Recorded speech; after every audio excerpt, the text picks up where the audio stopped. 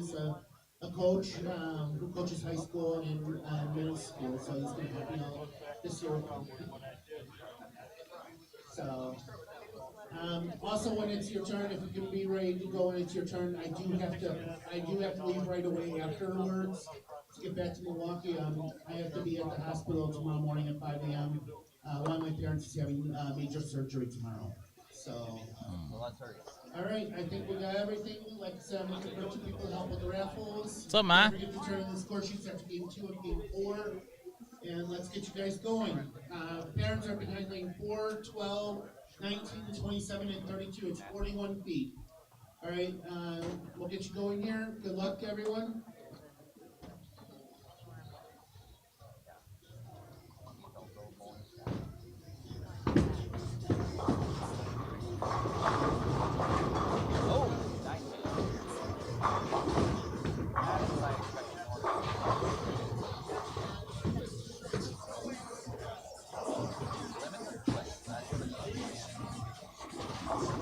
Holy crap. You see all these splits? Every lane. Purdy.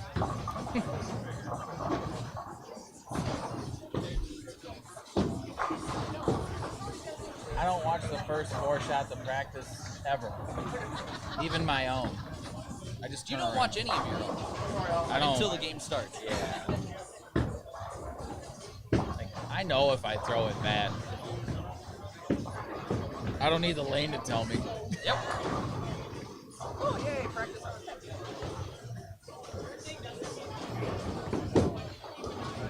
Good job. I liked it. It read well. And again, it doesn't help with the only first shot. Nothing happens.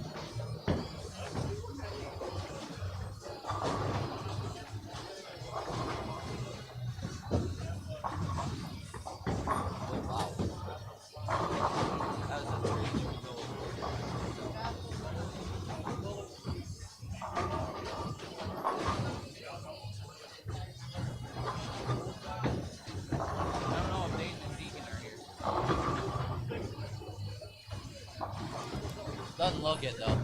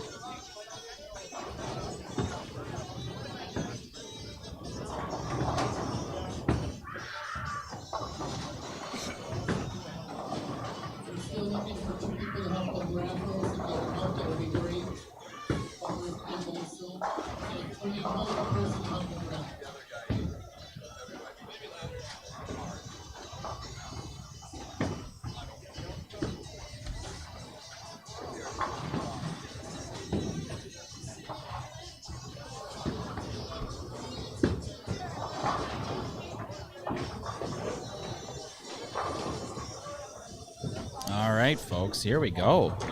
We are in it for a long day here at Ashwaubenon Bowling Alley.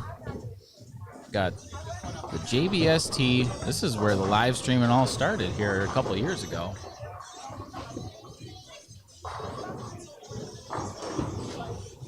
It's going to be a good day. They're bowling on a pretty tough lane condition here today. And I am excited to see what these kids got. We're just wrapping up some practice here. Wow. As we get her moving. Got about 2.5 minutes left. And we are running 3 wide today. So we've got 9 through 14 for our lanes. And all of our bowlers, they're going to be skipping 2 lanes between games. So that means we're going to see everybody during our 6 games of qualifying.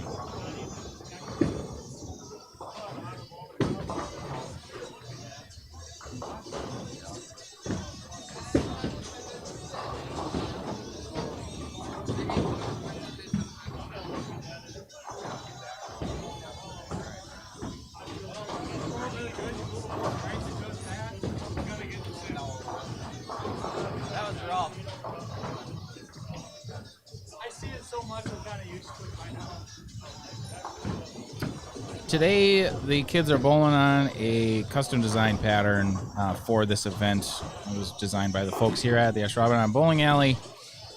For those bowling nerds out there, it is a 41-foot pattern that has 26.5 total milliliters of oil, and it is a 1.7 to 1 ratio, which means it's real flat and real hard.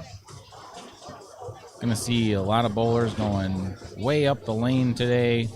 Probably quite a bit of urethane, would be my guess. And as the day progresses, getting in and giving it the big wheel. But we'll see. For those of you that don't know how the Junior Bowler Scholarship Tour works, there are actually 3 divisions functioning simultaneously. So we have a boys scratch division, a girls scratch division, and then a handicap division.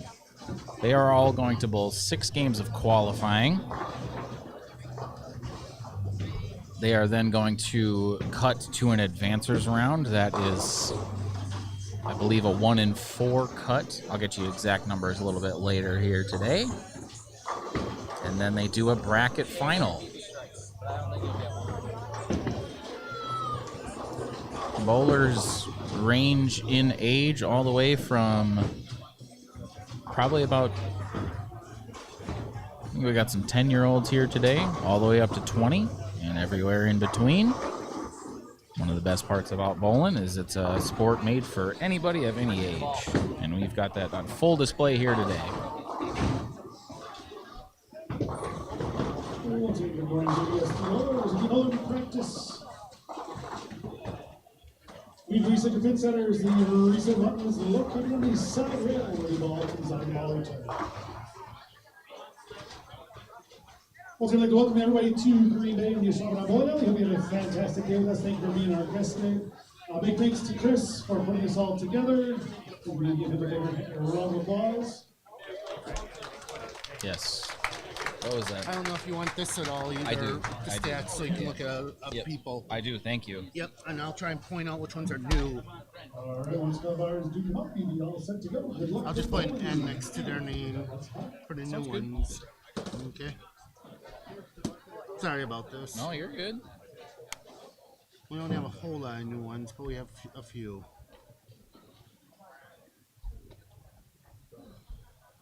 Save your friends. Okay.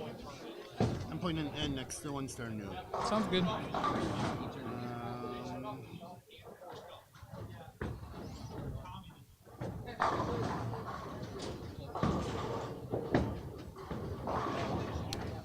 They've all bowled before.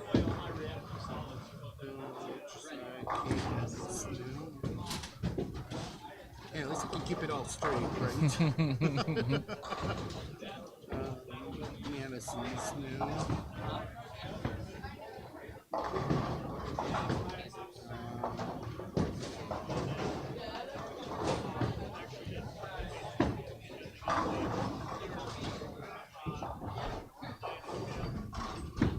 I had the wrong name on one of them here. Oh, sorry.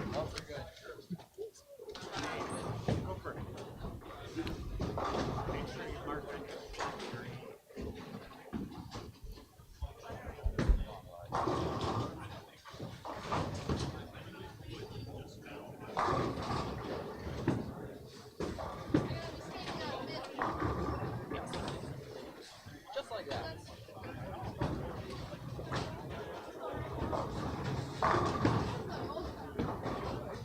Hey, there we go.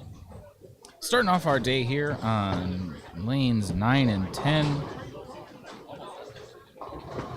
We got on the left lane. Thank you I very had much. the wrong name. I have. No Sorry, worries. changed it. Thanks, Chris. And he is That new. red knight. Okay. If we needed to start rolling earlier, we'll go to the reality, but I think you're good right now.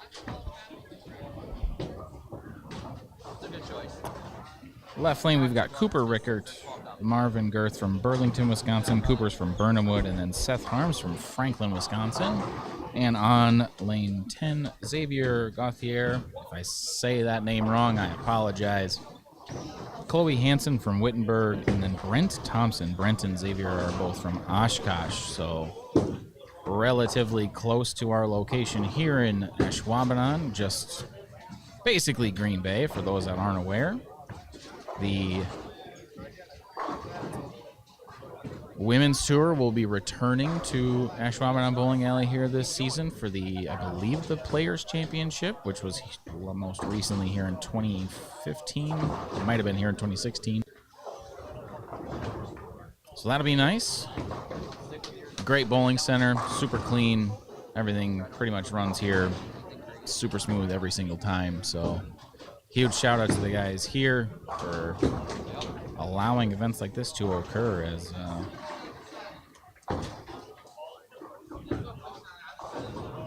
we got Marvin on the left lane there, cleaning up his spare. Great shot.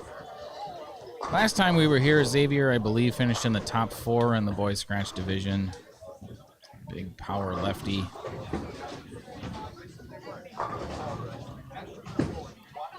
Throwing that new blue hammer. And as you can see right there, this ain't gonna be easy today.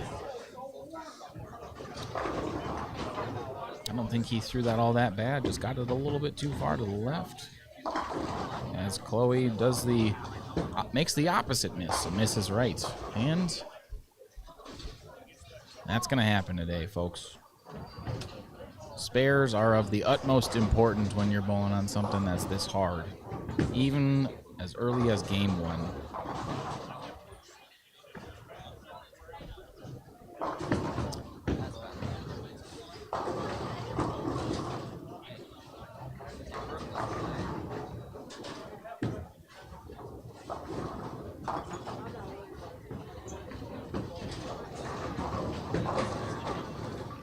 There's Cooper Rickard on the right lane. He struck with his pink Black Widow in the first frame. Looks like he's got a good look on the second one. Just gets past the spot a little bit.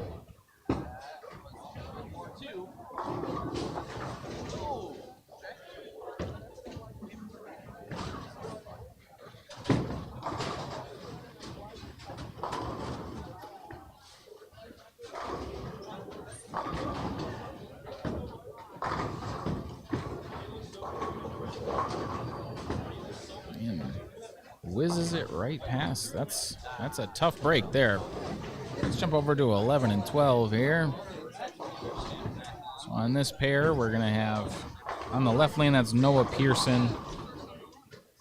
He is paired with Miley Brooks from Racine, Wisconsin, and Alyssa Girth from Burlington, Wisconsin. Great shot out of Noah there. Noah's from Tomahawk, so had a bit of a drive in some snowy conditions this morning, so I'm glad he was able to get here safe. Paired with them on lane 11 is Pierce Gauthier from Oshkosh, Grant Hansen from Wittenberg, and Leighton Barlow from Racine.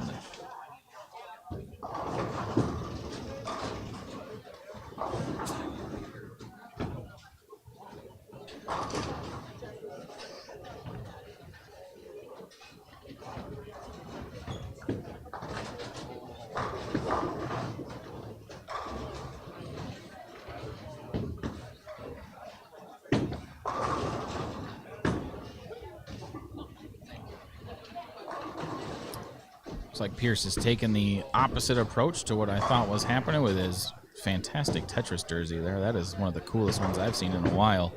So he's swinging the whole lane. But hey, you got to go where the strikes are.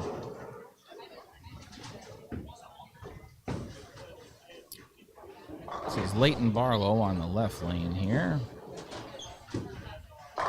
Pretty good two-handed game there. Able to trick it into the pocket, get all 10 to go. He's got 2 strikes in 3 frames.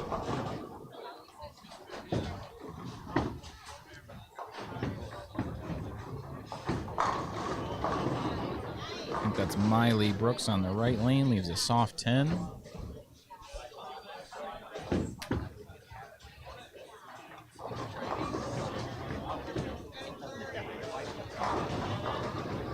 Ooh, splash the rack. Gotta love it when you get those ones to go. I'm guessing that's Grant Hansen. Not all the kids have names on the back of their jerseys, and I'm going to learn some names today, so apologize if I say a name wrong or miss one here or there.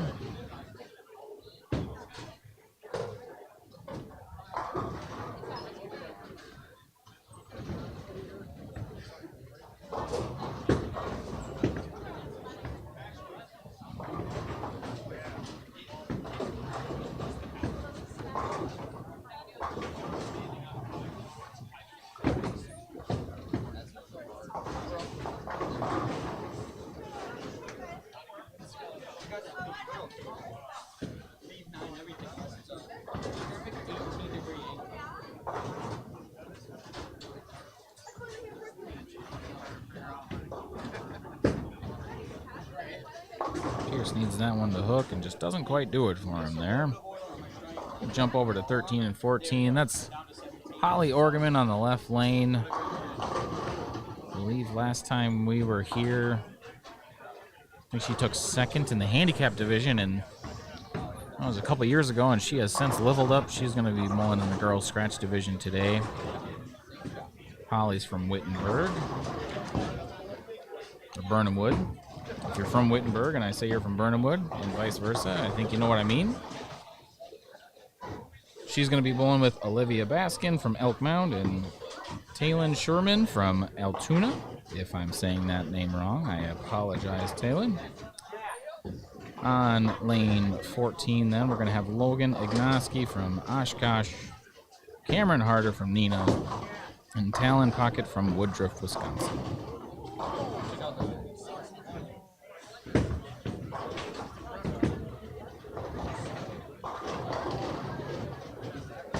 That's a pretty good shot there. Oh, it just comes up a little bit high. Don't expect big numbers these first couple of games, folks. This one is going to be tough. I'm thinking anybody in the scratch divisions that's shooting 190s is going to be in a good spot today. And in the handicap division, honestly, probably 175 is a good game. Missing the head pin is not a hard thing to do on something that's this difficult.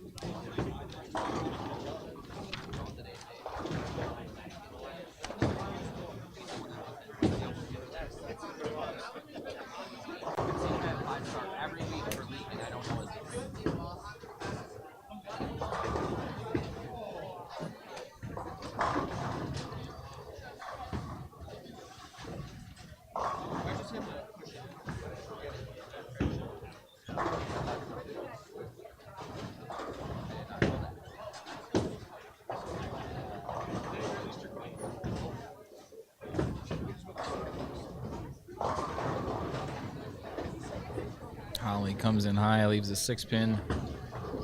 Not quite sure what she's throwing. It's definitely not urethane. She's pretty far inside to start. This Talon looks like he needs a re-rack, missing a 2-pin. That's an important one.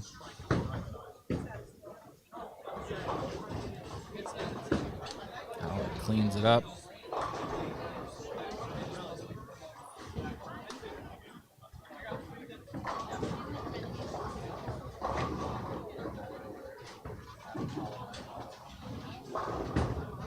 Ooh, tough break there, leaving the 6 or 410.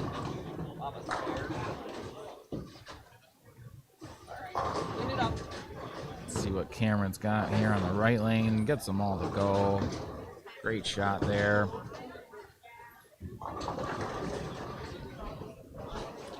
We got Logan Ignoski, number 1. If you guys are watching and you know Logan, am I saying that last name right?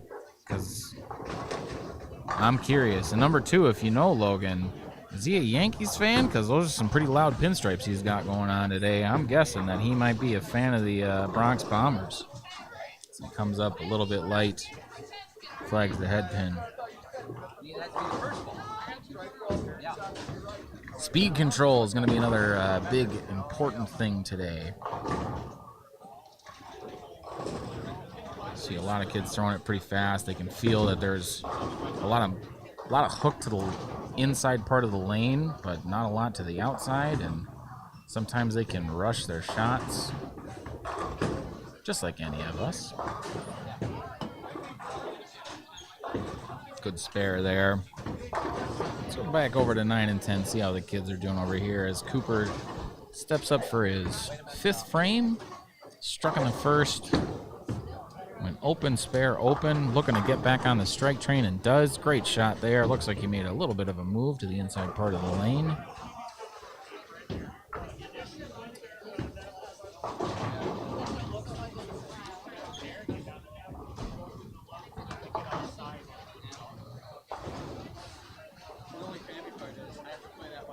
Seth here on the left lane. Gets that.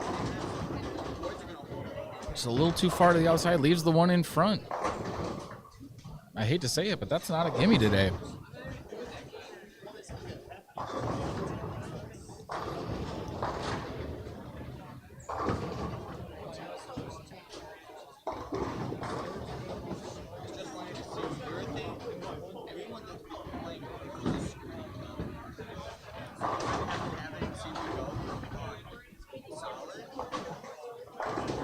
Gotta take those, though.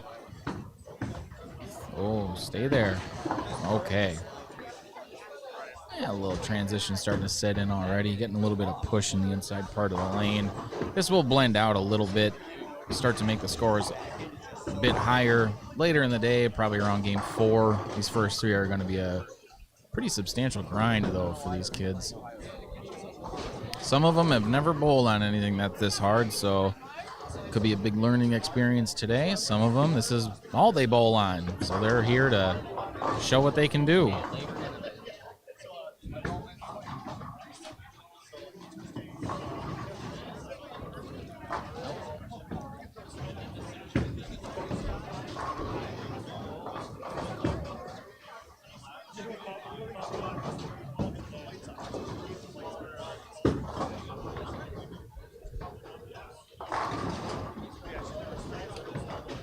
Today is either the 226th, or I believe it might even be the 227th Junior Bowler Scholarship Tour stop in the history of the series of events. It's been going on since 2006. Been in 51 different bowling centers across 40 different cities. Hold events both in Wisconsin and in Illinois. I believe that they are scheduled to have a stop in Rockford again this year. Almost 2,500 bowlers have participated, representing over 500 cities, 31 states and countries. And they have awarded almost $750,000 in cash and scholarships in their lifetime. So huge thank you to Chris and everybody that makes the Junior Bowler Scholarship Tour happen. The great state of Wisconsin has become a haven of great youth bowling here in the last few years, and that's being accomplished on the backs of guys like him and other folks that are running different youth tours and events and stuff like that. So huge shout out to them. Thank you guys for doing that, giving these kids a huge opportunity to get themselves into a position where they can capitalize on their talents and go bowl collegiately and hopefully have a school pay for it for them. That's the best part. The earning potential of a youth bowler is quite high these days with scholarships and getting to pay for your education on the lanes. We'll see what Xavier's got here on the left lane.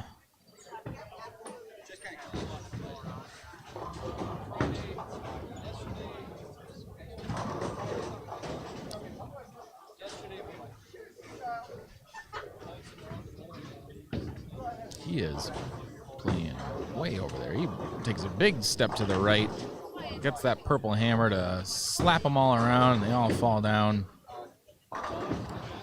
He's got the matching outfit today.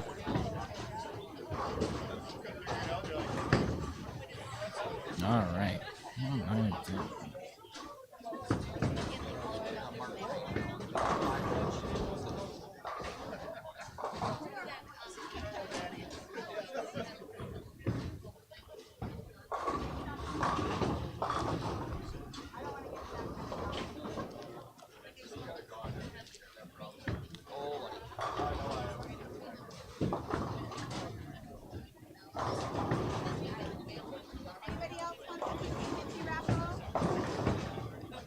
In their most recent event here, so this is event number 226. So the most recent one was October 22nd. Kids all bowled down at Bolero, Wauwatosa. Our girls' scratch champion was the gal that is over on lanes 13 and 14, Holly Orgeman. Boys' scratch was Kai Nitschke. And then our handicap champion was Ryan Shearer.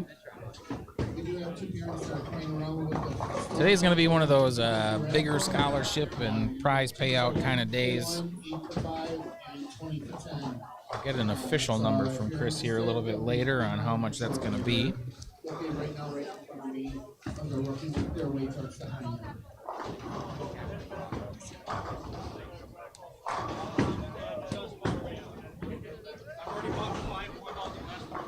Pierce made a ball change. Looks like it was a good choice as he's working on a double now. Noah's doing pretty good. Another great shot there for him. So he's 4 strikes and 2 opens. He's trying to balance it out.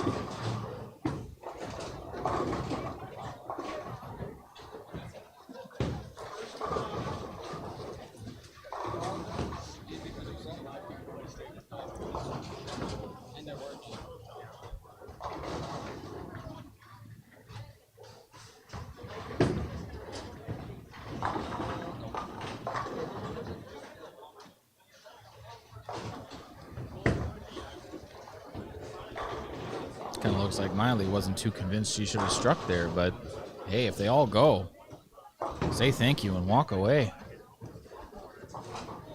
So then you get hits like that one, or you feel like you threw it good and you leave it 210. Layton's not very happy with his ball reaction on that shot as Alyssa Girth from Burlington, Wisconsin steps up on the right lane. Leaves the 4-5.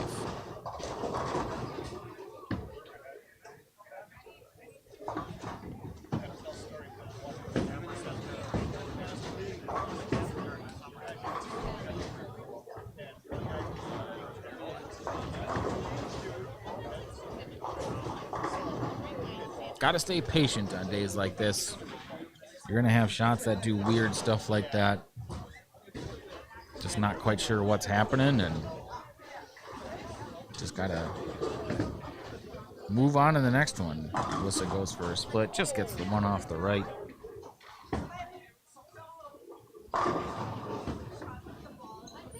It's Grant Hansen on the left lane.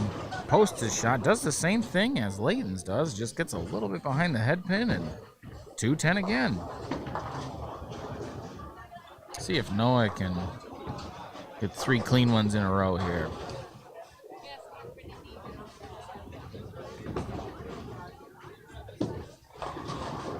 Ooh, and that's another 210. Oh, 2-8-10. Even harder. As Grant almost makes his.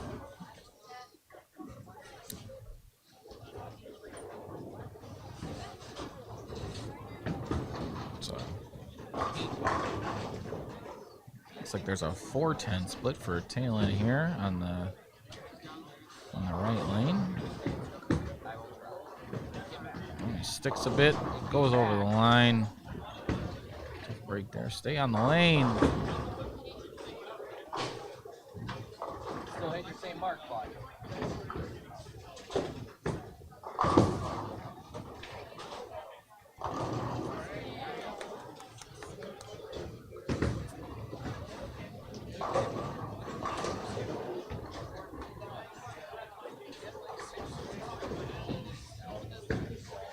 Let's see if Cameron can convert his washout. Almost.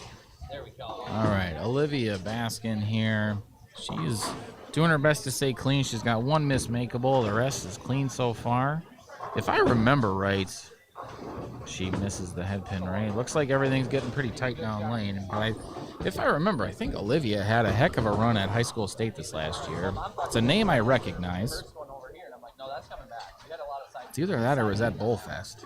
One of the two. If you know, if you got some accolades for Olivia that you want to share in the comment section, please feel free to do so. I'd love to know when she's been bowling well.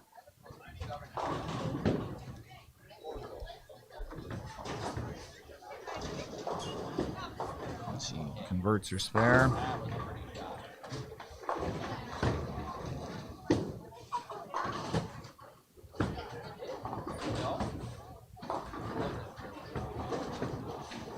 Junior Bowler Scholarship Tour is sponsored by Storm, so a huge shout out to the folks out in Utah there. Thank you for helping stuff like this happen. They're a big contributor to the Midwest Bowl Fest as well.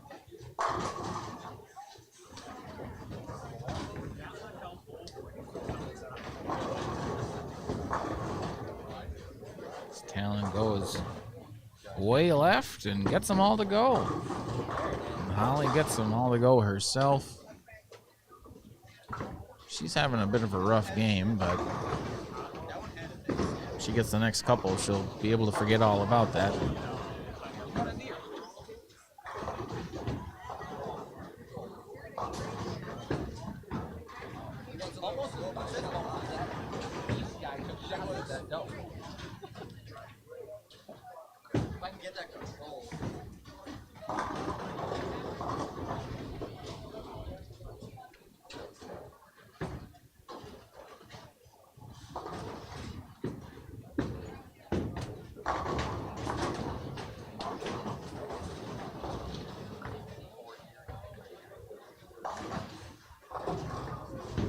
Oh, there it is.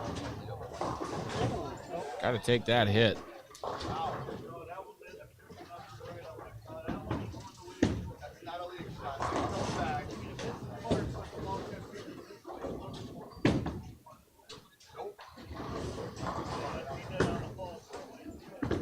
You know, there's something exceptionally difficult about Rack came down in it. game number one is somebody hit a rack. Because not only are the conditions about as hard as they're going to get, at least for righties, I mean, not so much for lefties, but about as hard as they're going to get, and you're not even warmed up yet. Just gotta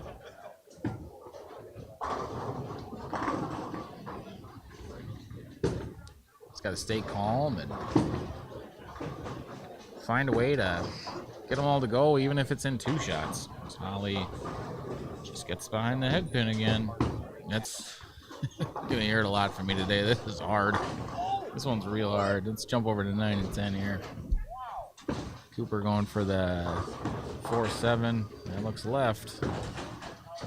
Not a lot of miss room today, folks. At least not yet. Thank you, Kurt. Kurt Baskin, I'm assuming related to Olivia. She finished at 3rd at Bullfest. I knew I recognized the name. She bowled great during that event. So hopefully she can keep that, whatever momentum she had there going today. We got Seth here on the right lane. This is Seth's first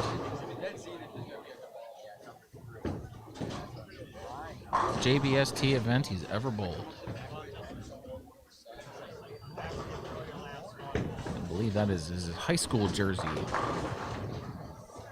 Franklin High School. I'm not quite sure. Sabertooths, it looks like, on the front. If you're from Franklin, Wisconsin, what's the high school mascot they got going these days?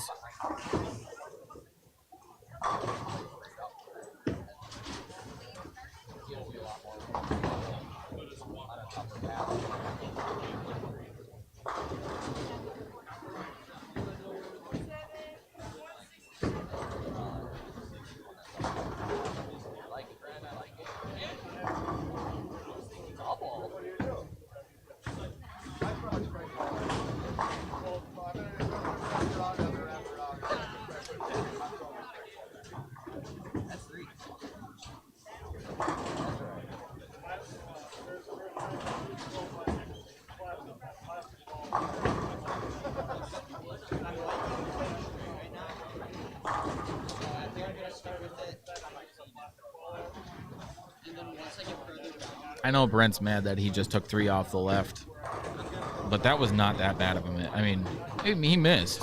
He'll tell you he missed, but that wasn't that big of a miss.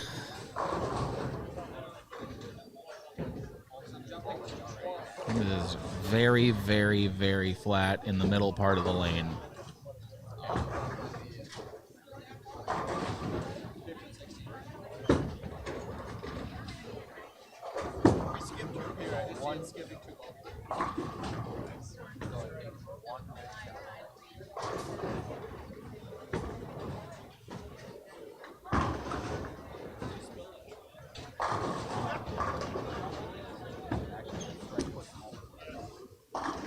As Chris gets the scores collected today, I am going to be doing my best to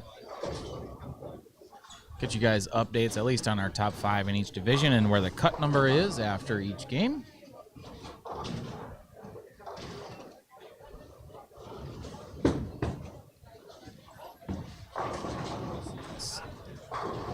So, we're moving to 13.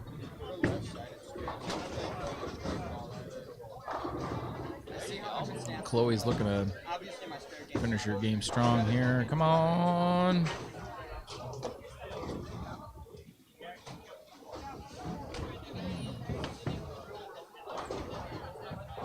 Xavier's setting up the end of his game here. He's in the 9th. Got 134 in the 8th off of an open, so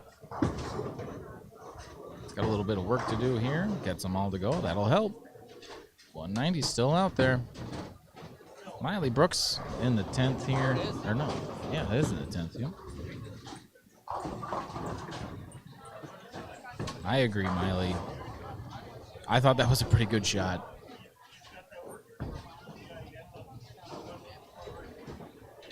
Let's go to Cooper here.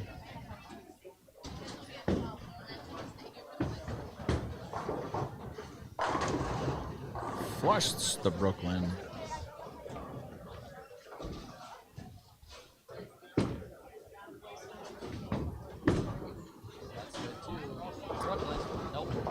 There's Olivia finishing up her first game. Gets them all to go for a 191. That is a great start. Talon put up that 3-bagger to finish it off here. Now he's just got to close out with, looks like he's going to max out at 182.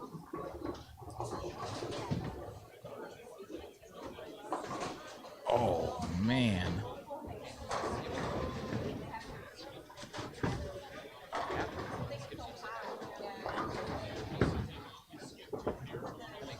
I know how to change those.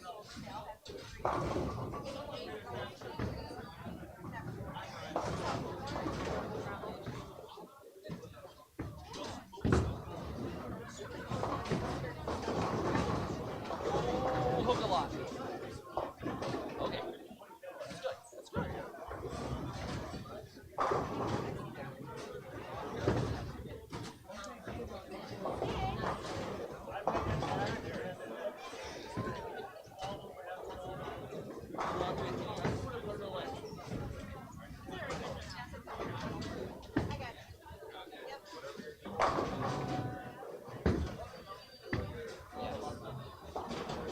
Got it.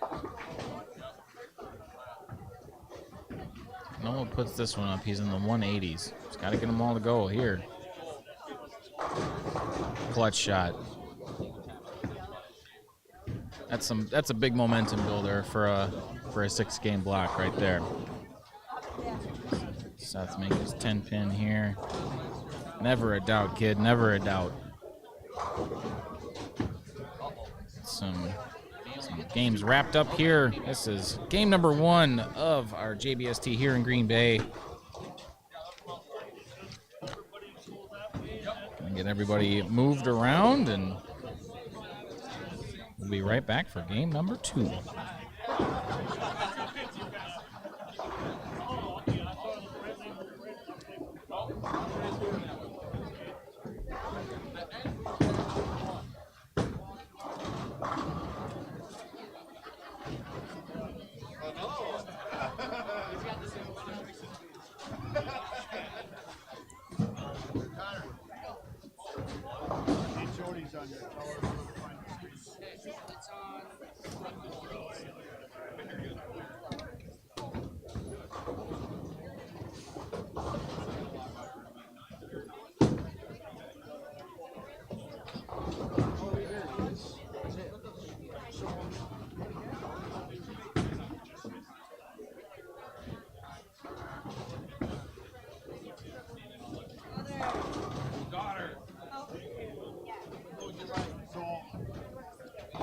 Whatever you tried on that football, it's not true.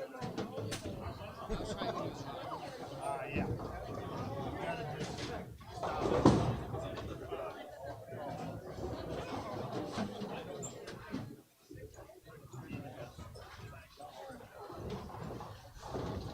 That's the only thing. Otherwise, I'm happy with my explain.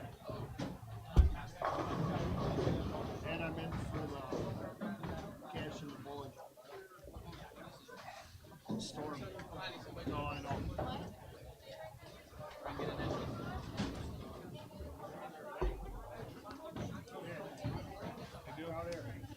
Doing good, man. How are you? Gotta be. Notice I just switched from the 900 global pen. My storm pen's right, just so you know.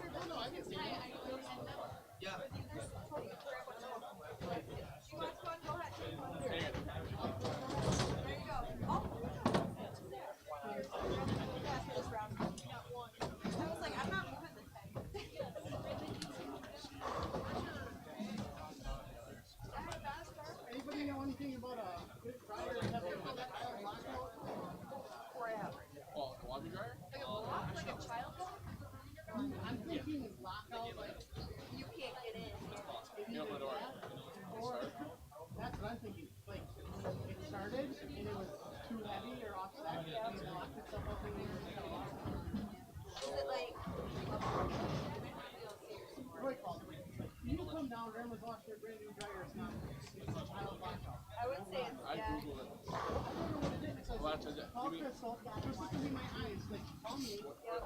Model and brand is it?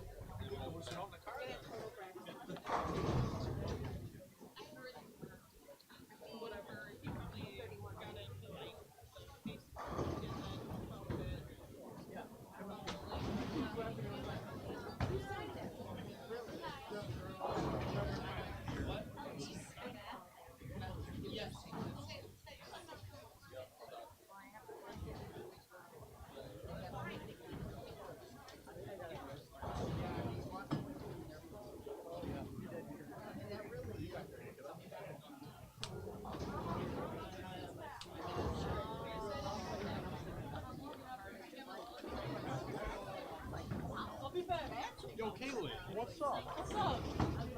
There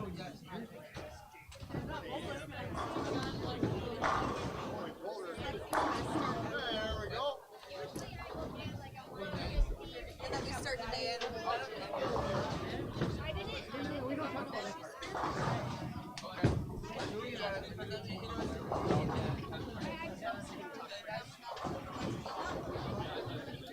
All right, game number 2. Here we go.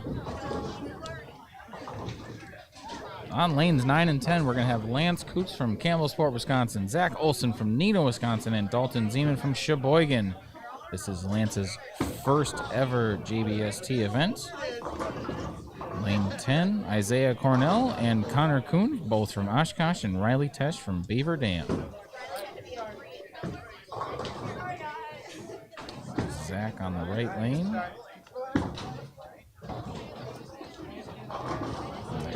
Isaiah on the left.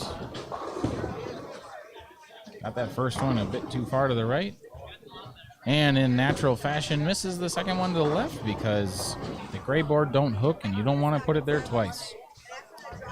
There's Lance on the right lane. He's throwing a Pride Dynasty.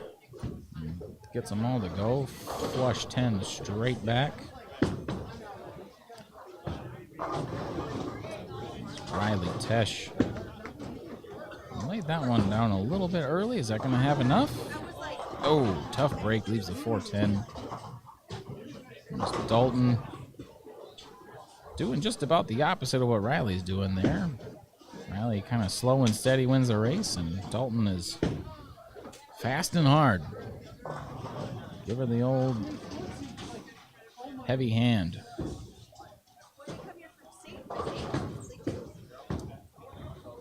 I didn't see how many.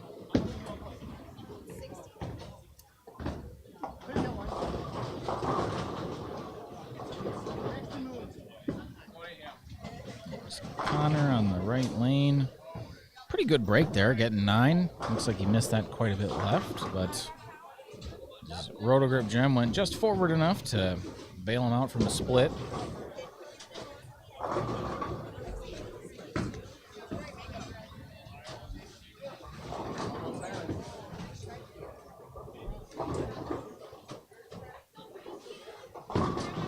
Zach Olson here on the left lane started his game with a spare. That's way left and a good 9.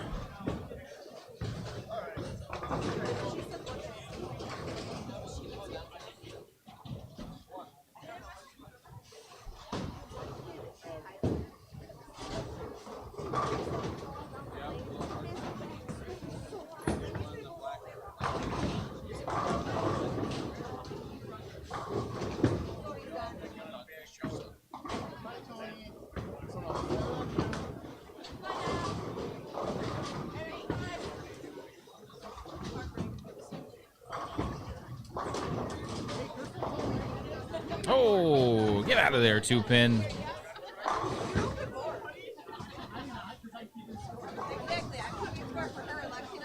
Gotta love it when you get a good one to go like that. Ooh, not sure if Lance threw that a little slow, missed it a little left, or did both, but a double's a double.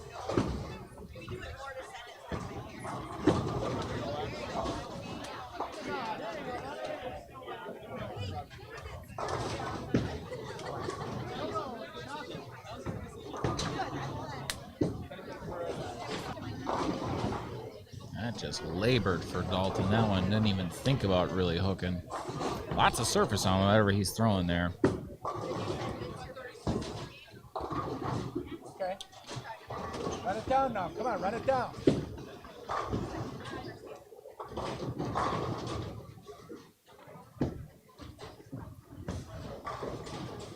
Oh, just missed it for Riley. Dalton gets his spare. Alright. Okay, alright. Trust your ball. Alright, come on, trust it. You said it. Stuff like this, you don't want to hit up on it. You try to rev the ball on something like this, you're asking for trouble. You gotta let it roll. Connor let that one roll. He just let it roll to the left. Come on, not quite. Jump over to 11 and 12 here. We're gonna have Colby Heitpass, Alexis Vandekolk, and Kyler Zeman. Colby's from Kaukauna, Alexis from Beaver Dam, and Kyler from Sheboygan. In the other lane, we'll have Braylon Boss, Zach Cornell, and Jack Dyceland from Neenah, Oshkosh, and Greendale, respectively. This is Jack on the left lane. It just flies past the point, man. This transition is going to get nasty.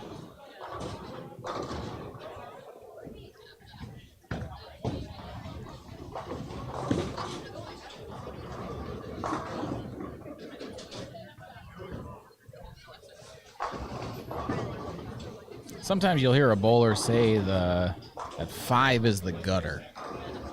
That if you get it outside of a certain board, it ain't hitting the head pin.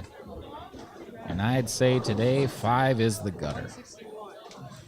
Because every time I've seen somebody go outside there, they're lucky if it actually misses the head pin, because if it hits the head pin, they're gonna split. Pretty much every time. I think Isaiah got away with one a couple frames ago as he rolled the 2-pin out, but that's going to be the minority situation here.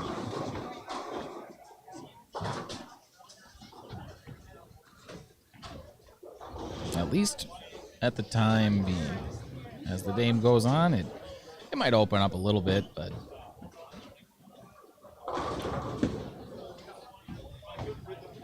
the question is, do the fronts blow up before that even happens, which is going to make it even twice as hard.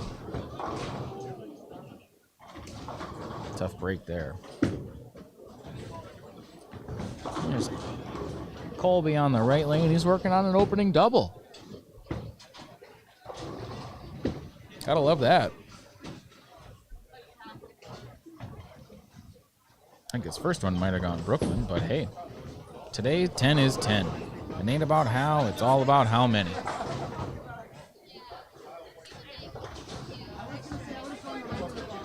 Let's see what the kid's got. Looks like he's throwing some urethane. A little pitch black action up the boards. So he just got a little quick with it. Good. Leaves the 2-8.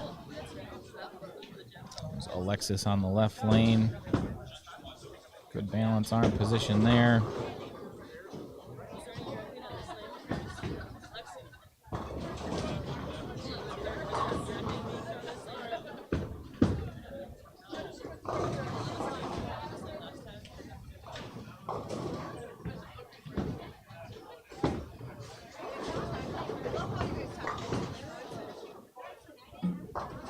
Man, just squeaks it.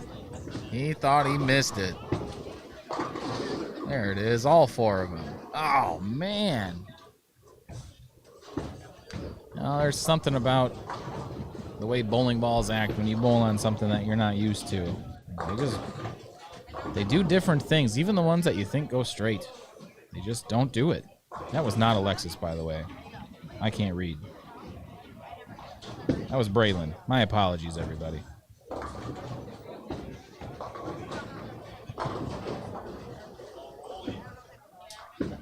Here comes Alexis on the right lane.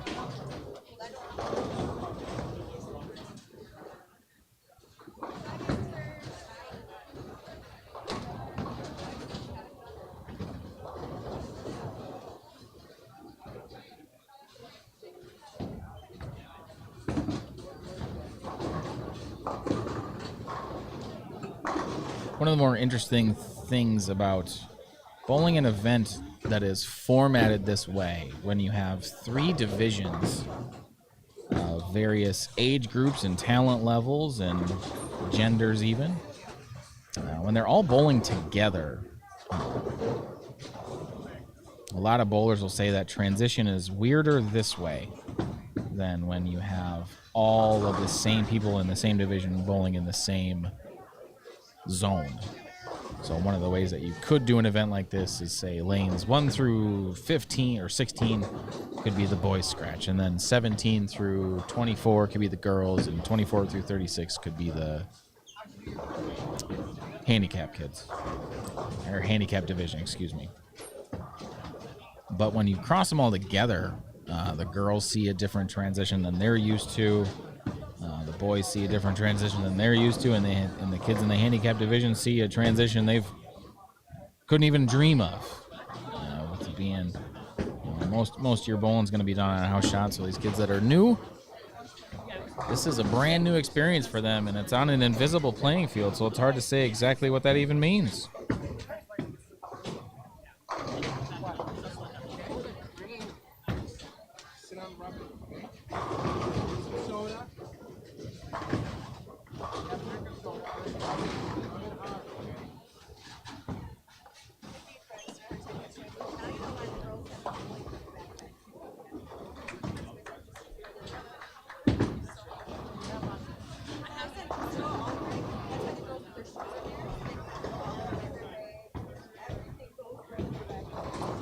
See if Jack can get back on the strike train here on the right lane, and then we'll jump over to 13 and 14 and see who's hanging out over there.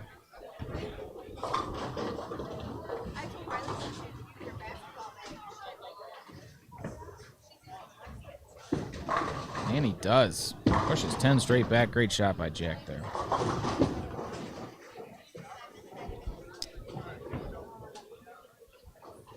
On lanes 13 and 14,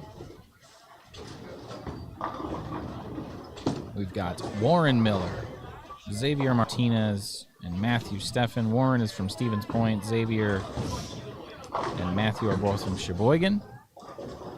As we got a little bit of Deadwood, so we're actually going to jump off of there for a little bit. When we go back there, Miley Young from Neenah, Tyler Portson from Plover, and Adam Totes from Franklin are also on that pair.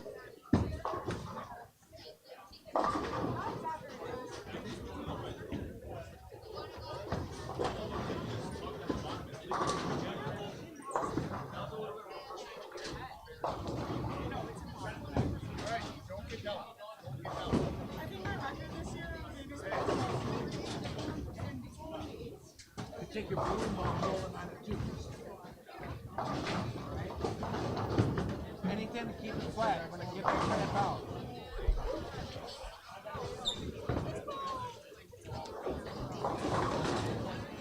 Be all right. Come on. There's the man himself. I believe Matt is running the joint these days as he grabs that stray pin. Got it.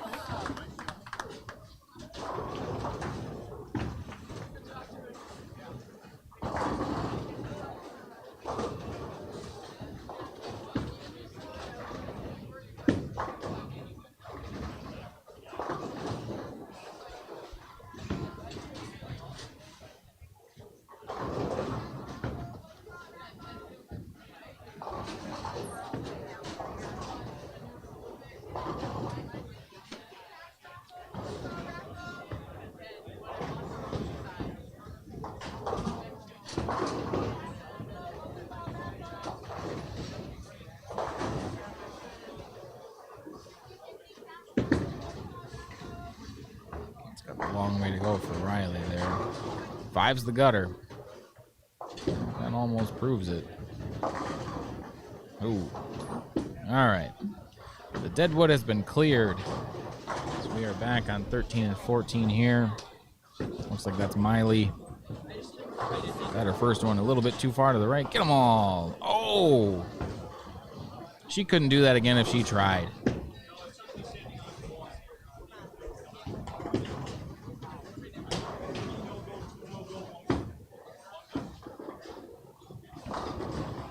Here's Adam on the left lane and Warren on the right. Warren's one of our youngest competitors today.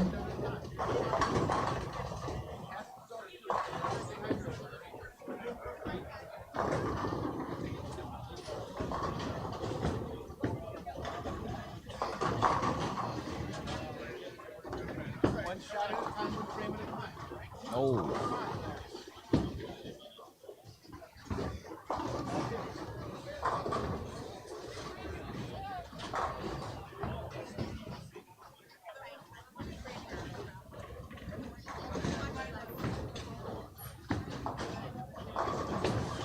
There's Matt Steffen from Sheboygan. He's got one of those games that looks like it's a product of that Sheboygan High School program. That's one of the most successful programs in the state, and looks like he's using all of that to his advantage.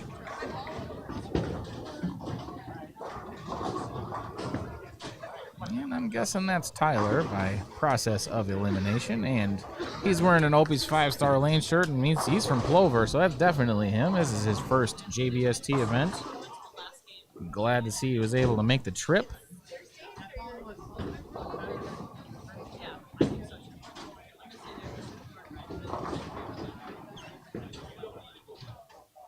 Talk about a straight backswing out of Matt Steffen there. He's worked on that. That does not come naturally, that's for sure. I'm good. I got it. I'll empty it and then I'll just fill it back up. Hey, nice shirt. Yeah, right?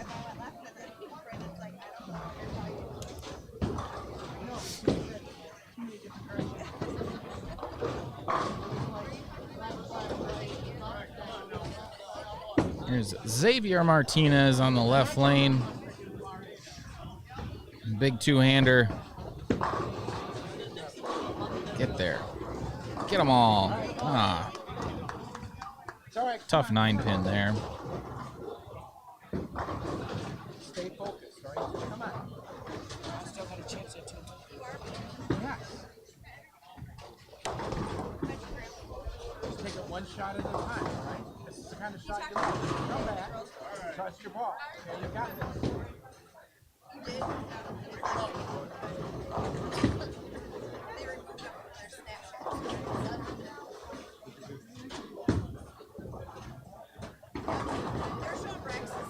Stay right there, he says. Oh, yeah.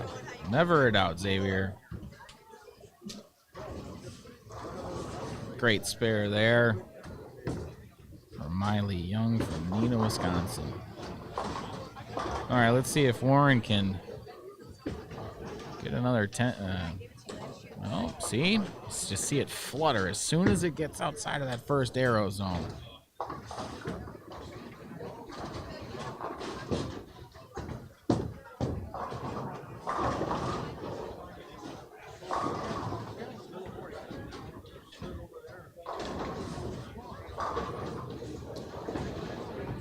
Tough break there for Adam. Let's watch Warren make his spare. We'll jump back over to 9 and 10. They're already in the 8th frame. These kids are cooking. There must be some more strikes over here or something. Let's take a look. There's Lance. Lance has got a whole lot of 9. That's his first 8 count of the game after having a couple strikes in there too.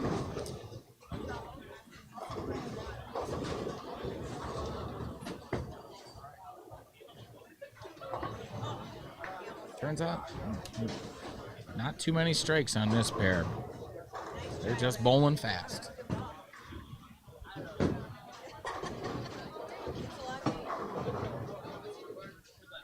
Looks like we're going to be doing every other game score updates. So after this one, we'll be able to get you guys some information there. I'll have it scrolling across the bottom of the screen as well, so you guys can have that as you hop in and off the stream. I know that it's one of those things that The raffles, if anybody's interested in getting tickets, not everybody wants to watch every bowler bowl all day today, and I understand and respect that. But if you're curious about scores, they'll be on a ticker on the bottom of the screen here once we get those going. So if you're not sure where they're at or what the cut number is at, you can always pop back in and see. If you're new to the channel, scroll on down, hit that subscribe button.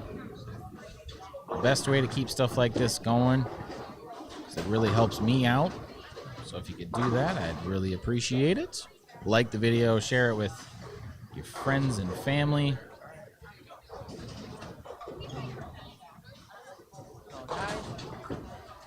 So nine minutes.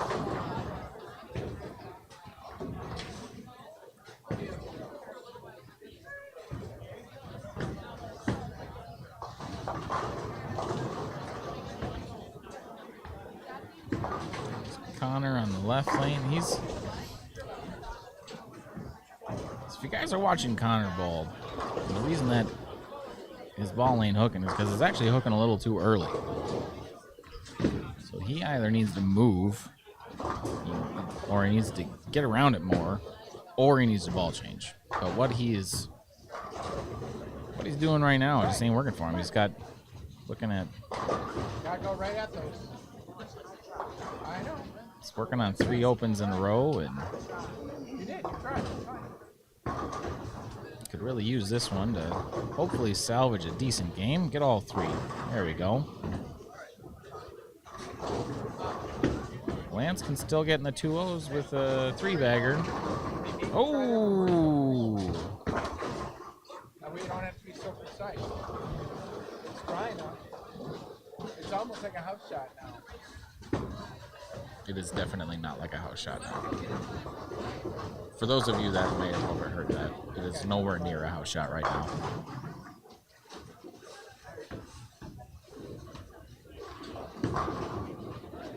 And Isaiah will contest to that just as much as I would.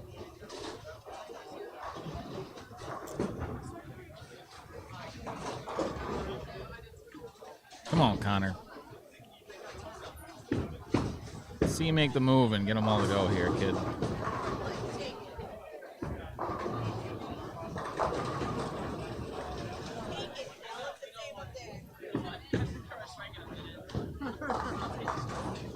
Ooh, almost. Short pin. All right, gotta have it.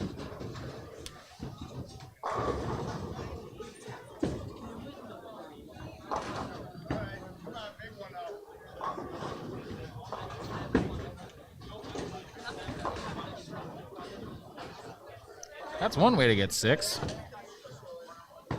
Take out the whole back row and the 4 and the 6. Can't say I've never done that before.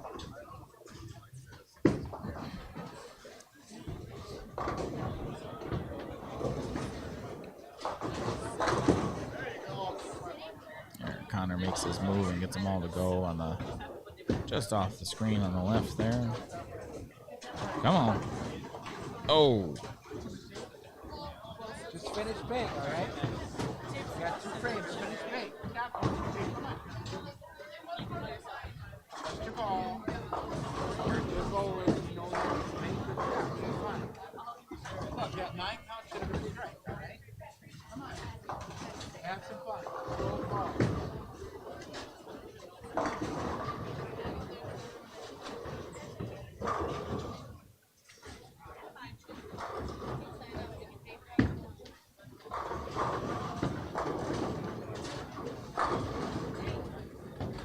Colby with a big strike there. He's setting himself up for a decent game here.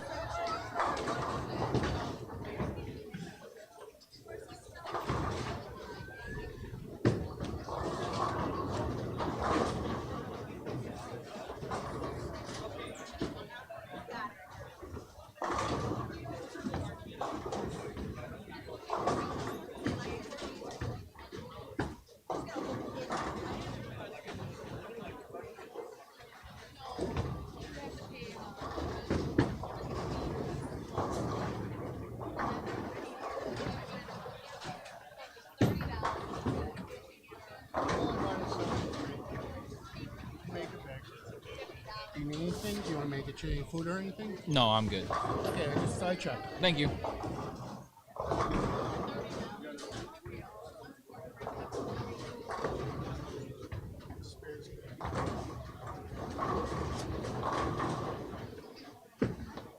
It's a good 9, Jack. When you go back and watch this, bud, that's a good 9. You threw that well. They just didn't all participate in the strike party. It's still a good shot. There you go, Alexis. That's better. She's got to keep it in front of her. It's right there if she can keep it in front of her. Just any miss to the right is amplified tenfold today.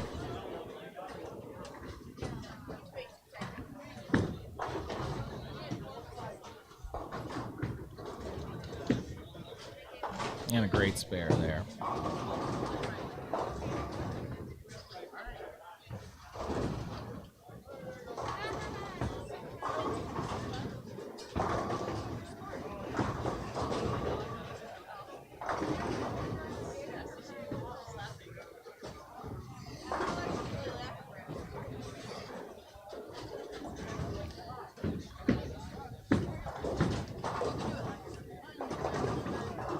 As they're wrapping up game number 2, just for a little bit of context for you folks, I took a quick stroll after the first game on lanes 1 through 24, and so that would be 72 bowlers.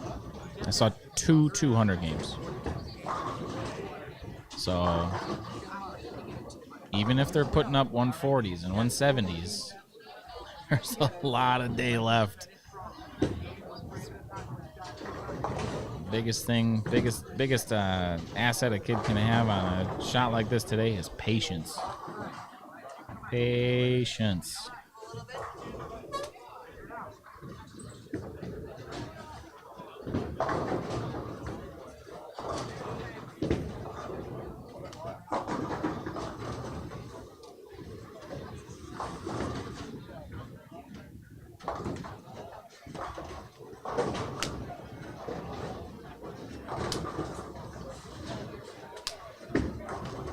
Oh, tough break there for Warren Miller.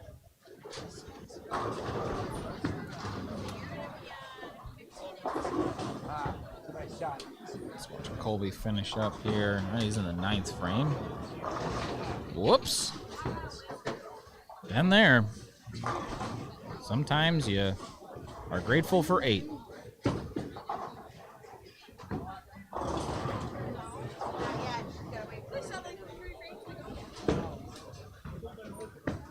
Get over there. Oh, man. I agree. I should have hooked.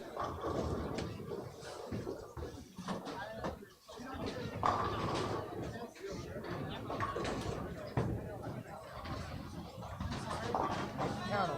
Come on, count 'em.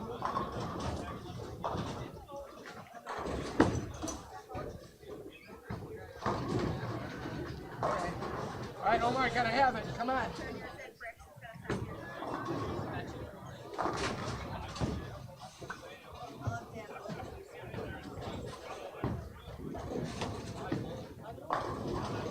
I'll see you again. Come on, make it happen.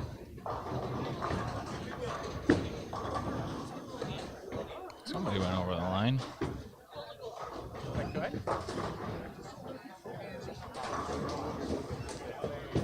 Step over. Some people call her Jabberjaw, I'm sure, right? Must have stepped on the line right there. All right. That's okay.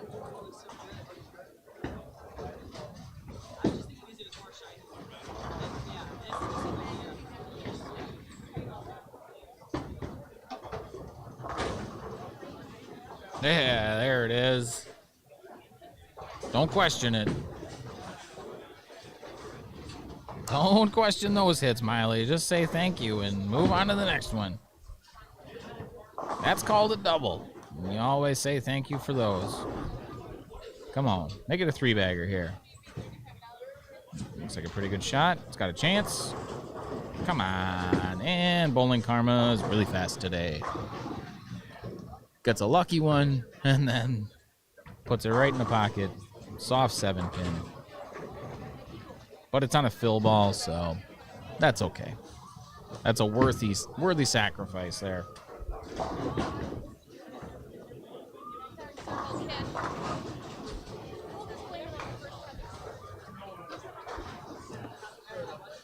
Wrapping up game number 2, we'll have a scoring update here in just a little bit. So if you're curious about that, stay tuned in.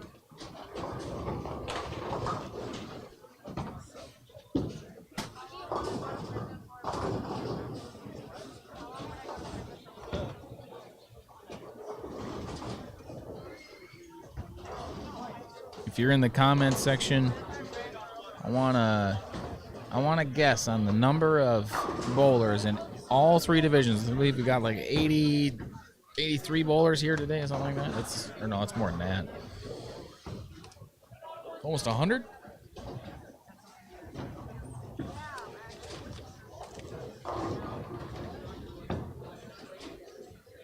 More than 100.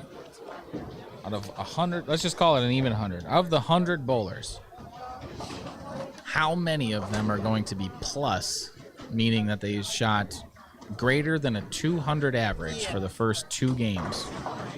Give me a guess, total number of bowlers that you think are going to be plus after the first 2 games. Great shot there by Matt. The kid's got a solid game. That's for sure. And I'm looking to finish up with a closing 4-bagger for 186.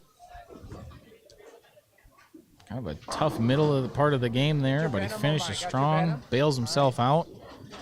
I'll take that.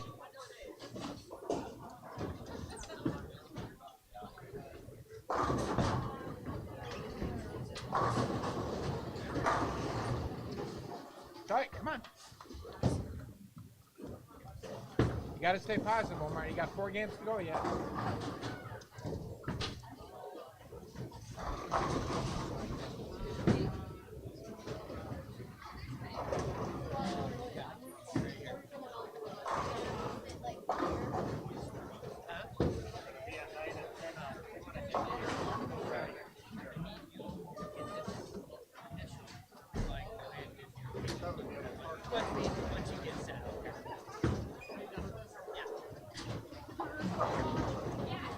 Now he's found it. Matt is begging for a look that's that good for the next game. That's for sure. Lanes are starting to wear in a little bit. Hopefully he can find something good. Good luck to him the rest of the day.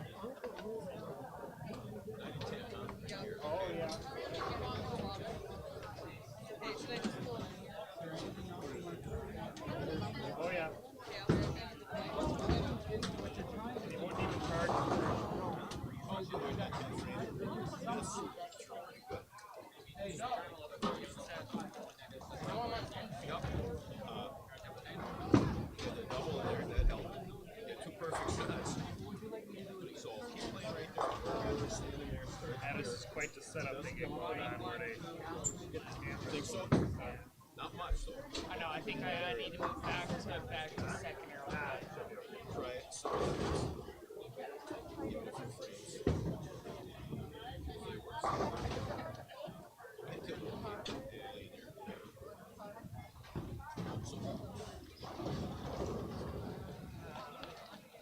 a few more strikes on this one, yeah? Do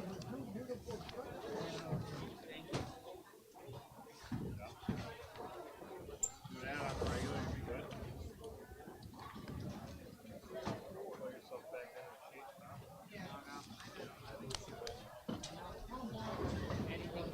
What did you do? Ask Ashley. What do you think?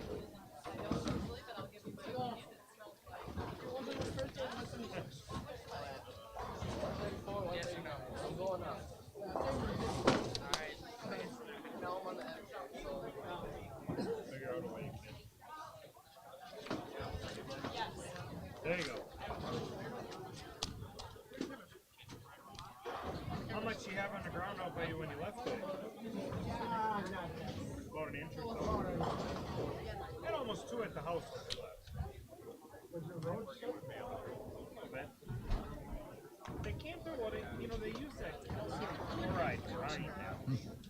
And it doesn't make the roads too bad, at least on the under point, but you want to talk about shit getting wrong.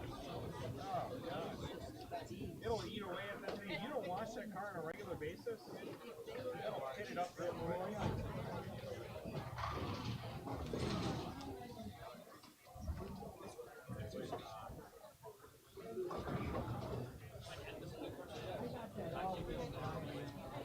Yeah. Yeah, I kicked that on the way over here. Yeah. Coming across Tower Drive here. A little slick. He'll be 7 and 8 next.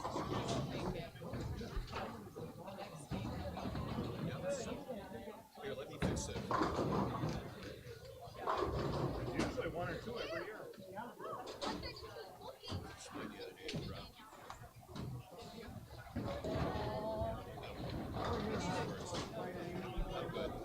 Oh yeah, they got a cafeteria there. Oh sure. Yeah, on the Fridays, yeah, you couldn't get it any cheaper. You know, yeah, find a 12-year-old. Well, ever since the COVID happened, they really scaled it back. Hold on to it, please. I don't want to hold on to it. Just put it on the table, it's water. I don't want to.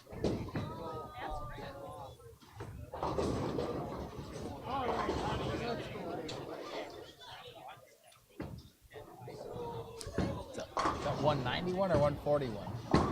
It's a 4. Nice. I'm 5 pins worse than last time. Through 2. Which means I need to get 5 more pins. I have no clue. Yeah, right.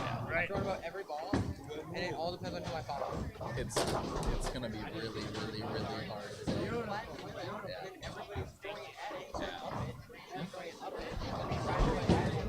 There's no should be today, buddy. No, not today. No, well, that's not gonna happen. It never happened. Never. Correct. Pretty decent bowler in the area. He's got to be a 300 size, right? Yes.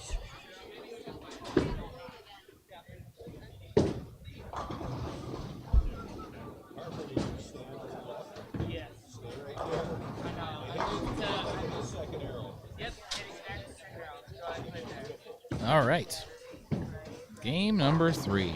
Let's jump over to 9 and 10 here. We'll run through some names. On lanes 9 and 10, we're going to have Natalie Hirsch from Hartford. Dominic Hutter in his first ever JBST. He's from Prairie du Sac. And Harper Wallenfang, he's from right here in Green Bay, Wisconsin. The other lane will have Riley Champion from Cudahy, Nicholas Canings from Campbell Sports, and Zoe Krieger from New London. Our last 2 there are also new to the JBST circuit here, bowling in their first events.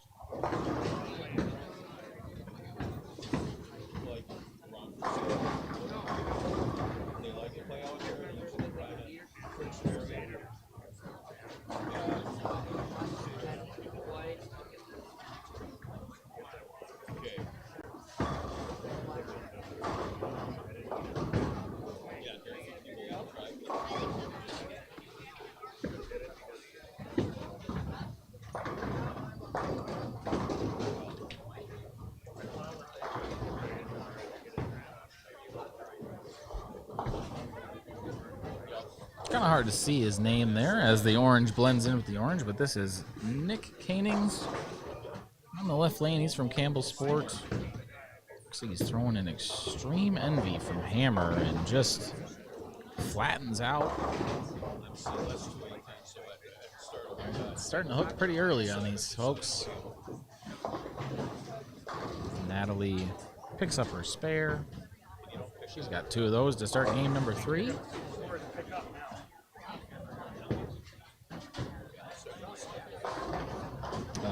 Jennifer in the comment section asked if they were bowling on a house or a sport pattern. This is anything but a house shot, I'll tell you that much. So, Jennifer, if you know much about the way oil patterns work, I could keep it real simple and say what they're bowling on is about as hard as it can get. It's a 41-foot pattern, 42-foot pattern. I think it's 41. Let me pull it back up here. It's a 41-foot pattern. Total volume is about 26.5 mils, and the ratio is 1.7 to 1. So the way ratios work is the higher the first number, the easier it is typically. So a house shot is typically going to be around, I believe the minimum per USBC standards is an 8 to 1, which means there's 8 units of oil essentially in the middle part of the lane and 1 to the outside. So if you miss left, it holds. If you miss right, it hooks. And if you're a lefty, it does the exact opposite of that. So 1.7 is well into the sport category. So 8 to 1 down to 4 to 1 is considered a challenge pattern these days. And then anything below 4 to 1 is, they call them flat, which means they're just really stinking hard. So when you see these rough scores up on these scoreboards, it's not all on the bowler. They're bowling on stuff that they haven't really ever seen before. A lot of them haven't seen before. Some of them have. But it doesn't make it a whole lot easier, even if you kind of know what you're getting yourself into. It just makes transition easier. Once it starts to wear in, you know when to move, how to move. That sort of thing. Nice to see they turned it on at the end of the season. Will they get some useless ball now for the end of the year? Here's Harper Wallenfang on the left lane. Hometown kid here to Green Bay. Wearing an old school Captain America style jersey. Matching blue shoes.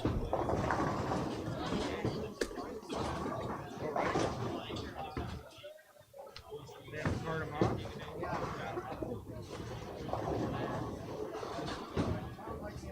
Get one more out of Nick here, and then we'll jump over to 11 and 12, see what's going on over there.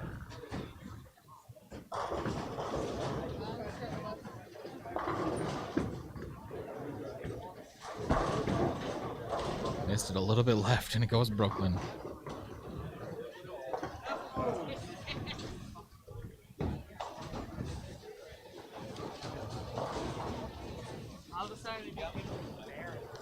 On lanes 11 and 12, we were going to have Braden Champion from Cudahy, Levi Gabrielsa from Green Bay, and Danielle Tank from New London, as well as Oliver Harms from Prairie du Sac. This is his first JBST.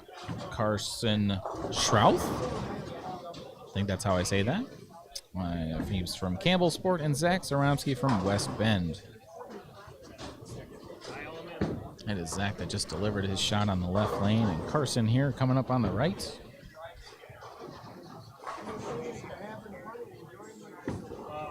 Last tournament we did, the first 3 games were pretty rough. And then the second 3 games, and it was lights out. So we'll see what he does. See if Zach can cover this big split. Oh, he's got a chance. Hook a little bit. Oh, wow. That just flew past it.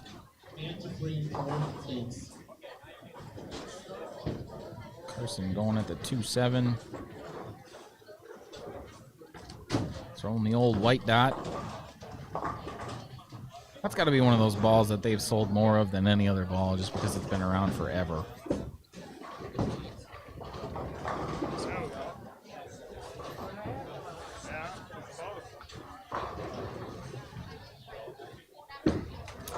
Last time we were here, Levi was about a foot shorter.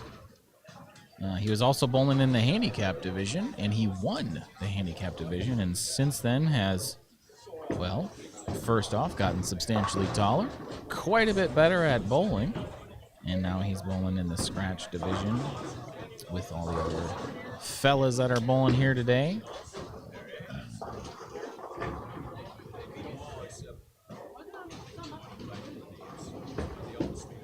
Levi made the stepladder finals at Midwest Bowl Fest back in October, and he has a unique ability to use his two-handed style to trick the ball to get it to just go dead forward, which is something that is extremely hard to do. As Oliver goes for his spare there, it cleans it up nicely. Good work by him. We're not seeing Levi do that trick currently, but I'm guessing that that's going to come out here at some point today.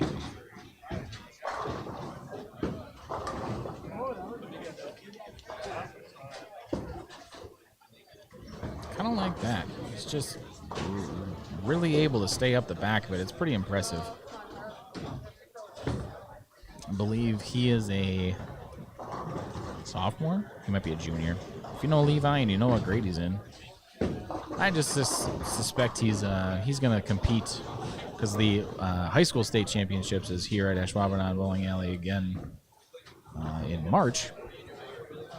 So if he can get a little bit of hometown energy and a little bit of a home field advantage, could be a good year for the kid.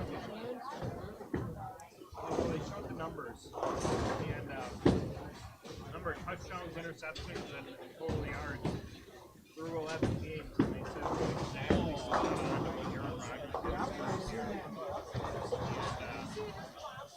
And I think when he's got a little bit more confidence, when he's sitting there and he's just overthinking, he's just trying to place it. He doesn't do very Hang right there. Nice spare. There were a couple throws that he was, trying to put the whole Aaron Rodgers. We got Braden Champion here on the right lane, working on a spare. Hey, there it is. Looks like he even got to feed that one a little bit further to the right. Maybe they're opening up a little bit.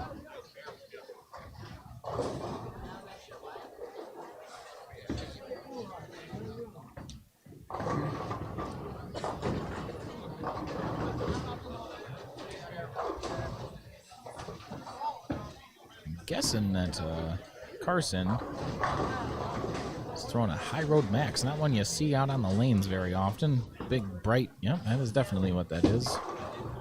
Bright green bowling ball.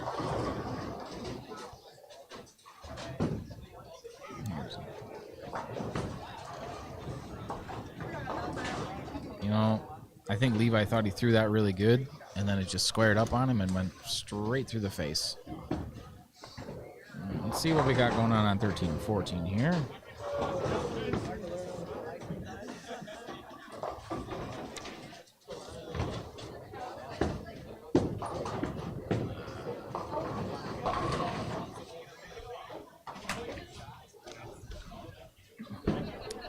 For lanes 13 and 14, as they're at the midpoint of their game here, Hunter Adams from Sheboygan, Kenzie Anderson, who is on the left lane, shooting at a 3.610. She's from Oshkosh, and Braxton Soldner from Lowell, Wisconsin.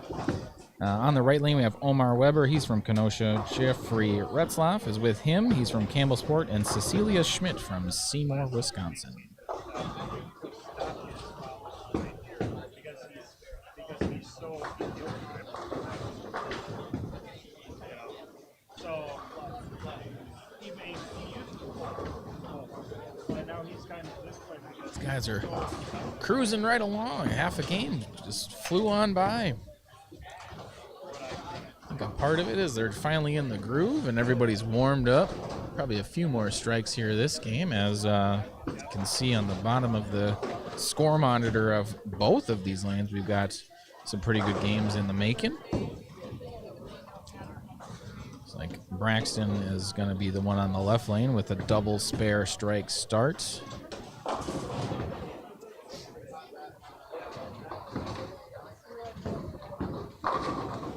which would mean that it's Jeffrey Retzlaff with the front four to start game number 3.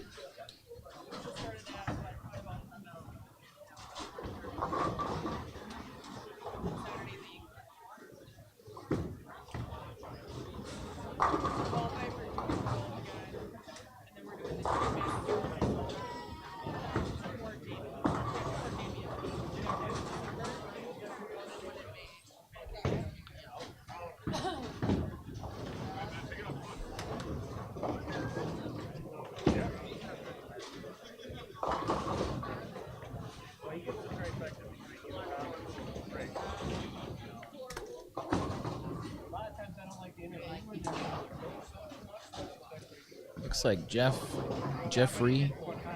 Not really sure what he would go by. He's got Jeffrey, his whole name on his jersey. We'll go with Jeffrey. Looks like he's throwing a Zen Gold label. So lots of dull balls. Solid, lots of surface to start this, but the shiny's coming out, and it's coming out fast as he gets almost to front 5, but just a weak 10 pin there.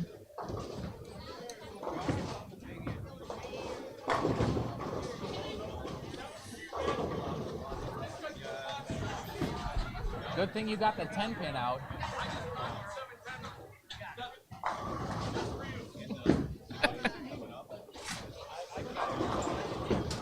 Omar with an awful break, leaving the 7-10 there on a good ball change and hits the pocket pretty hard. They just all fly around him. Hey.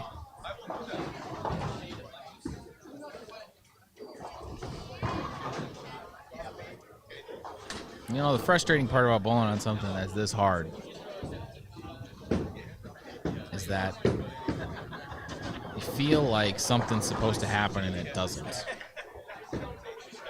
But the good part about bowling on something that's this hard is even if you have just an awful game, you're not out of it. You shoot 240, you're right back in the middle of it. And as the day goes on, especially on the right side of the lanes, the conditions will get slightly easier. We're getting to about that point that they should start to open up a bit. Not a lot, but enough.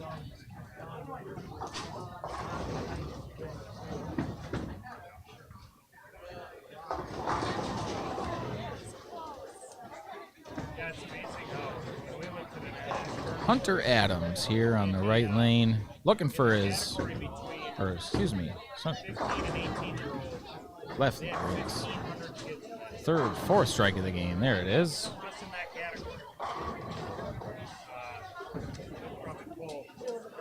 Looks like that's Cecilia on the left. Makes her 10 pin nicely. Good work.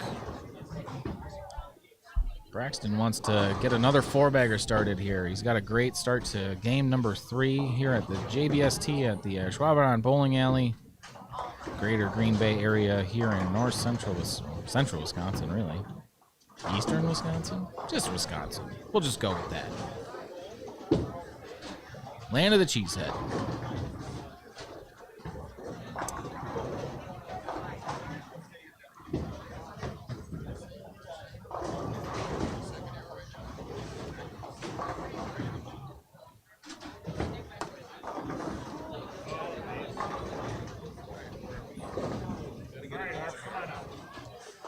Great spare there.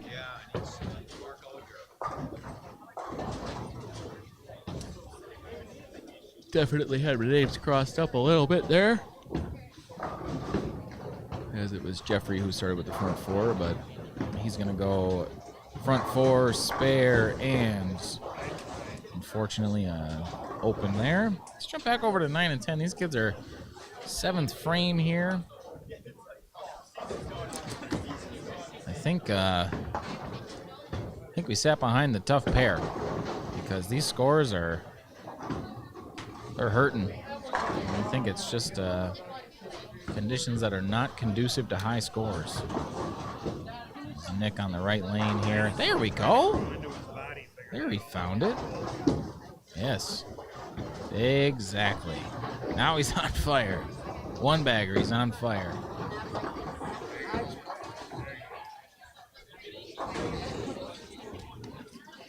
Still working on getting some scores together here, folks, so stay patient with us. Chris is getting those entered in as we speak.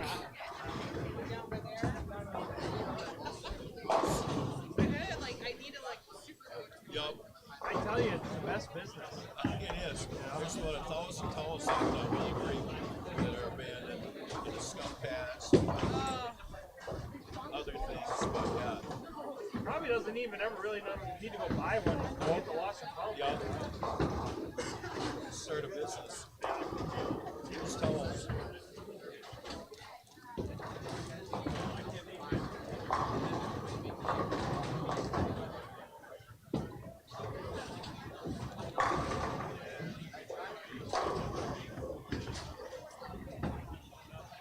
Get them all. Oh! That was a great shot there.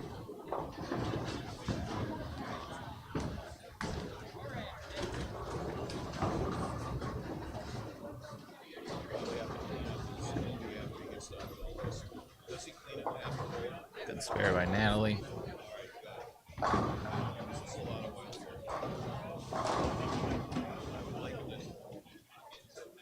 Something here, but it was. This is where like Baber business when they're literally.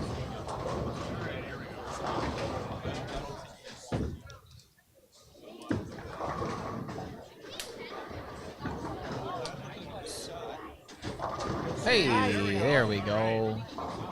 On the board. See if Nick can double here. He's looking for a big finish to game number 3.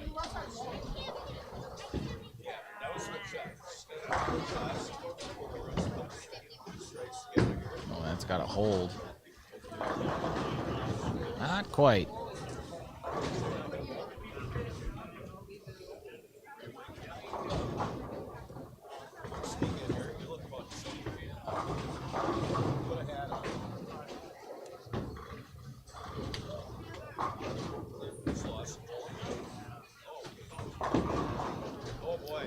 Oh, wow, that hooked a lot. I know he missed it too far left off the hand, but that also did not do him any favors. Let's see what Riley's got here.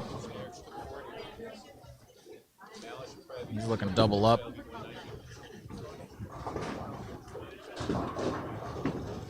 Throwing that pink widow urethane. Get to the right. Leaves the one in the middle. That's a great shot by Levi there. Carson going for the 4-7. Fills it perfectly.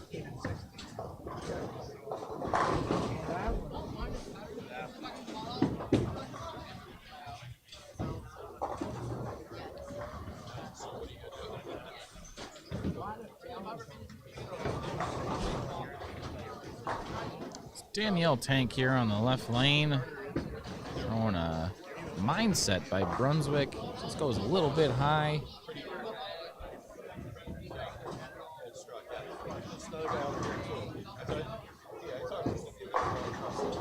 So there's an open area, you know, out to the right, almost like a cheetah pattern,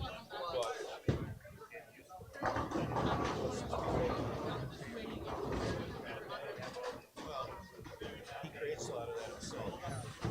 But he probably has that. I'm watching here. Oh, I haven't seen anybody. almost tried to hook past it. What, just board cap to the right or whatever. Nobody. Watches it. Guy across the road. Come on, Oliver.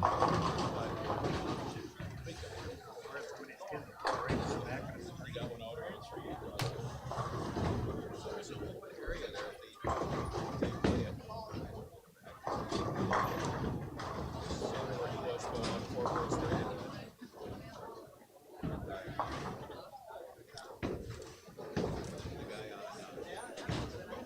he's got a lot of. Come on, yes. That's how you make a washout right there, Braxton. Way to be creative about it. Sling them pins all over the place.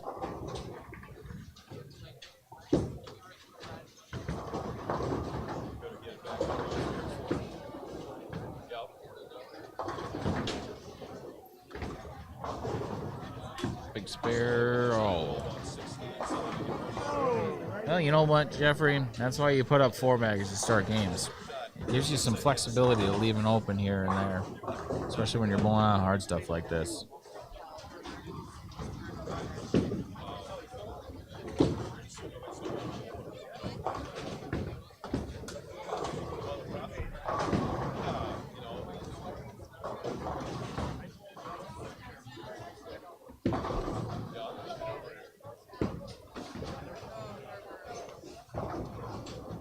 Oh, she tried to get them all to get up there, but not quite enough for Kenzie. Let's see if Omar can pull off the miracle here, and not quite.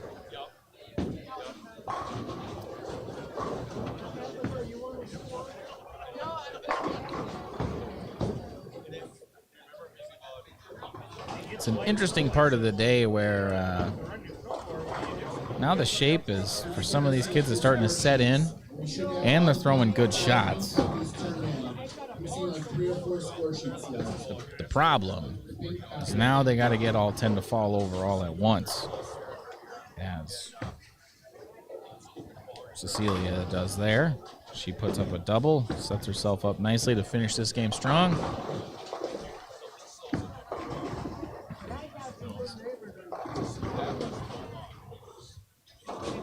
Here's Hunter on the left lane. He's working on a 4-bagger. So he's got it figured out a little bit. Let's see if he can make it 5. Ooh, get left. And that's how you do it, folks. Right ball, right zone.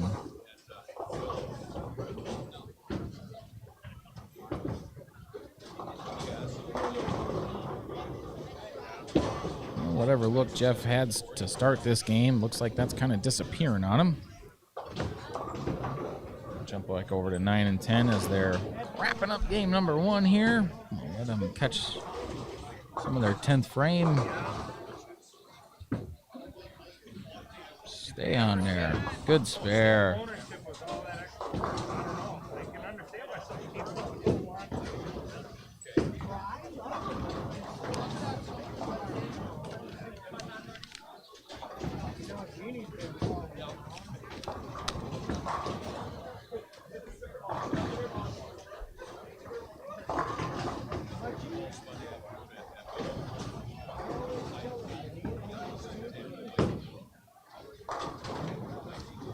Yeah, no sense in rushing.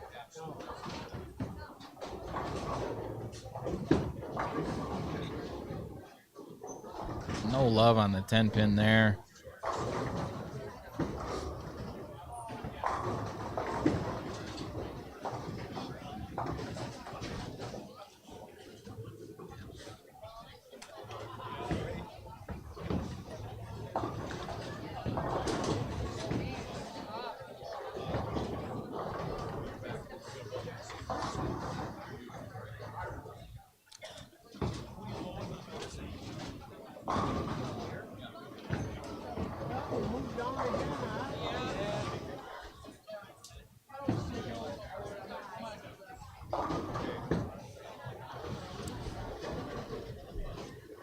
I believe that this is Dominic on the right lane.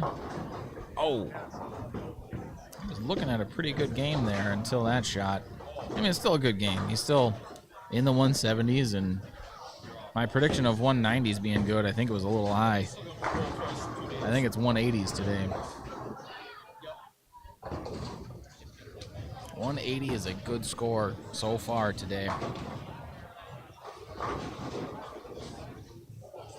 As he gets up, puts up that 176. Nick goes for the 139. Not quite enough.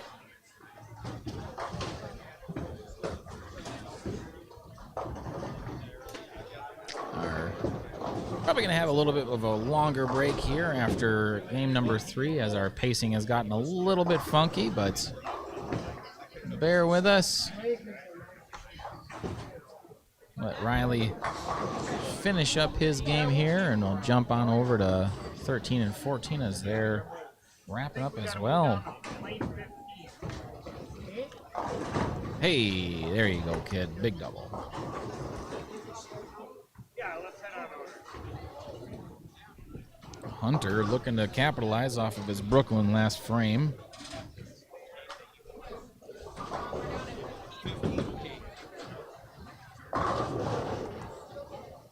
See if he can do it. Ain't a break till you use it, kid. Oh, man. Man, bowling karma.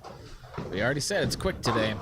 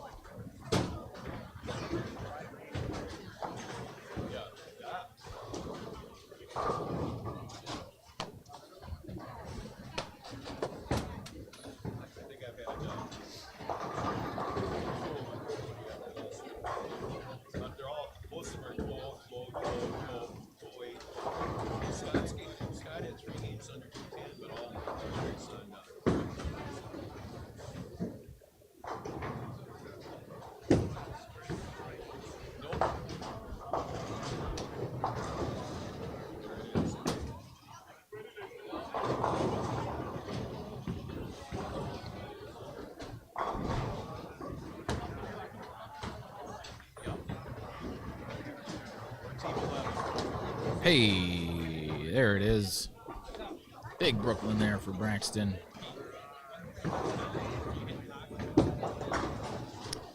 Jeffrey can strike here, puts him in the 2 teens. Come on, kid, let's get one.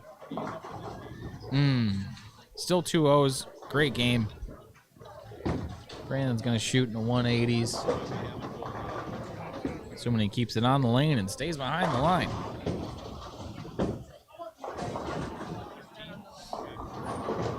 Which he does so wonderfully. And gets a 7 count. 185. All right, 10th frame here on lanes 11 and 12.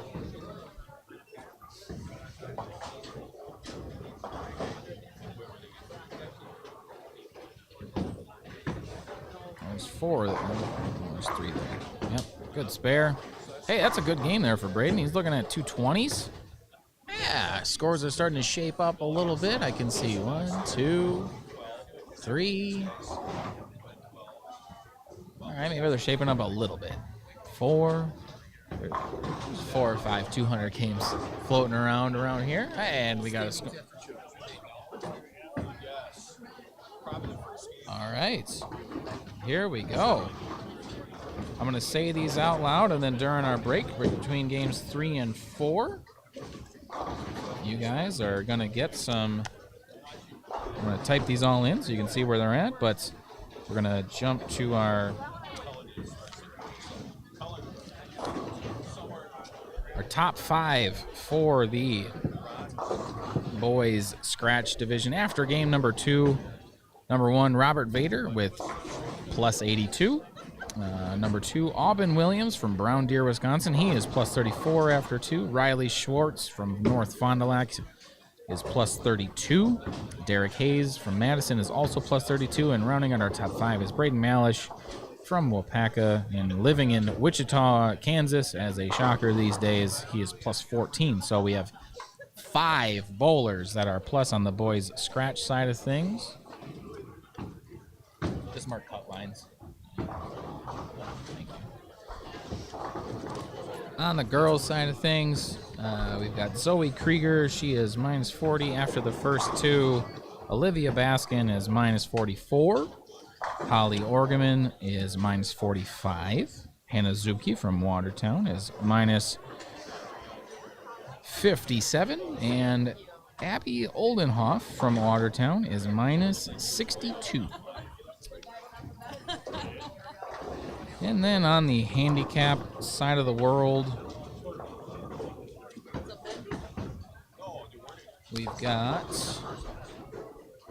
Marissa Miller leading. She's at plus 46 with her handicap total after 2. Lawson Spearbeck from Green Bay at plus 37. Chloe Hansen from Wittenberg at plus 20. Xavier Martinez, we just saw on our stream in game 2, he's plus 16. And Abigail Butterfield from Green Bay, she's at plus 4. And those are handicap results. So our over-under was... We have 5 bowlers that were plus after 2. That was about 5 more than I thought we were going to have, so good for them. I'm going to be quiet for a little bit and get these punched in on our bottom line so you guys can see kind of where we're at. If you're curious about a specific bowler and where they are standing in the standings after game number 2, please just drop it in the comment section. I'd be more than happy to get you that information. Yeah, wrap up game number 3 here and move on to number 4.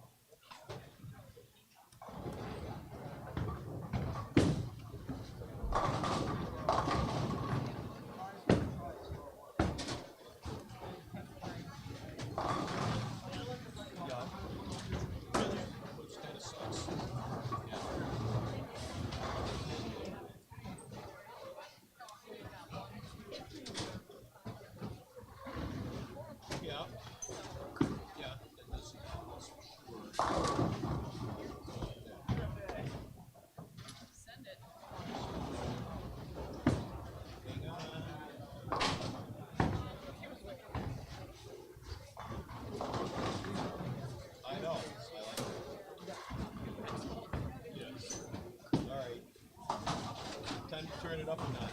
Dinosaur Tom says, pull your head up.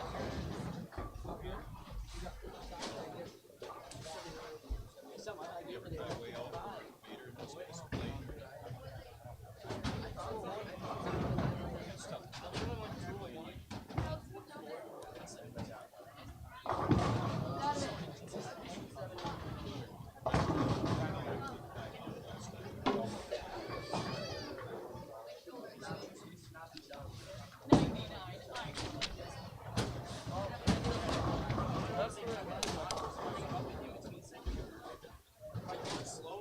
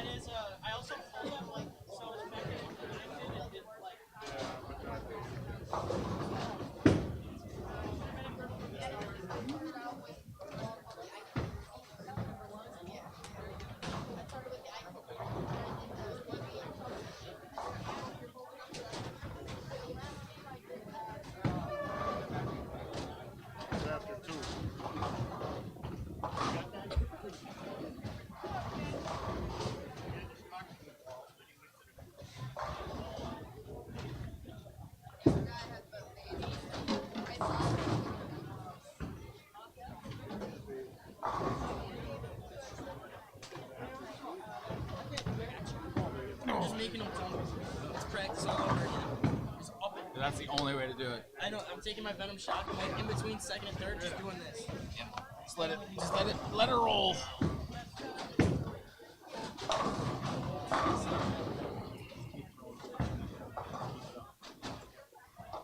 You can literally see that though. I'm like.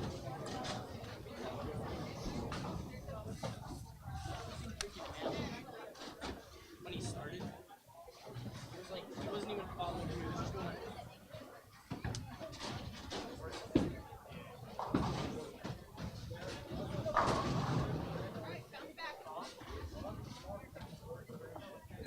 That's solid.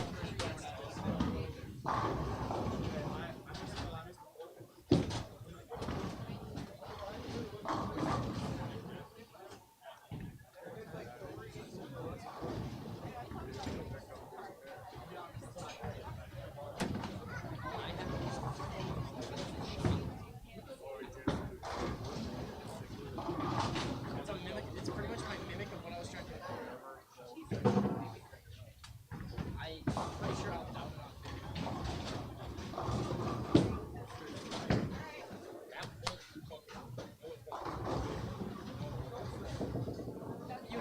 you'd have to throw it like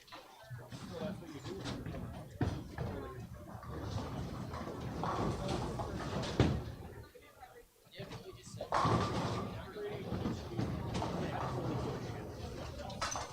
You're bowling, I'm not.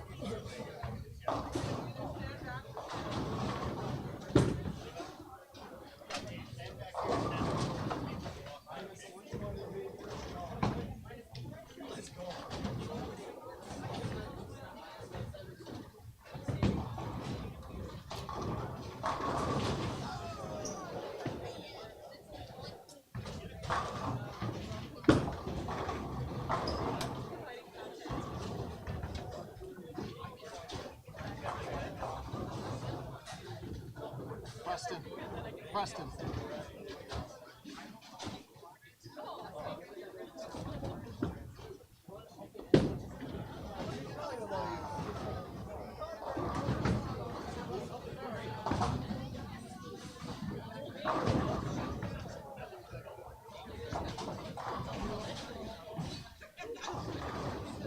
you gotta stick and watch this shot. Cooper's like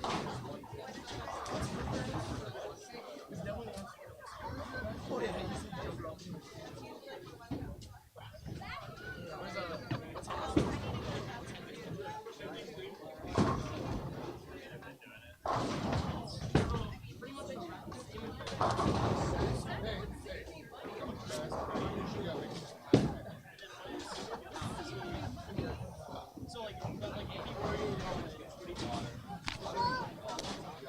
so he's a year younger. So his class is 21, 22. All right. So he is my age.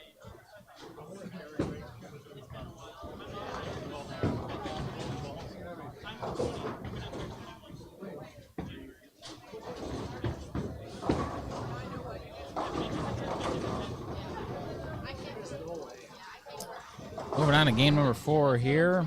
Let's get her fired up. Lanes 9 and 10, we're going to have Preston Block, Ian Kloss, and Caden Stork from Peshtigo, Muskego, and Deuceman, Wisconsin, respectively. The other lane, we're going to have Madison Caraval. I might be saying that name wrong. She's from Pulaski. Casey Hughes from Hatley, Wisconsin, and Ryan Shearer from Germantown.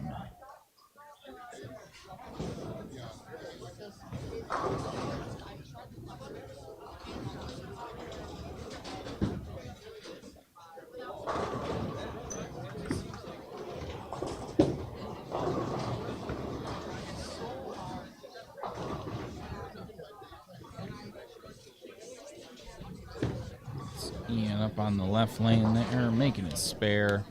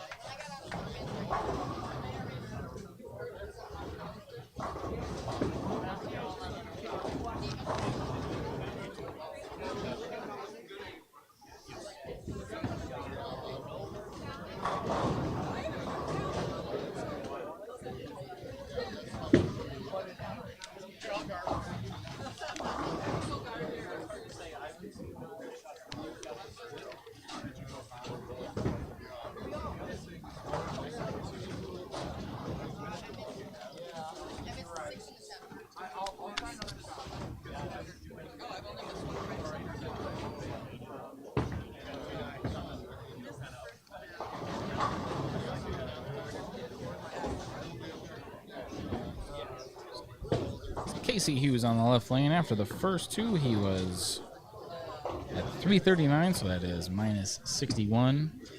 Decently outside of the number, but early scores don't count for too much.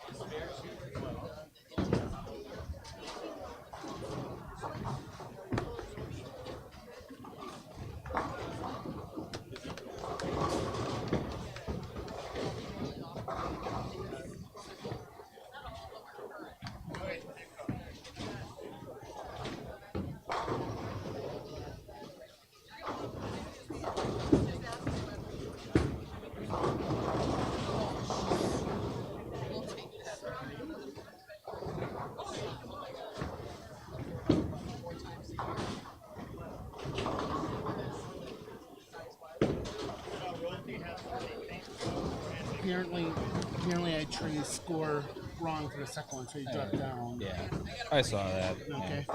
Oh, you're good. Sorry. No, it's all good. There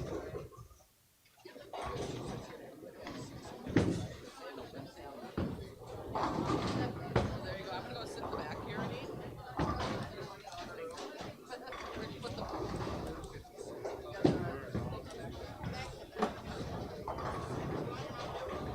I'm good for now.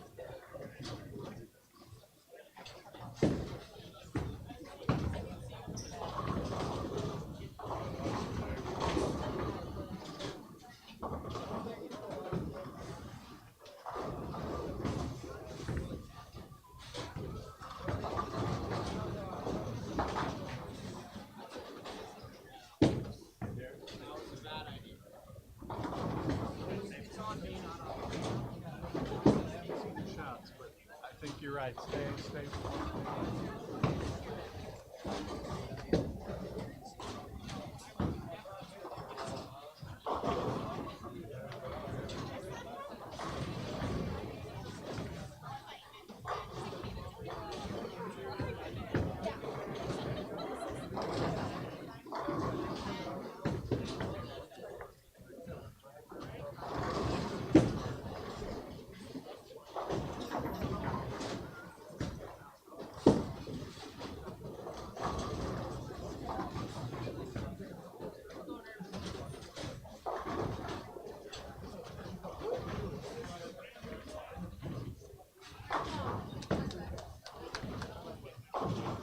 You know where my drink is? You know where my drink is?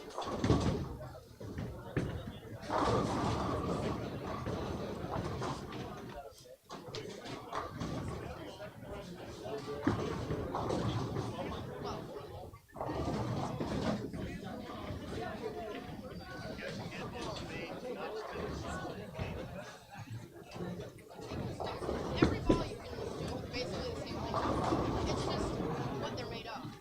So my spare ball is either plastic or polyester, which is made. Ian's pretty far to the left throwing that urethane ball, looking probably a little bit of a beg for a look there. It's not easy. He's not bowling up quite to the level I think he thinks he can, and just looking for any sort of shape.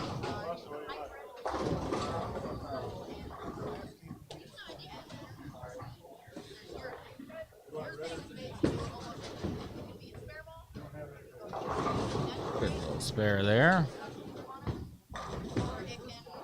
Hold that line.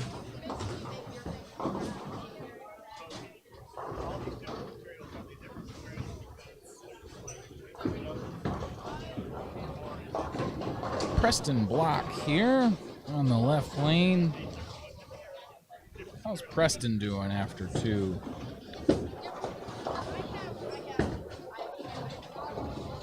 Preston is 6th in our handicap division after the first two games. He was one pin out of the top 5. He's gone 9 spare strike, 9 out, and another 9 count here.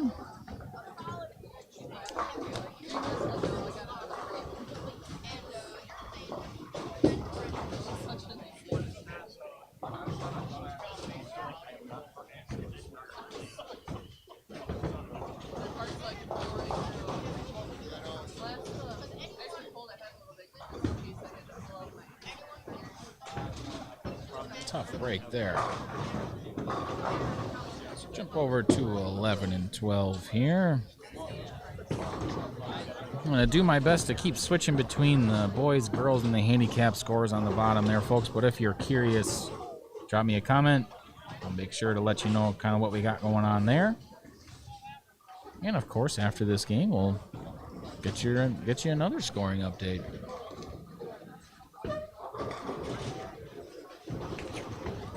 On lanes 9 and 10, or 11 and 12, excuse me. We've got Ashley Bowe from Brilliant, Wisconsin, Donovan Shearer from Germantown, and Aiden Walter from Ringgold. Kaylee Beyer from Manilow, Jaden Kenny from Muskego, and Marissa Miller from Conto Falls. As Ashley gets them all to go there. Big strike for her.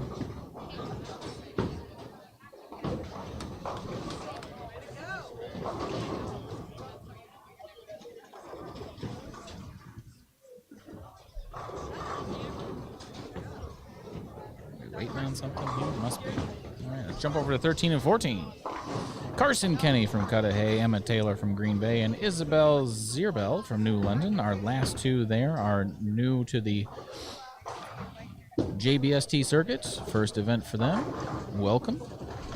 On the other lane, we've got Brenton Peters from Wausau, Wisconsin, Matthew Peters of no relation from Campbell Sport, and Christian Garcia from Green Bay.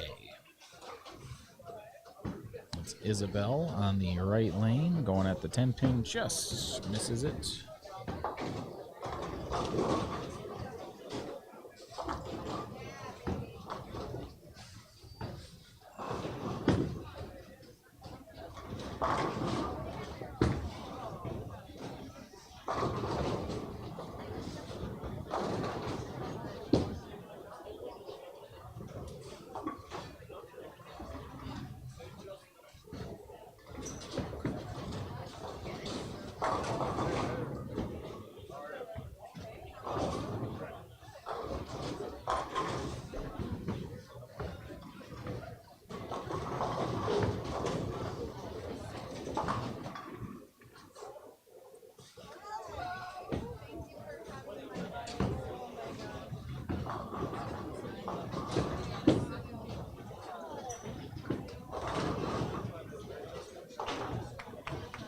We got Carson here on the left lane. He's got a double, couple spares, one open in there, hoping to finish this game strong. It's another 9 count. Christian Garcia on the right lane. He's got a split conversion in there, which is awesome. And a little strike going for his spare here. Get over there, gets the back of the pin. Brenton Peters on the right lane. Full disclosure, I'm a little bit biased. I recruited Brenton to bowl on my nationals team this year. I've known him since he was about 13 years old. Just getting in the last licks here in the youth circuit before he moves on, and has to bowl with the adult tournaments only. Throwing a Nova, gets it into the face a little bit, almost gets a really special hit there.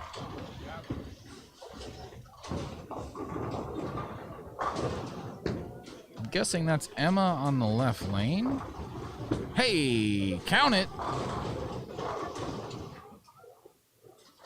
That's her first one of the game there. Hopefully a couple more to come after that.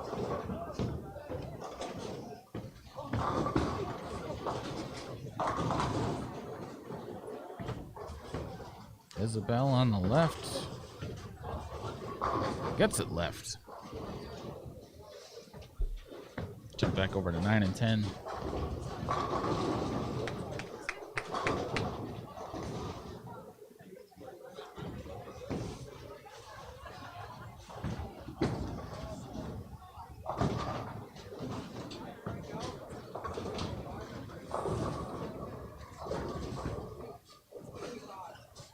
Ian going at the 610 here. Makes it nicely.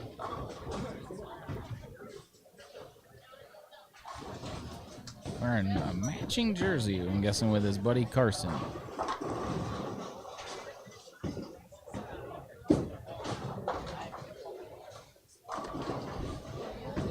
come on, 5-pin. Preston, get to the left side. Hey, you know what? I'd take 9 on that hit. Through the face a little bit, but nothing wrong with a good 9 here and there.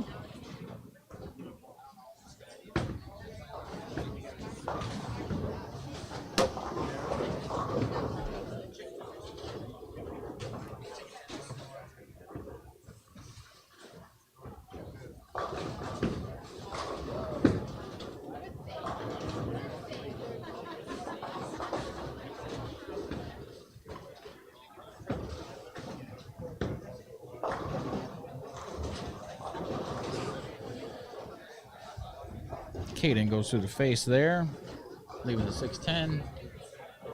Casey's looking for his first strike of the game here. Kept that one in front of him a little bit better, but not quite enough as it gets behind the head pin, leaving the 2-4-8-10.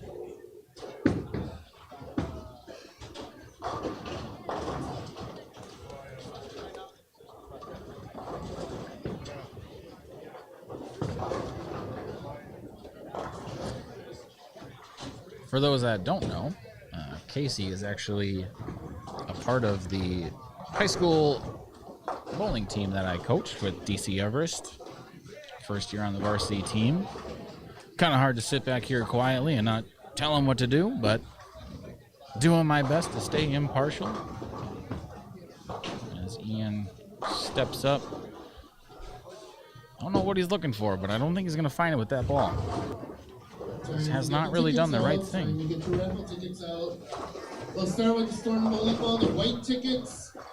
We raised $285 in the raffle for it. The winning ticket, 9760379. 0379.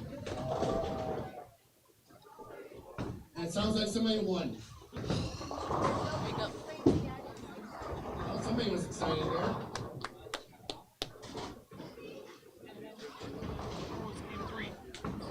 Amy. I'm looking Game 3. behind 12 and 13 there.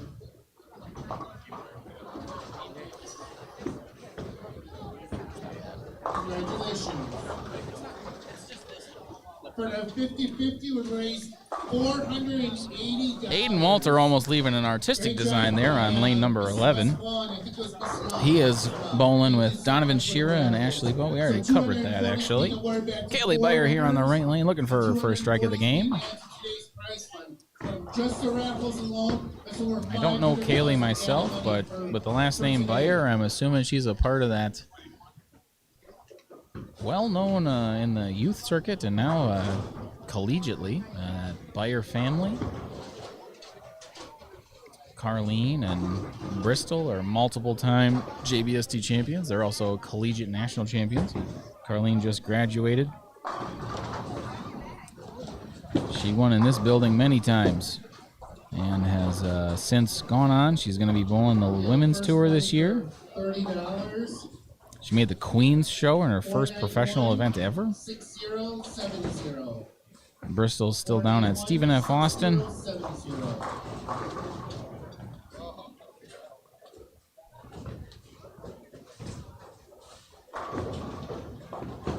believe that this is her junior year.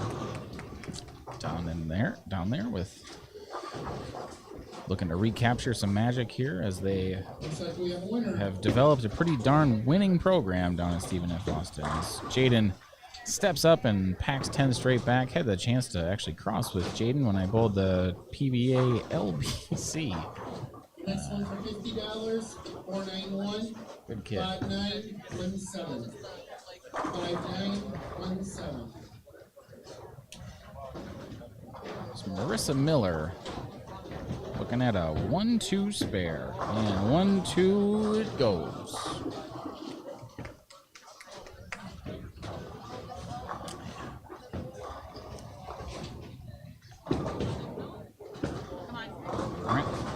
Brenton looking to double, and he does. Ooh, he's excited about it, too. He can't make a spare today, but He can double, I guess. So that's helpful. For $70, 491 6411 6411. And then for $90, 491 57. Looks like 5765. Get over. Yeah, that's right. A little pause for dramatic effect.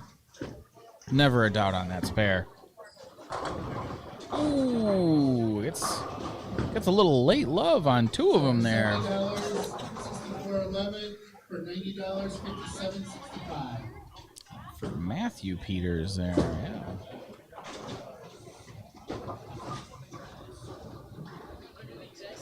Let's see what Christian's got. First JBST ever. Shape up. Get it. Oh, almost slinging wood. Carson looking to double. First, I believe it would be the second double of the game for him here if he can get all 10 to go.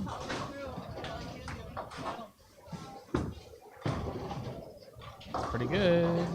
Oh, cruised right on by.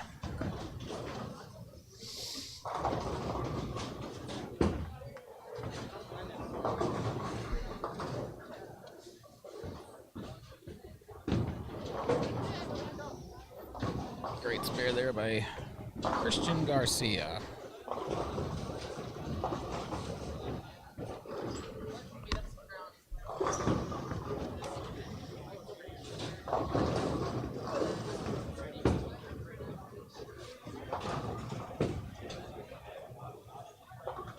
Oh, almost makes the 2-8-10. Jumping back over to lanes 9 and 10. Our pacing is a little bit funky here again this game, as they're quite a bit ahead of the folks on 11 and 12, but we'll do our best with what we've been given. Preston struggling with his single pins this game.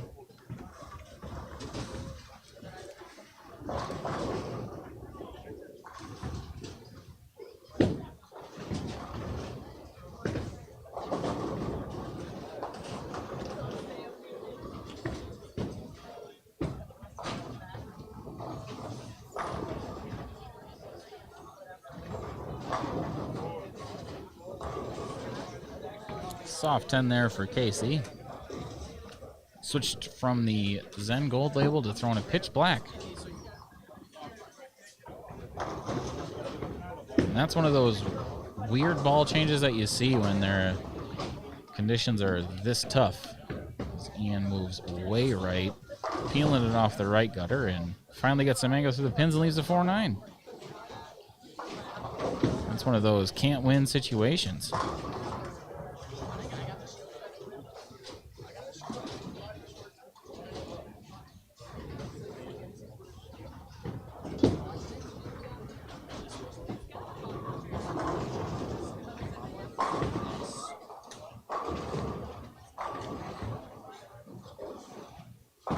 Guessing this is Madison Caraval from Pulaski here on the left lane.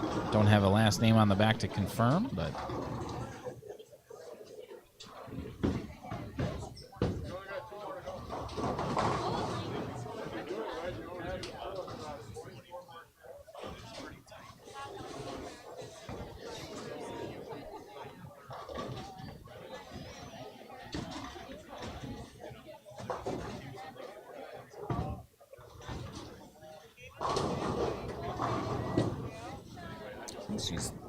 that's an older hammer ball.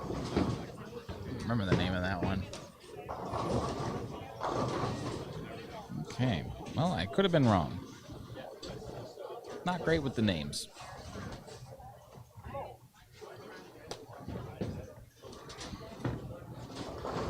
Actually,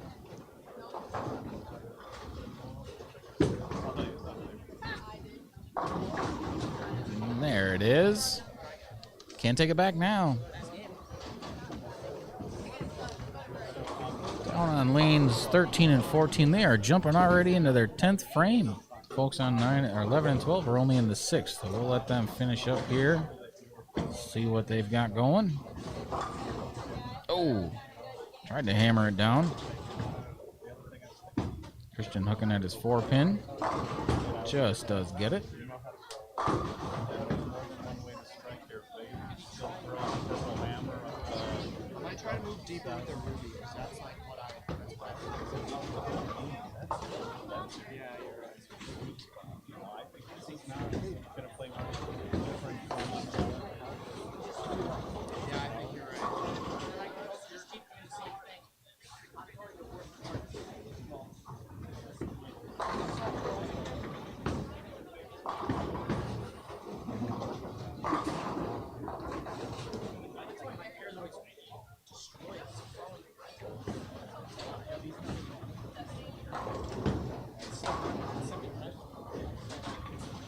Not that much anymore.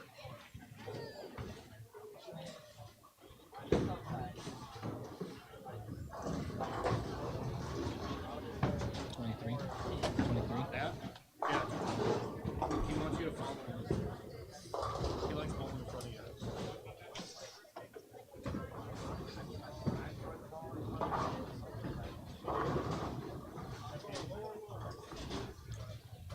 Brenton's looking to salvage this one. His spare game has not been great this game, but a double in the 10th would keep in the 170s, and there's the first one.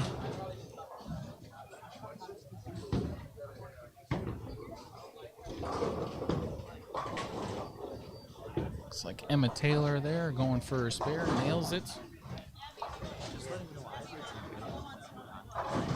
I know. Well, I'm loving it.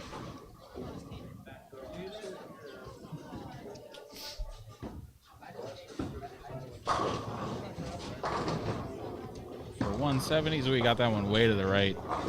Man, it's getting easier, but it ain't getting that much easier. Holy cow. Just tough stuff here today at the Ashwaubenon Bowling Alley, JBST. Bowling on a 1.7 to 1 41-foot pattern in a building that is pretty tough without hard conditions out there. This is not a building that is conducive to high scores for most people.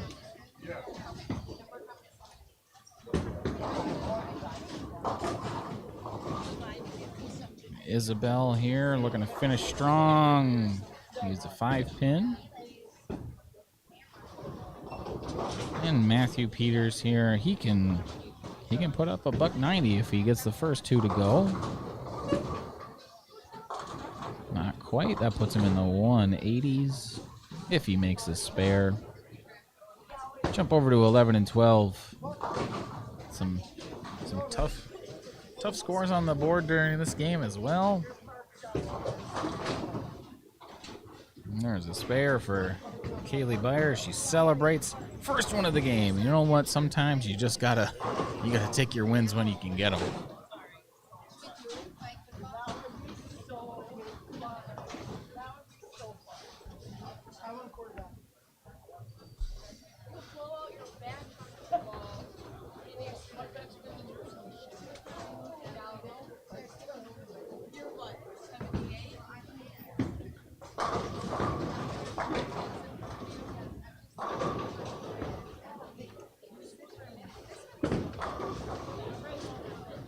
Here is Marissa Miller on the left lane.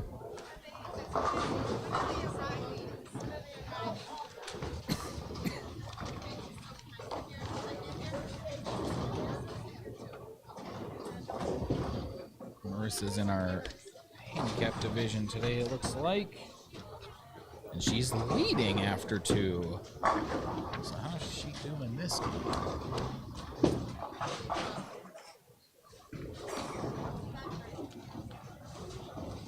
She's doing her best to stay clean this game. She's got one open there, a strike in the first. The rest are all spares. Aiden Walter steps up here on the right lane. He is not carrying. And I really don't know another way to put that. I've been watching him over the monitor here, and he is struggling to get all 10 pins to fall over all at once.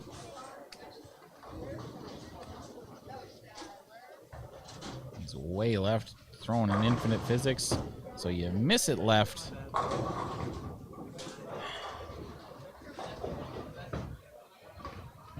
And you get them all to go.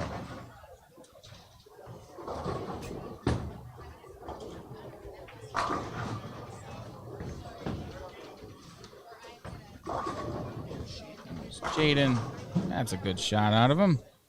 That's a big double. Definitely not the most solid game I hope he has today, but 2 baggers count.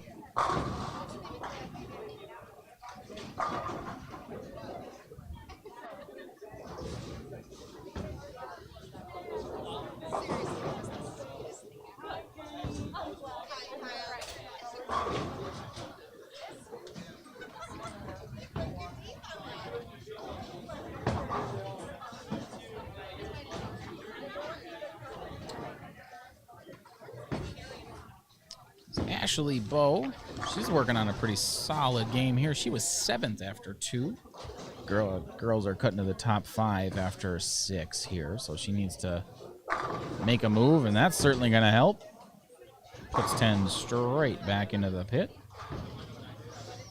Well, you know what they say, a break ain't a break until you use it. So that means that Mr. Walter here can put himself in a much better position if he can throw a good shot and manage to get all 10 pins to fall over.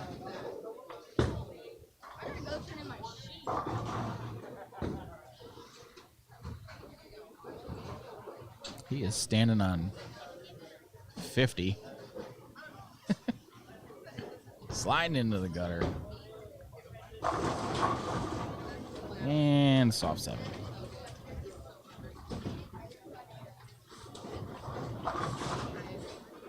Good spare there for Marissa. Aiden just looks over, just shaking his head. Oh, that freaking kid. I tell you.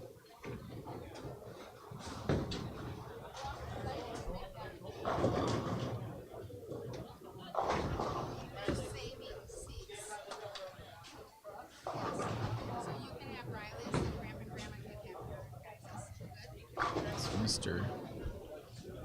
Donovan Shearer on the right lane there. He is working on figuring it out a bit today. Wasn't doing too great after the first couple games, but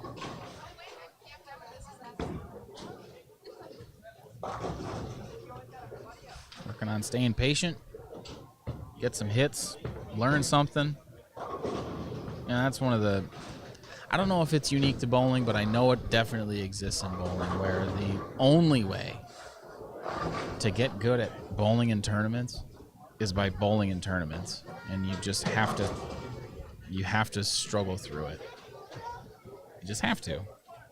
Nobody really walks into an event like this and bowls with those that essentially know what they're doing. I guess the easiest way for me to put that. So they get fired up for game number 5 there on 11 or 13 and 14. They're getting a little bit ahead of the pack, but that's okay. So Ashley gets her a little bit left. It's going to be a tough spare to clean up.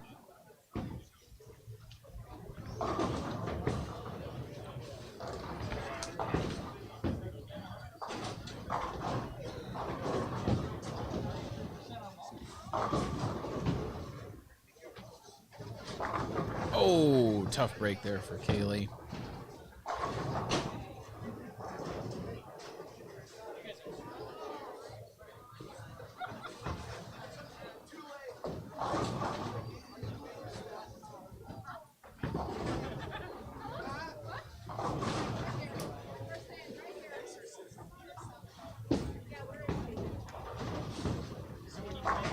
Good spare for her there.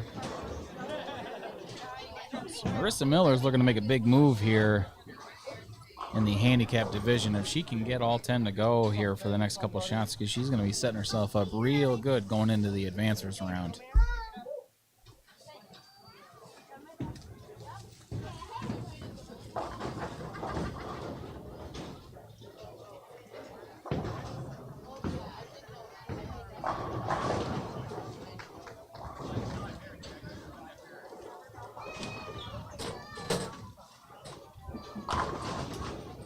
Hey.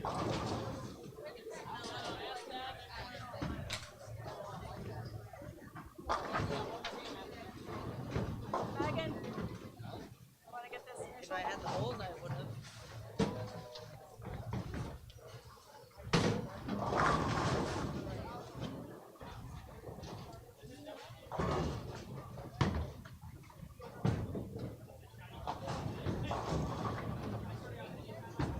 Ashley.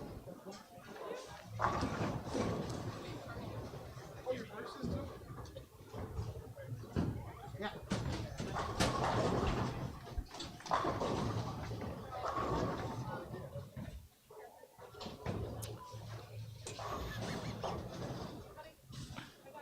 Tim, I don't know if Aiden could get much left here.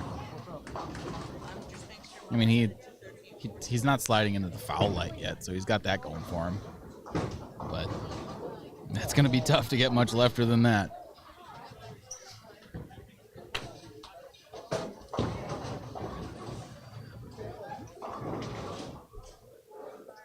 It'll be interesting, though, as these next couple of games work in. You can definitely tell there's a hook spot developing for these right-handed bowlers. You know, they say when the lanes start hard like this, they get easier for righties over the time.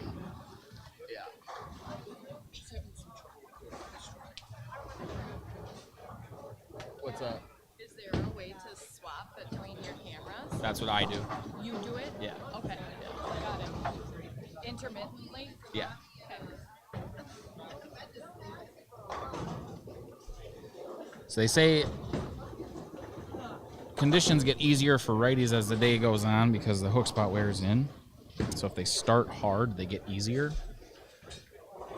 But if they start easy for righties, they get harder as transition kind of wears in there. For lefties, because of the lack of traffic on that side of the lane and because of the fact that so many righties end up so far left and throwing over where lefties are tracking their ball down the lane, the left stays hard. But if it starts easy, the left stays easy. So even though it's 60 feet and 10 pins and a little bit of oil between here and there, it's a very different game on both sides of the lane. Jump over to 13 and 14 as they're firing up game number 5 here. Brady Jakes there. He is bowling with Caitlin Dayton and Josiah Clausen. They are from Weston, Germantown, and Green Bay, respectively. Bowling with them is Abigail Butterfield. She's from Green Bay. Derek Hayes from Madison, and Kai Westfall from Milwaukee.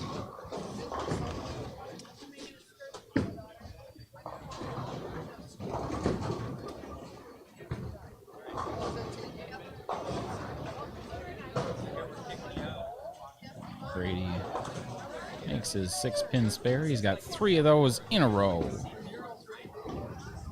And Mr. Westfall here on the right lane, looking for a almost an opening double. Oh, 5, 6, 10. Not one you see all that often.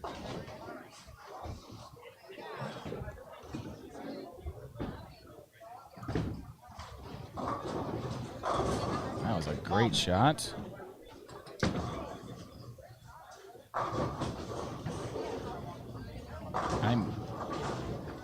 That must be Josiah Clausen.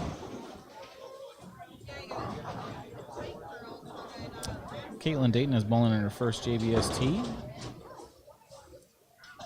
She should be up here in just a moment on the left lane.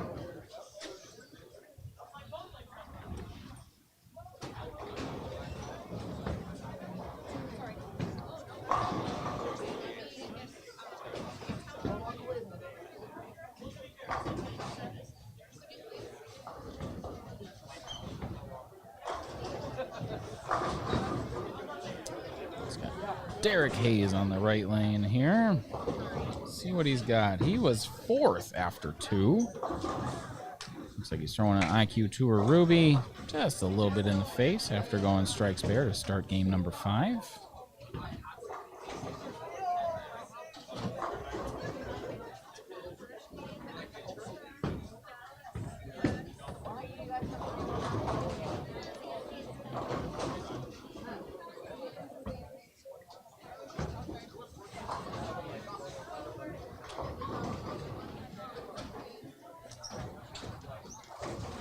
If you haven't already and you're still hanging out, make sure you hit that subscribe button.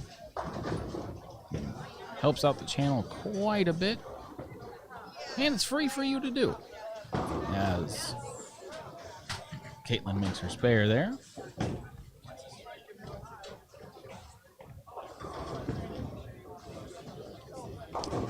Big thank you to Storm Bowling Products for sponsoring the JBST.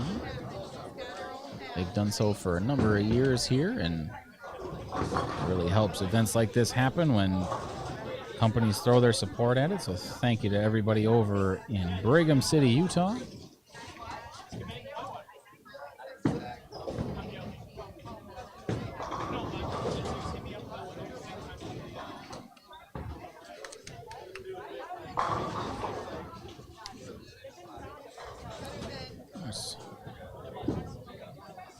Kai on the left lane.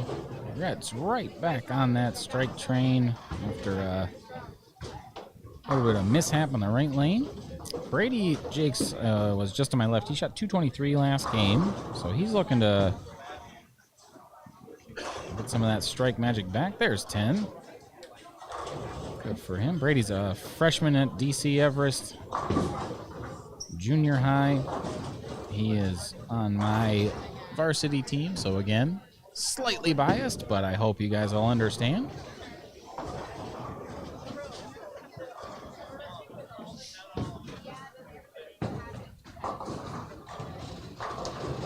Oh.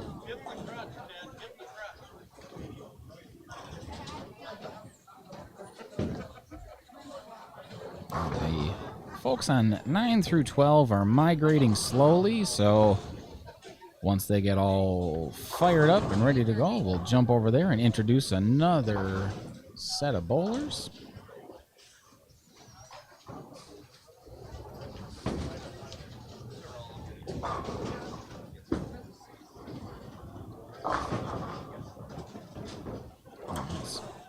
Abigail on the left lane, working on a double and a spare. It's just got to tip a little bit. Tip. Not quite enough. I'm not even.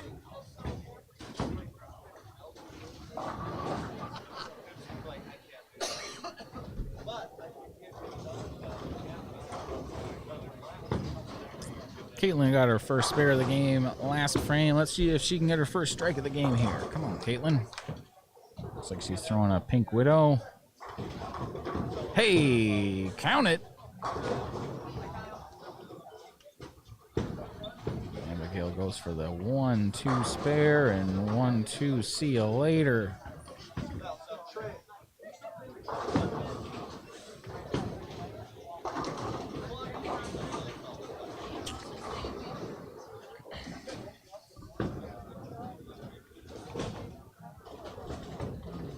Let's see if Mr. Jakes can double up his strike in the fourth. Same with Mr. Westfall here. That's got a long way to go. The gutter is still 5. It's pretty much, you get it outside of that, it is see you later unless you start it out there, and then I think you're just praying. It's got to roll. Not quite. All right, let's jump over to 11 and 12 here. Coming into this pair, we've got Braylon Anderson. Looks like she's ready to fire up on the right lane. She's bowling with Bill Hunsaker and Henry Vader. And paired with them is Angie Steinke from Rothschild, Carter Westcott from Green Bay, and Aubin Williams from Brown Deer, Wisconsin. Aubin was in second place after 2, but we are on to game 5, and they're punching in scores as we speak. So hopefully we'll... Got a few folks still actually finishing up game 4, so it still might be a minute, but we'll get to that as soon as we can. Oh my goodness. That is about as close to making that spare as you can get without actually making it. Carter Westcott, hometown product here in Green Bay. Carter finished second in high school state singles this last year up at Weston Lanes. I believe he is he? I think he's bowling at Whitewater. I believe so. I'll have to double check that.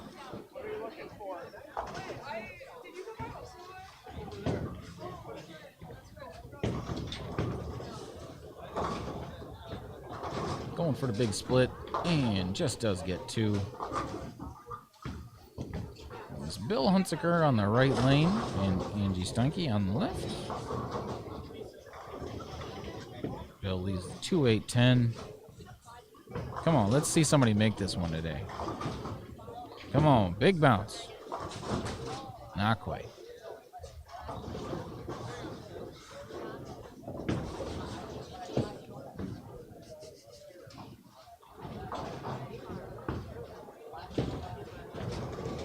And she looks like she's throwing a 900 Global Eternity. Gets it just left enough to get them all to go.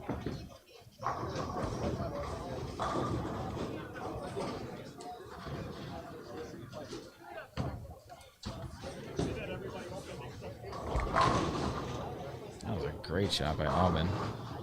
That was packed. You know it's good when they sound good.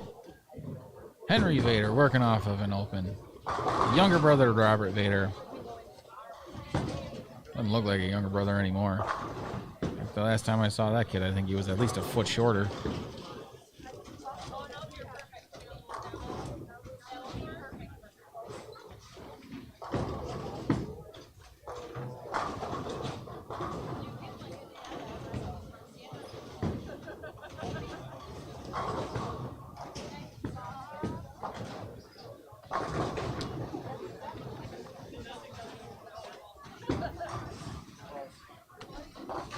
Good spare for him there.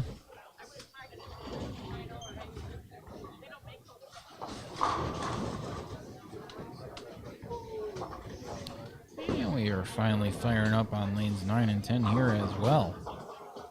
We'll move over there here in just a minute. 180, 230.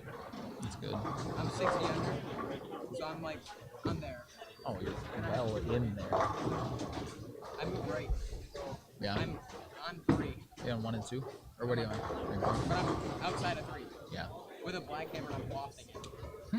A black hammer? I got it. Everything else looked like garbage. I'm drawing. Just for fun. Then it was good. So. How old is it? 2016. Oh, so it's one of the not illegal ones. Yes. Got it. I'm drawing it. What else? When do I throw illegal one?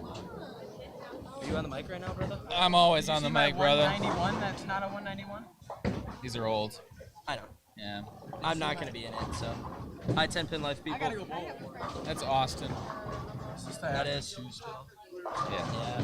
They just finished game 4 on 3 and 4. Excited. Yeah, that was our pair. Let's get the scores.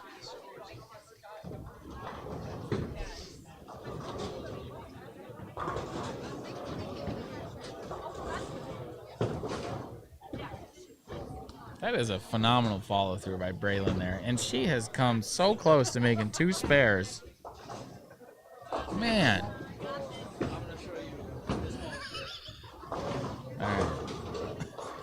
All right, I've been informed we're going to get a lesson from Austin Box here about how the new blue hammer works. I have a feeling he's going to miss the head pin, but... Oh, he's a mile left. Well, he didn't miss the head pin, but he certainly didn't hit the pocket.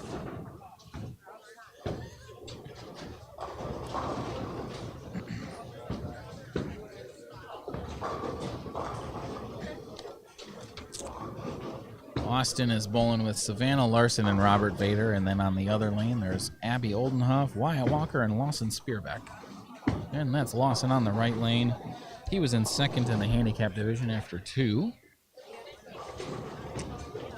Austin giving her the old free swing there.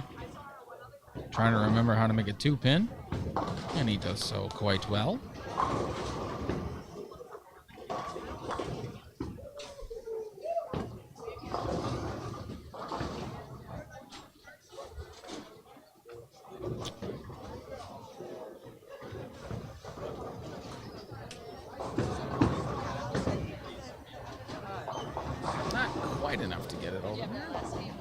Anna Larson here on lane number 9.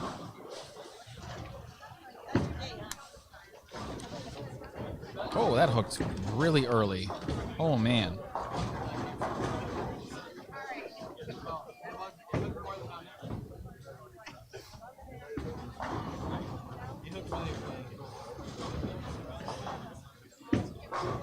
Scores are rough today, man. I think 70 might make it.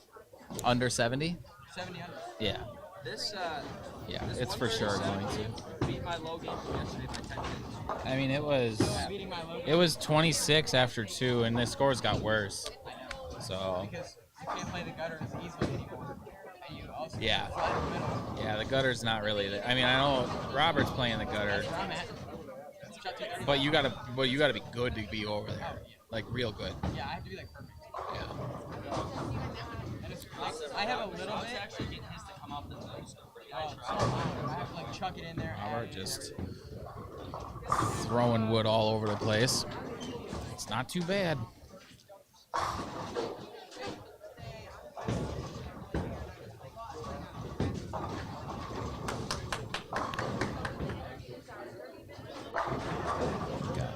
Wyatt Walker here on the left lane. He's from Brown Deer, Wisconsin.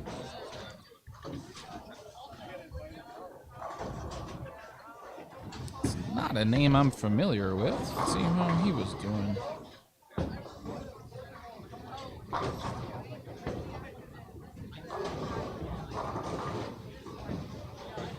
Wyatt had a little bit of a slow start in the first couple games, but gets them all to go there. Sparing a strike to start game number 5. 101 and a 6.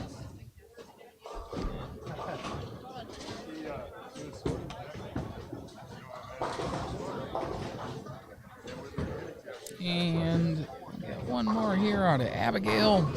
Jump back over to 13 and 14 as they are actually all the way in the 8th frame already.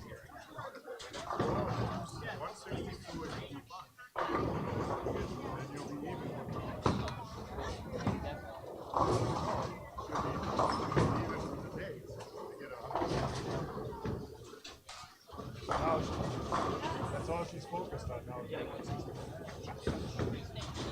Maybe that's me biased. I did just do 137.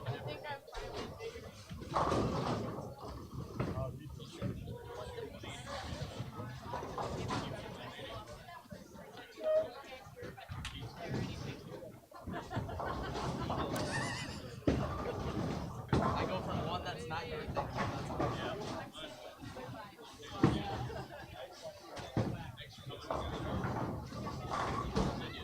Whoa, there it is. Get out of there, 9-pin. Derek Hayes went strike, spare, foul 9, 4 back now.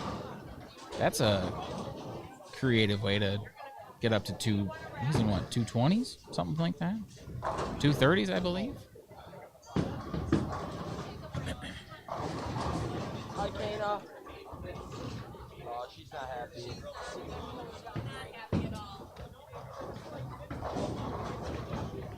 Oh, almost got the lucky hit. Abigail Butterfield, get to the left side. Get them all. Come on.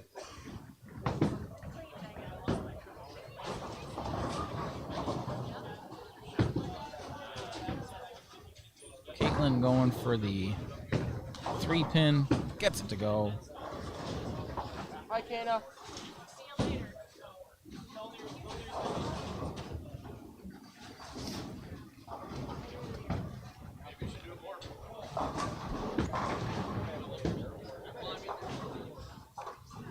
Get that spare. There we go.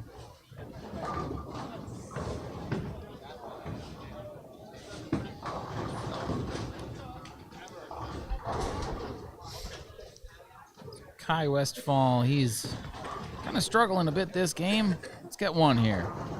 Not quite enough. Looks like that one's hooking. That lane's hooking pretty early. See what Grady Jakes has here. It looks like he ball changed. That was a pretty darn good ball change if that's what happened. Because that one was aced.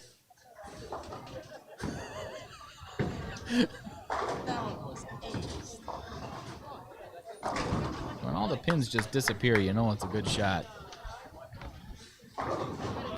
Good spare there for Kai.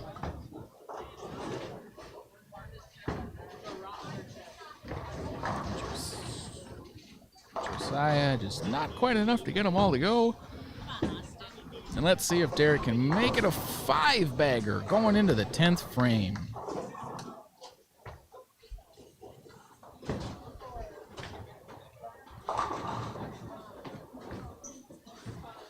Well, that's really right. Not quite. Not quite a 5-bagger. We're going to jump back over here to 9 and 10. Austin Box gets the first strike of the game for himself there. Abigail just does chop that 6 off the 10. Bill Hunsaker here. Whoop. Henry Vader leaves the 2, 4, 6, 10. See if he can't put all 4 down.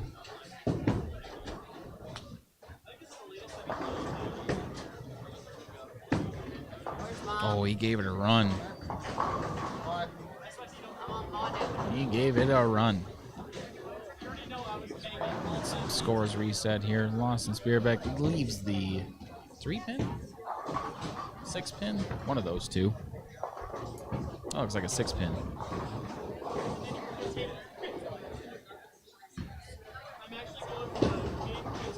That one hung up on the thumb for Savannah.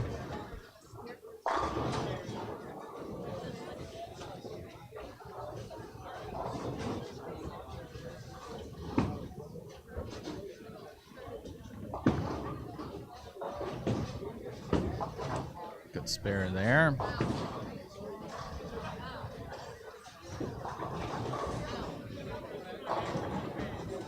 Oh, what a spare for Bill Hunsinger. Off the gray board. Gets the 7-10 out late.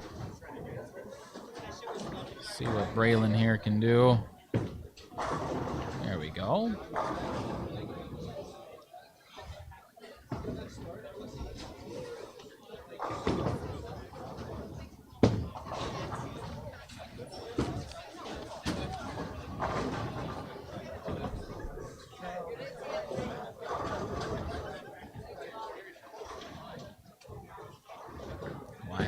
Going for his 5-pin spare. Looking to stay clean here through 4. Let's hold it. Oh, yeah.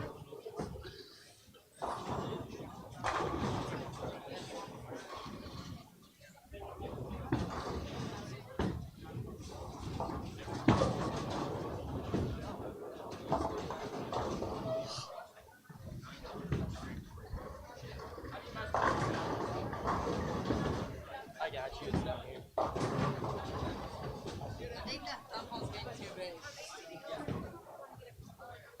All right. Got some score updates here for you folks after 4 games as they are wrapping up game number 5 here on Lanes. 13 and 14. We'll stick it out here through the end of this game and then jump over to 11 and 12 so we can see some other folks in the middle of their game. Dropped to 61 already? Sugar. Thank you for saying sugar. Yeah, no problem. I got you. You're the cut. No shot. Yeah.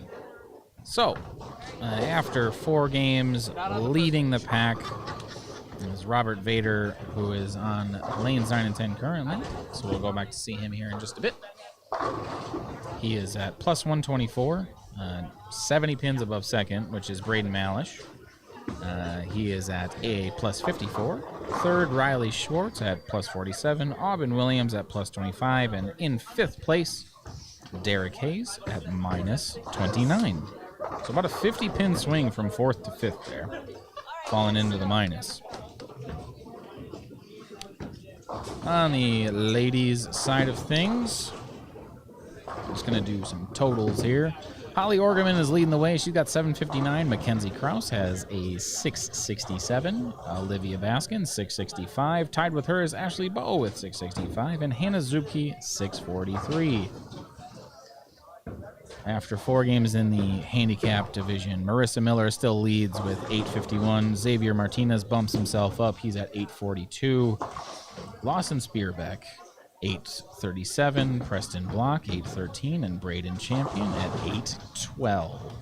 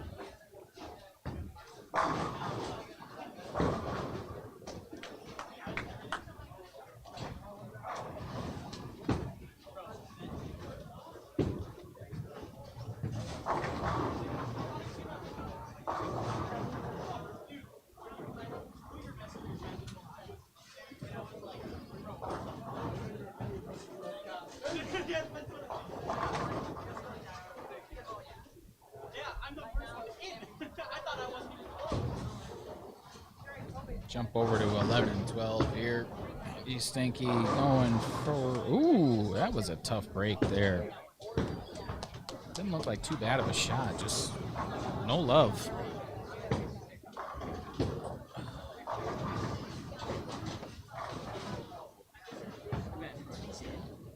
Oh no, that's after 2. Dude, I'm the first guy out. Yeah, it's at 61. So as long as I don't, like... But as long as I keep my head on me and I keep it on the lane, I might make the number.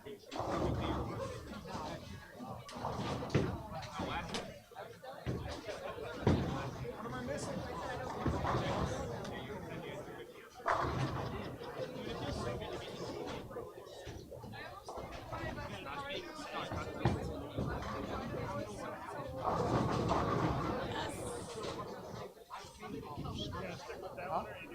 Just remember, I'm hearing that I was the one that was. we have reset the computers to go to the 6 game.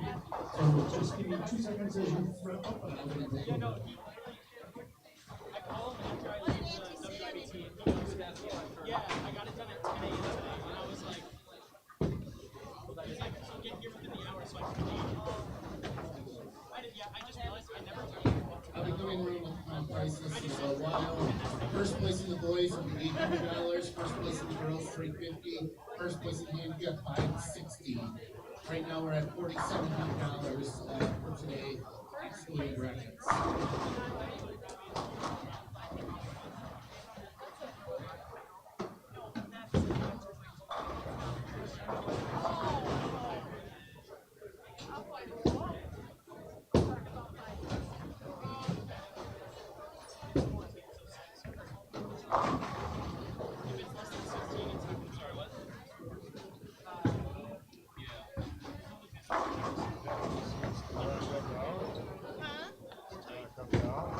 Where does Austin going now after this one?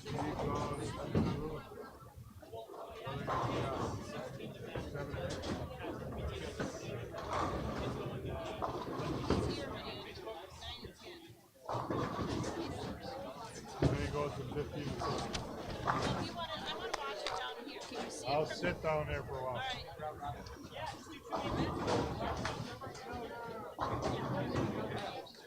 I'm fine with that too.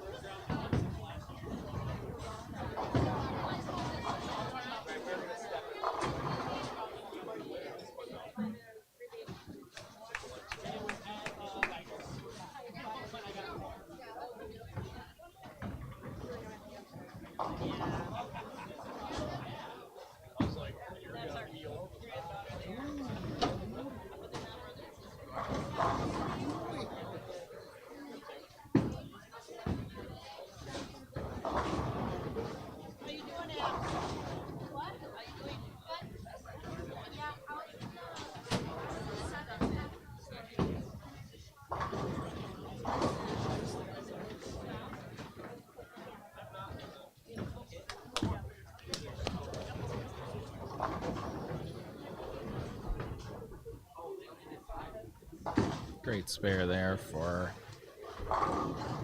Bill. Angie's looking to bounce back off of that. 2 splits in a row. She went strike, spare, spare, spare. Now a couple splits. Trying to make that move.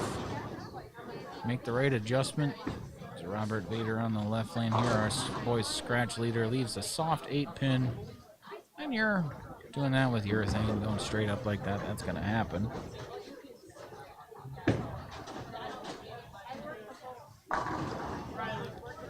Angie, let's see what she's got.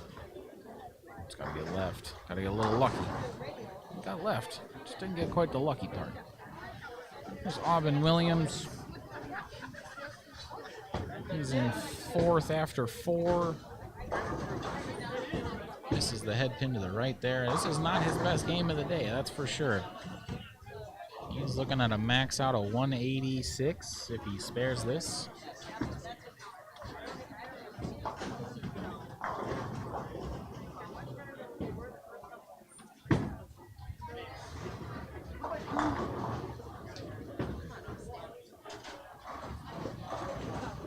Oh.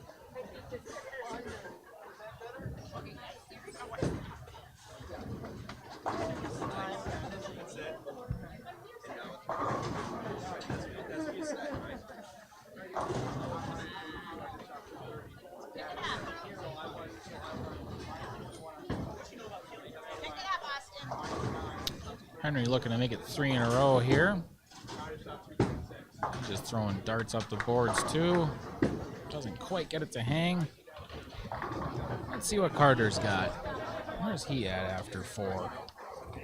Carter is in 8th after 4. Henry was in 7th. So they're crossing together and they're staying neck and neck with each other in the standings here as well.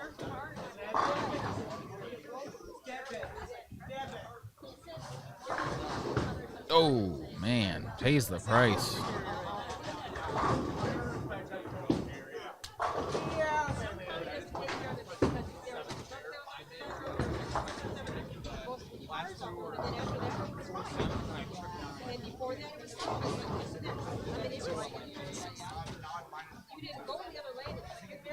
Let's see if he makes it.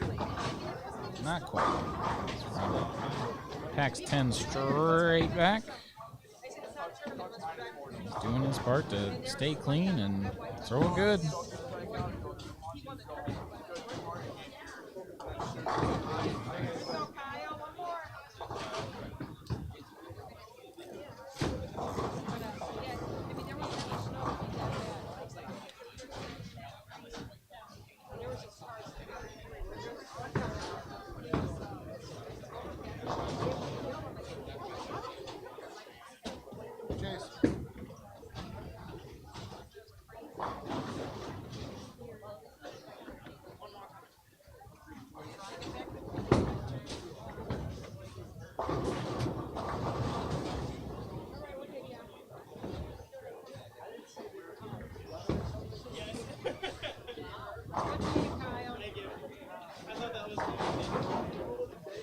Austin tried to make a big move there, and that wasn't it.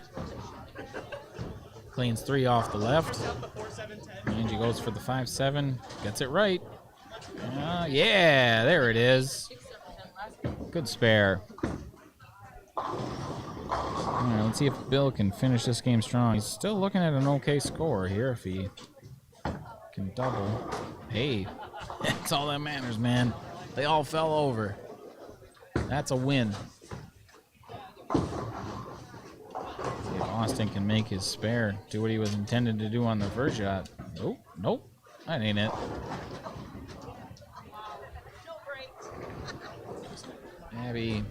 Abigail Oldenhoff here on the right lane.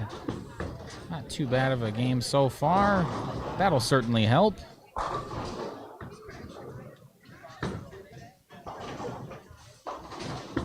Oh. Henry doing his best Chris Prather impression, untucking his shirt. If you guys understand that joke, I appreciate you subscribing to 10 Pin Life because you're on the inside if you know that joke.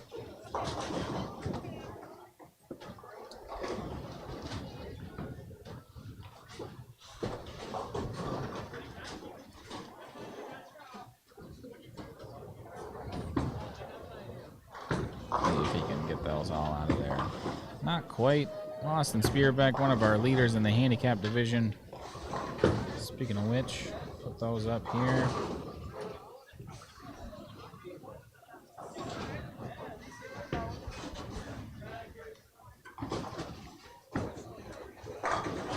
Great shot there for Mr. Westcott over on 11 and 12.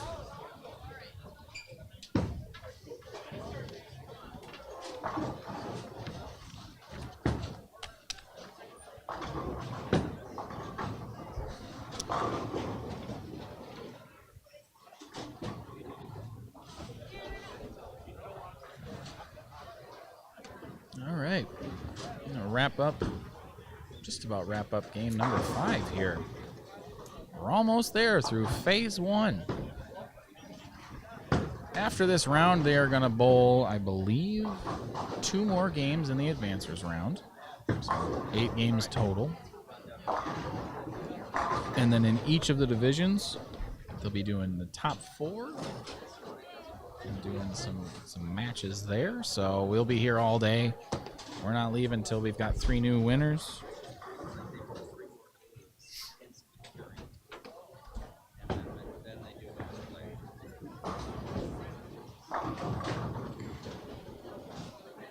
A move right wasn't a move.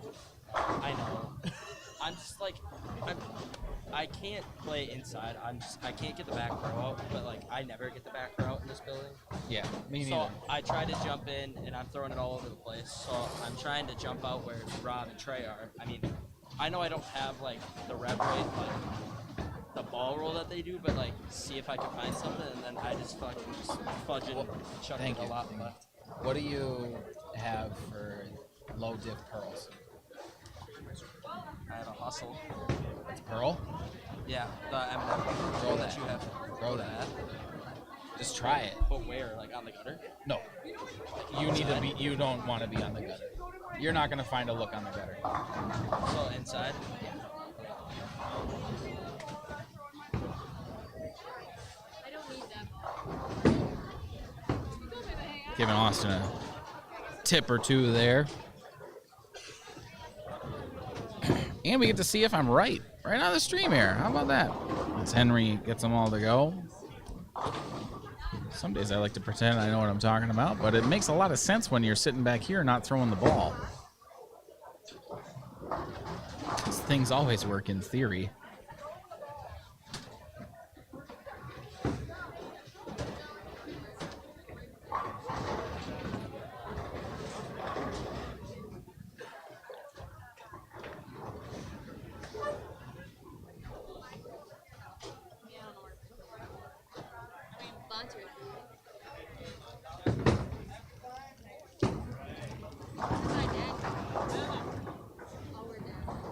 Begging quite a bit there.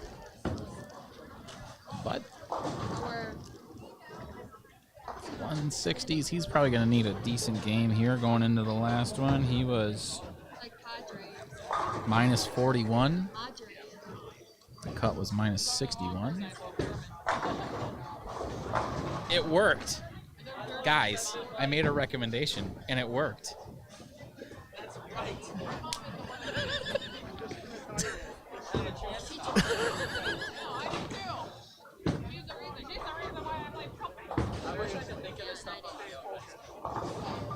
Dude, that's the whole struggle of tournament bowling, is you never think of the thing that you should be doing, and you. Thank you. That's what I'm saying. Yeah. And you won't know until you know, and then it's like, oh, I guess I know now, and then you finally strike the amount that you feel like you're supposed to. Got some new, fun, and exciting information here from our tournament director, Chris Tiskowski. First place in the boys' scratch division is going to bring home an $800 scholarship today. Girls' scratch will be top prize is $350, and in the handicap, $560. Total scholarships awarded at this event will be $4,740. As Robert Vader strikes in the 9th to set himself up. He's in the 2-0s. double in the 10th, puts him in 220s. Good spare there for Savannah. All right, let's see if Austin can use my recommendation and put up a double.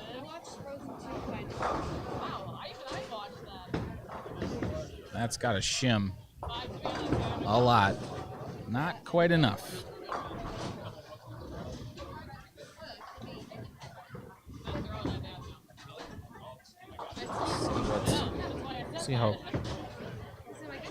See if Carter can put the first one up here, get himself at least in the buck 60s. He's got 1 spare, 4 splits, and the rest are strikes.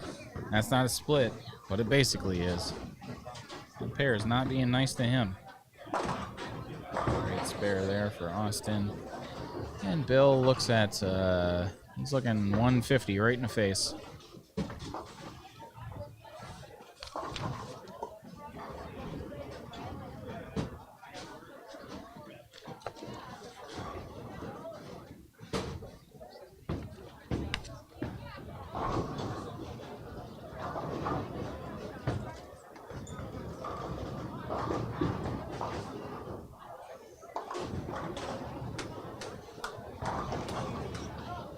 If you don't rip it left like that, you got the right ball in your hands. Yeah. You just gotta trust it. I never get to the point unless I'm like really late in the block and the lane's starting to get really fried. Yeah. Where I'm like, I should use that muscle. They're But, there. like, I gotta remember that I can actually shove it through a little bit of like oil like that where it's supposed to be flat, whatever, and you can't miss in. Like this ball gives you a little bit of room if you play that inside line. Yeah, that hustle M&M it's a little bit stronger in the mid lane than the Ruby is. Yeah. So they're used in similar times, Yeah. but the Ruby just floats more. Uh-huh.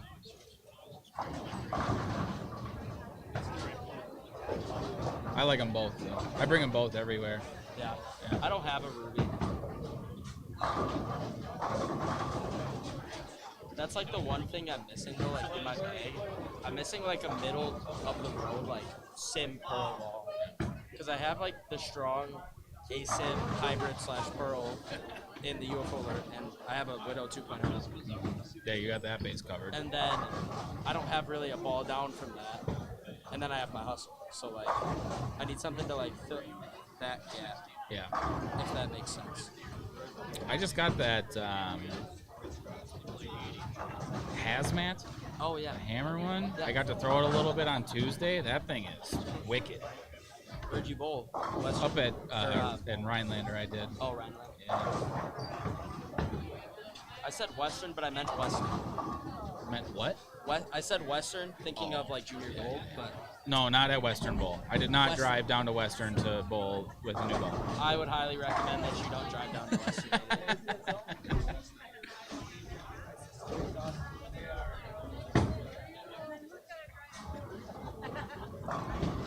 Well, Mr. Vader's looking at 220 if he can double here. Put him even further into the lead.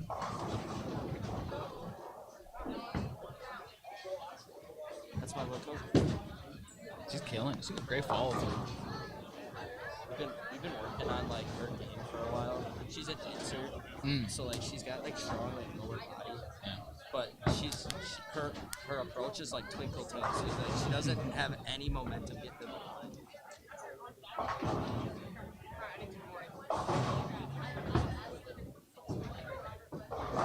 He said that yesterday. He'll probably bring his bowling balls out to the car where he shoots 241.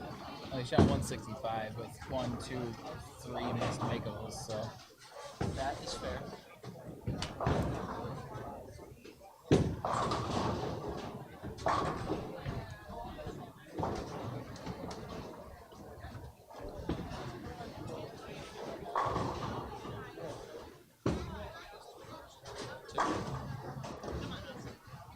tough break for a finish there for Mr. Vader, but that's why he did all of his strike in the last couple games, so he's looking to win.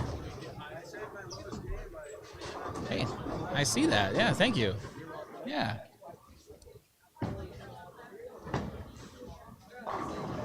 That's fine.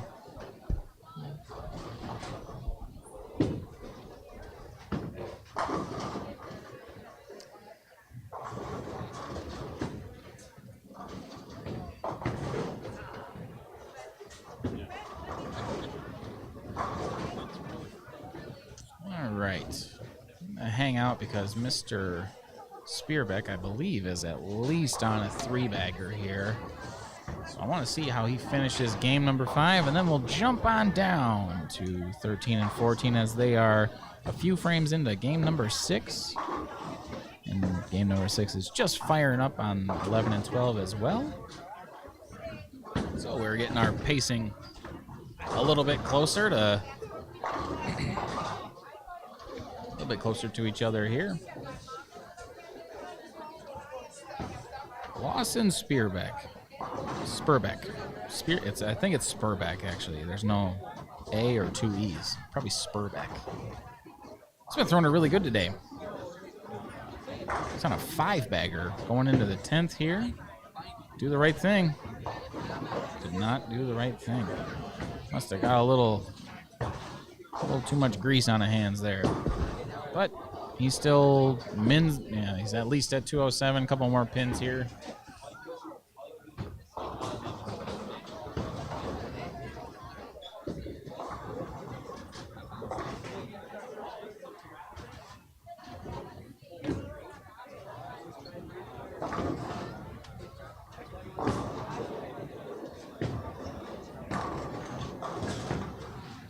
Good shot there for Savannah. No. Oh, he got the 2 hard ones, too. All right. Moving on down. Lanes. 13-14 starting up on game number 6. Here we go, folks. Last game. The one that counts. They all count, but this is the one that counts.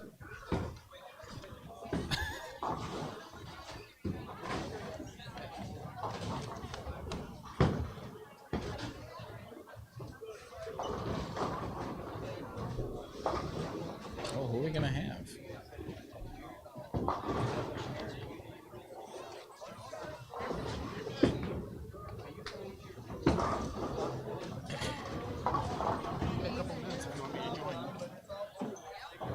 I was gonna do it after the first round. I only have one mic plugged in at the moment, anyways. Okay, that's fine. That's fine. Yeah, we'll get through the chaos. Hey, you're doing a good job. Thanks, man. Okay. This is going a lot better for me from that last one that we did. Yeah. Do you want anything to eat? I'll get it at the break.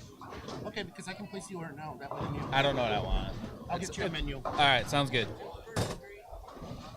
All right. On lanes 13-14, currently waiting on the approach or the behind the ball return is Braden Malish. Freshman Wichita State Shocker. He's bowling with Chase Rick from Greenfield and Hannah Zubke from Watertown, Wisconsin. Along with Kyle Muth from Wauwatosa, Connor Ness from Swamico, and Megan Prohaska from Watertown. It's Hannah coming up on the right lane in the blue jersey as Braden's doing the same thing that Robert was doing, throwing purple darts up 5.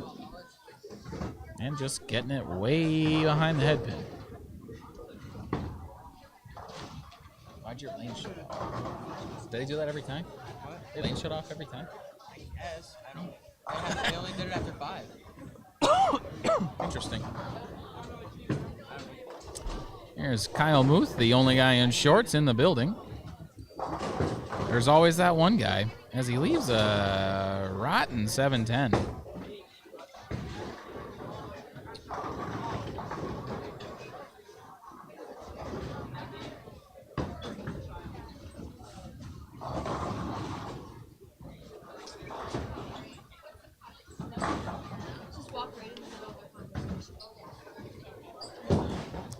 See if he can hop one out here. Oh! Oh! Thank you. You're welcome.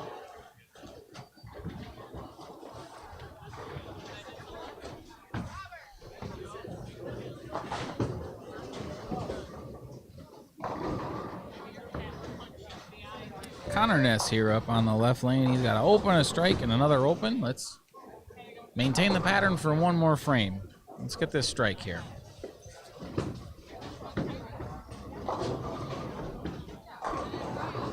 the one. There it is. All right. Up over to 11 and 12. Jack Steger from Anago is bowling with Topher Shashinsky? I think it's Topher Shashinsky. He's from Omro, Wisconsin. If you know Topher and you know how to say his name, let me know if I said it right. On the other lane, we've got Abigail Jensen from Wittenberg, Wisconsin, Ethan Krause from Chippewa Falls, and Riley Schwartz from Fond du Lac.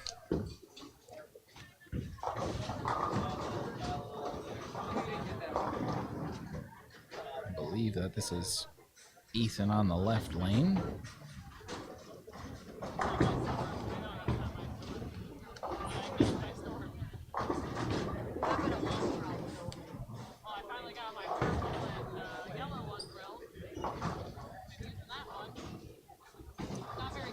At the Wisconsin State High School Championships this last year, I believe Jack finished 4th, and I believe his team finished 2nd.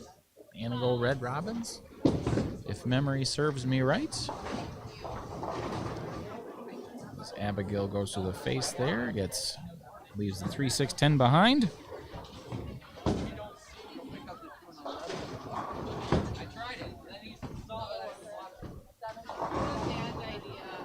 Riley Schwartz throwing something orange. Not really sure what that is, but he's throwing it good.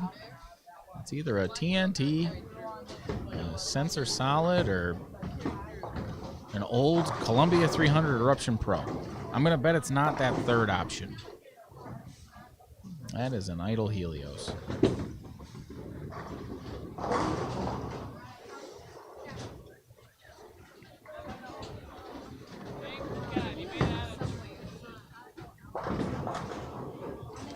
Ethan up on the right lane. They're getting tough. They've been tough, but they're getting a different kind of tough. Now they're hooking a lot. As Topher is up on the left lane, spinning a purple hammer. Yes! Lands it. Get out of there, 10.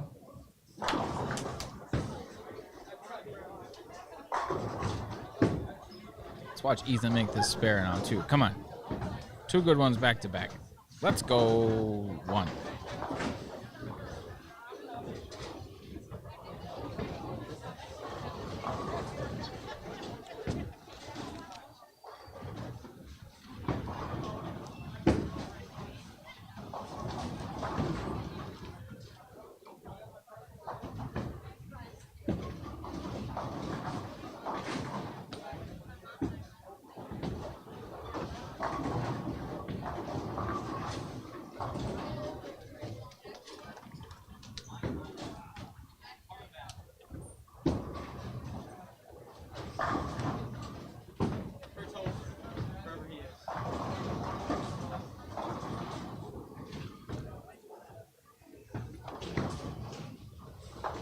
Jack makes his spare there. Pop on over to 9 and 10 here. Devin McKiskey's from Marshfield, Wisconsin. He's bowling with Trey Hendricksmeyer from Eau Claire and Riley Ignowski from Oshkosh, along with Robert Jensen from Wittenberg, Mackenzie Krause from Chippewa Falls, and Brent Schilling from Omro, Wisconsin. Trey on the left lane, throwing something urethane. Topher Shashinsky? Shansky. Shashinsky. Awesome. That is a mouthful. It's easy in Polish, no? I bet.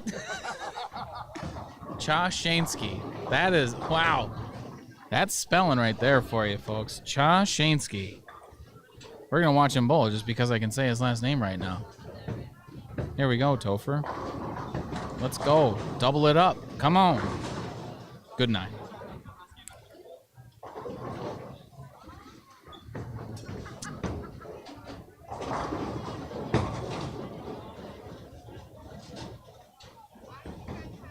Riley nice and low to the approach.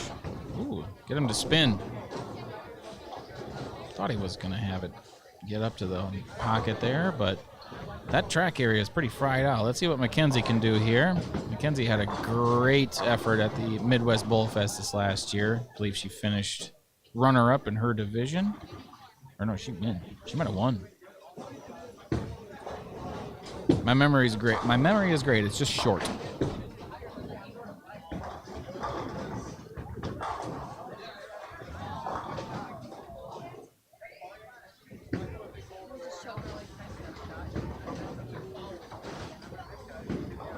Robert throwing a backup ball. That's one way to think about this difficult pattern. And I think that was just a little bit of curiosity for him. And that's all right. Devin McKiskey from Marshfield here. Know a little bit about him. I also know that he put up a pretty massive set of 3 games not too terribly long ago. I believe he shot 845. As he leaves a soft 7 there.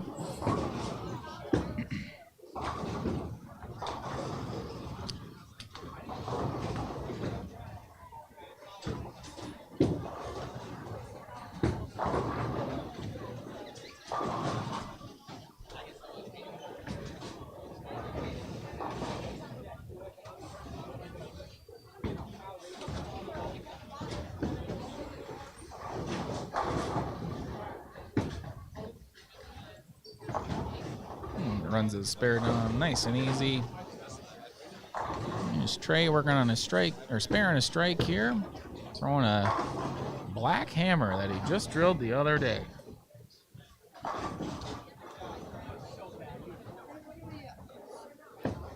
Not a shape that you can really get out of a different ball, to be quite honest. That one's unique in its own right. Brent Schillen come up on the left lane here. Brent's rocking the business in the front, party in the back, and a phenomenal mustache. So if there's a best dressed award, I would like that to go to Brent.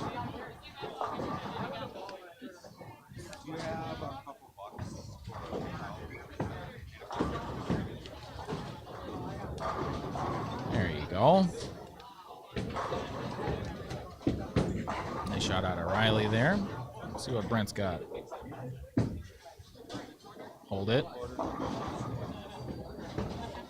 Not quite. This jack almost makes the 2-8-10 on the right side of your screen there. Let's see what's going on 13 and 14 here. Maybe that's Chase Rick on the... Oh no, Chase Rick's on the left lane, which means that's Kyle on the right lane. Kyle went from trying to jam a urethane ball up the outside part of the lane to trying to shape the whole lane.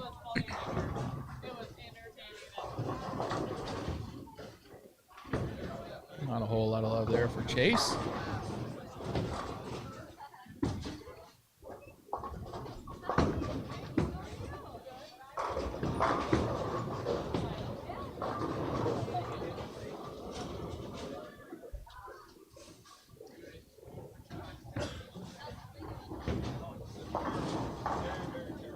Good spare for Kyle, however. Come on, Chase. Chase, get yours. Oh.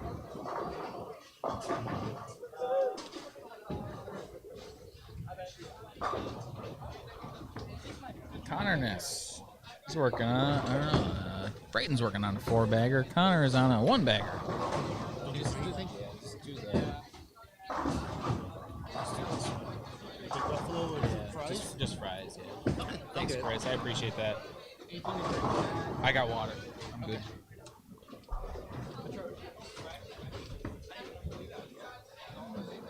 Connor leaves a simple little 4-pin there. Should be a nice, easy spare for him as Braden steps up to make it 5 in a row. Very deliberate with the hand wipes on the slacks there.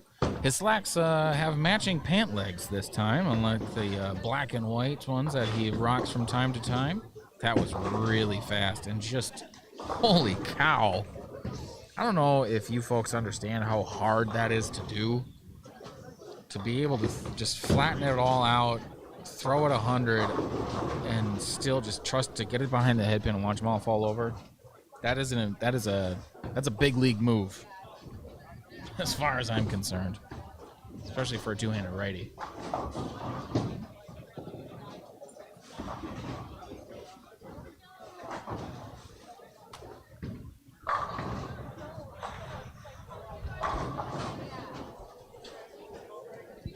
Good shot there for Kyle. Megan, I believe it's Prohaska. Megan Prohaska from Watertown.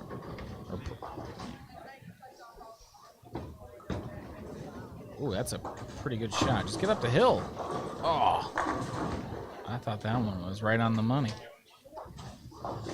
Let's jump over to, well, there's a whole congregation of something going on here on 11 and 12, so let's stick with 9 and 10.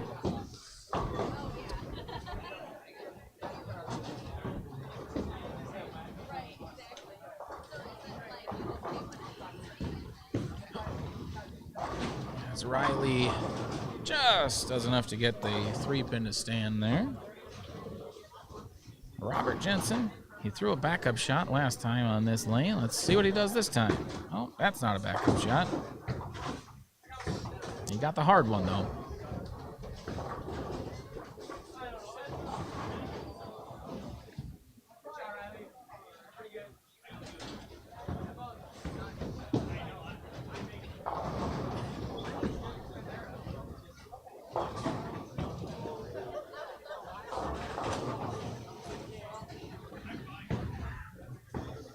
Let's see what's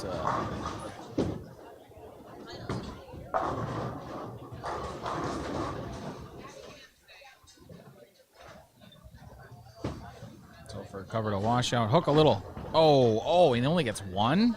Wow. That's brutal. That's tough on count, being on a 2-bagger. Ouch. I thought he had them all.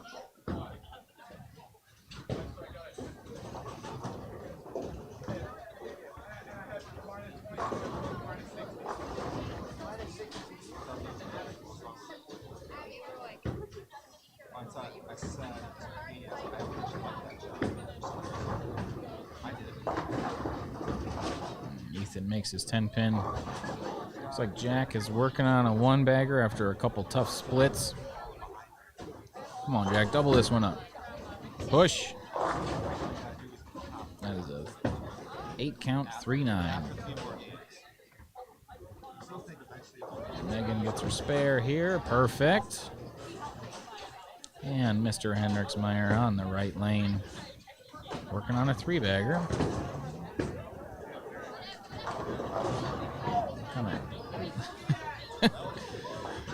And his trademark celebration.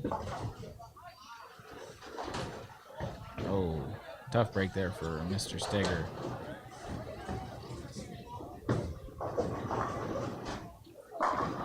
Let's see what Hannah can do here. Get up the hill. All right, it's not a bad 9.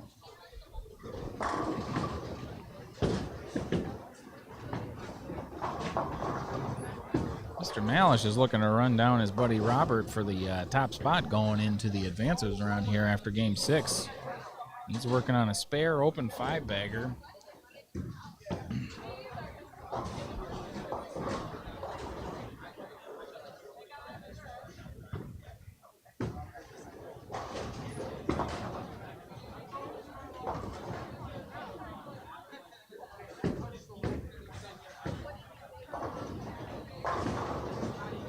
Hey, man, everybody does it. Nobody's immune to the Brooklyn today, that's for sure.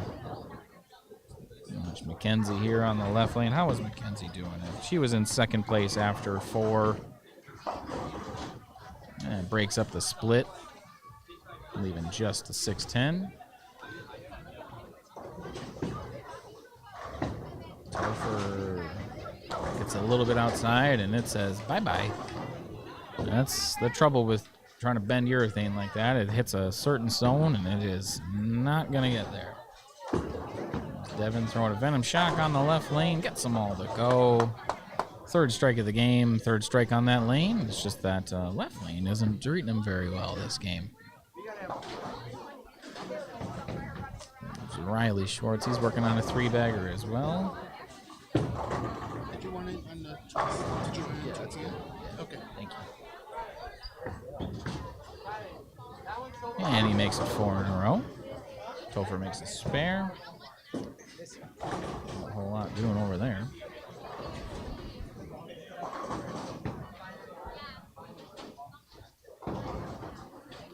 There's Brent, my candidate for best dressed of the event. Working on a clean game so far, and I had to say it. Consider me the Black Cloud today.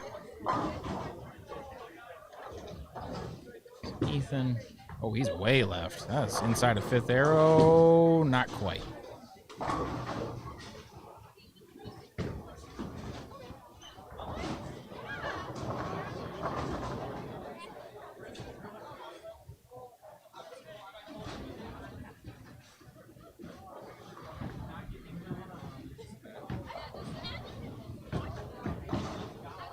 Braden taking his time.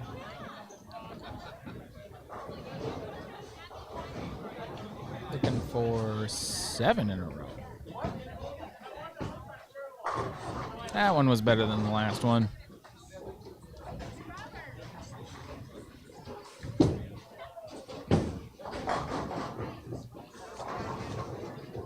Mackenzie on. Ooh, good balk. Good stop. That's hard to do. Kyle is looking to finish game number 6 nice and strong. Got a double going into the 10th here. Ooh, he rolled that one. Not quite the number there.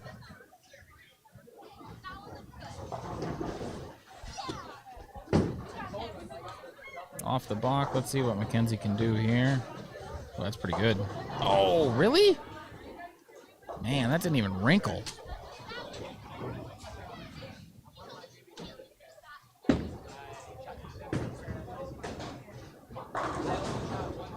What just... Wow. That was awful. My goodness.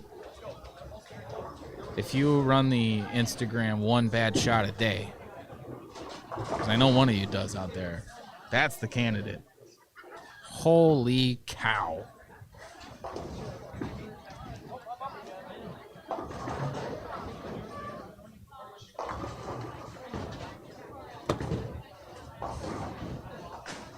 He almost misses it.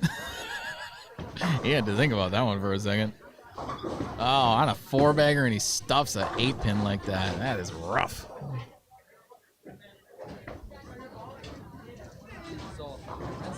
Robert Jensen on the right lane. Oh, not quite enough. I think he'll be okay. Minus 31.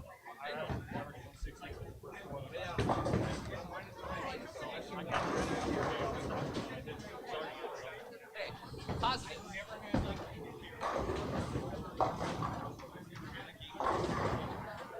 That lane and Jack are just not getting along.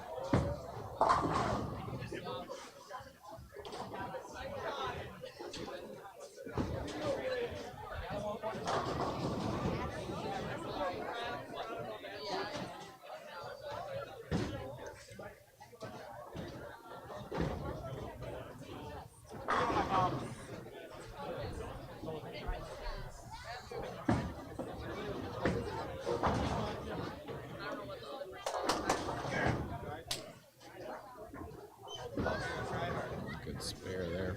Oh man, this oil pattern still has me fooled. Just making the ball do weird things. There's Trey working on a 5-bagger. That's gotta go. He's cheating. Let's just be real. And I think he knows it.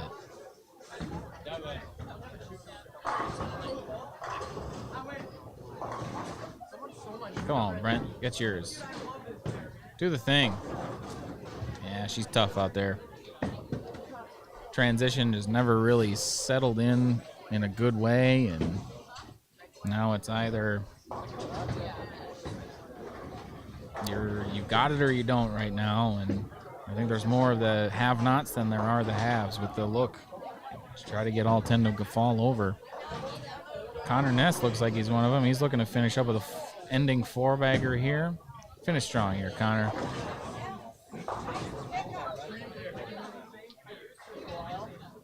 $179 for him. Topher gets them all to go Brooklyn side.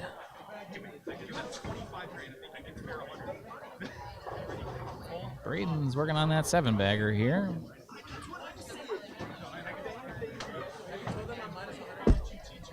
No, I said you're cheating. Because that last shot was awful.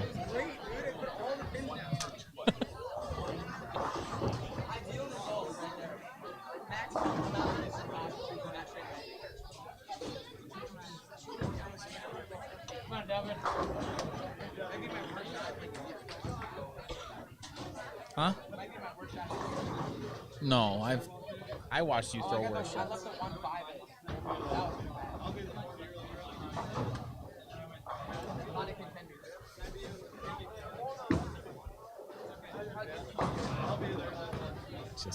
Devin just got a little bit behind that one. Didn't quite flip over it, and it just flew past it for him. Mackenzie with her spare there. She has got a phenomenal spare game.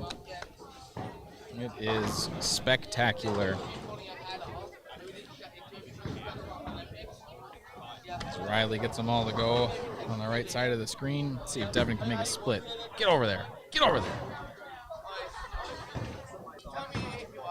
Topher finishes up with a 173? 183? 181. Didn't see the double up there.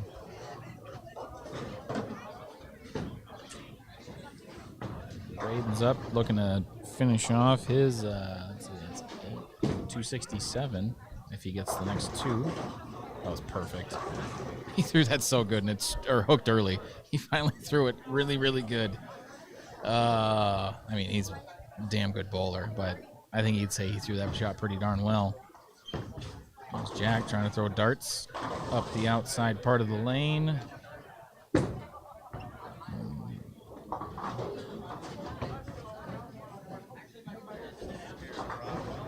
Riley finishing off his 6-game set here, shooting the 2-4, 7-8. Gets 2 off of it for 224.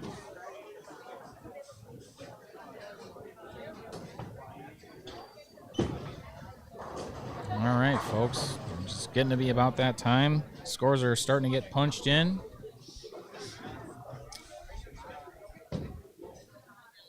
Gonna see what our results are here.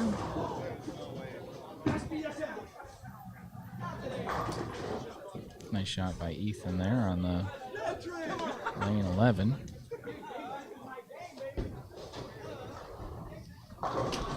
Run this out all the way through the end of game 6 here on lanes 9 and 10. I'm going to take a little break. I'm going to go get some scores for you folks, and we're going to see who's moving on to the advancers round here at the JBST here at the Ashwaubenon Bowling Alley.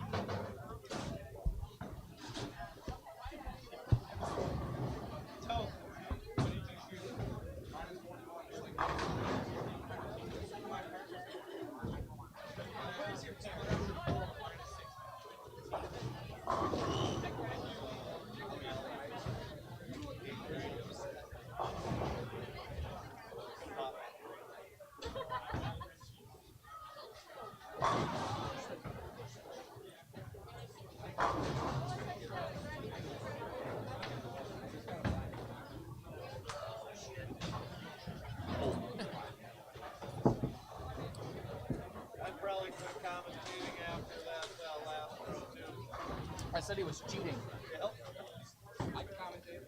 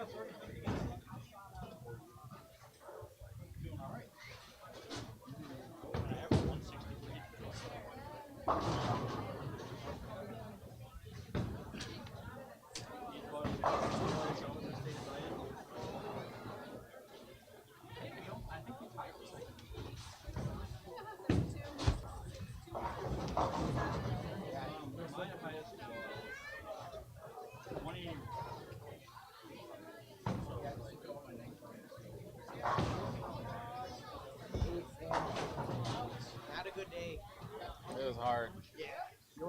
That was real hard. Huh? Yeah, I'll cash app it to you. I'll Apple Pay it to you. Well, I don't get cash. Yeah. How'd you finish up? Really, I went 160 through the first four, and then went back-to-back 190s. So it took me 4 games to figure it out. And then you only kind of figured it out. Yeah. Thank you. Ooh, that's warm.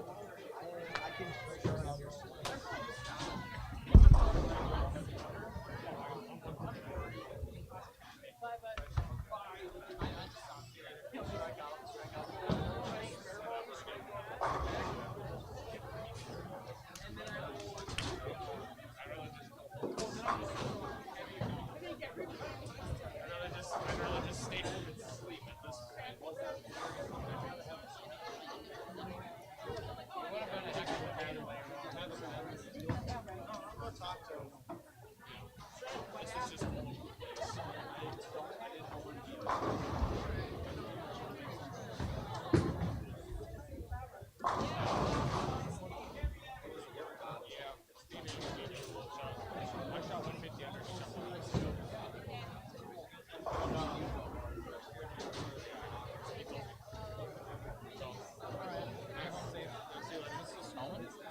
Hope not.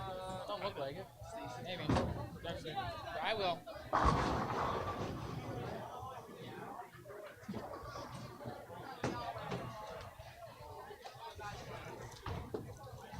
Before I do that,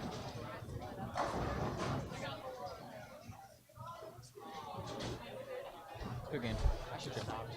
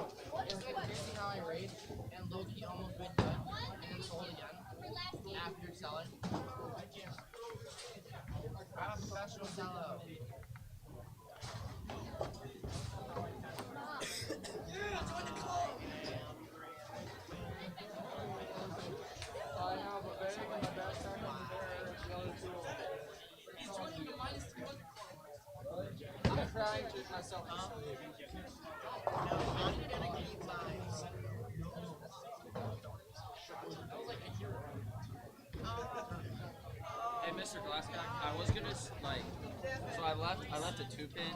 I thought I was gonna make it, and I thought in my head prior to the shot I was gonna like, hey Pat, you should watch this. Then I missed the 2-pin by like 5 points. I just felt.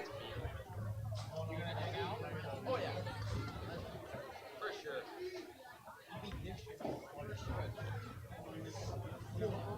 Eat, watch bowling, help you if you need.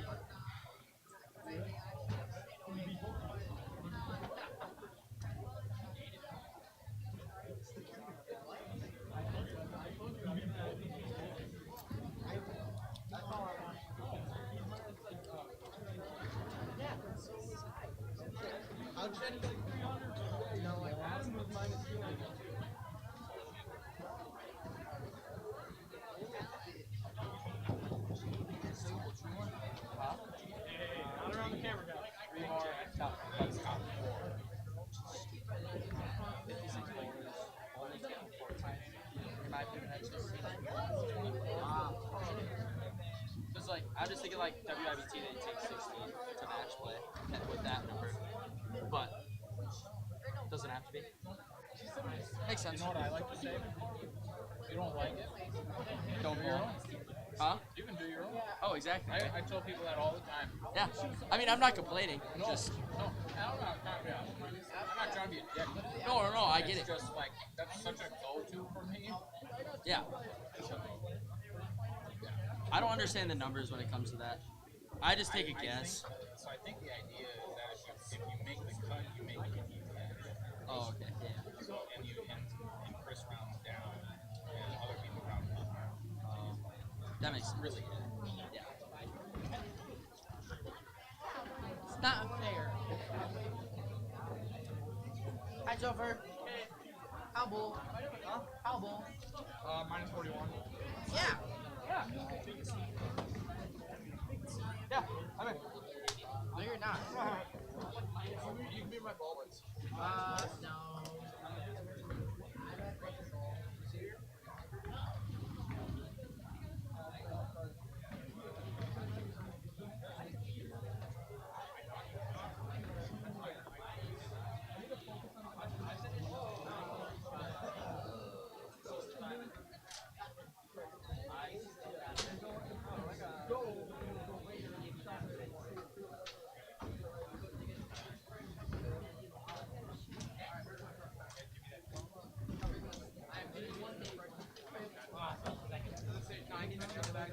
Yeah.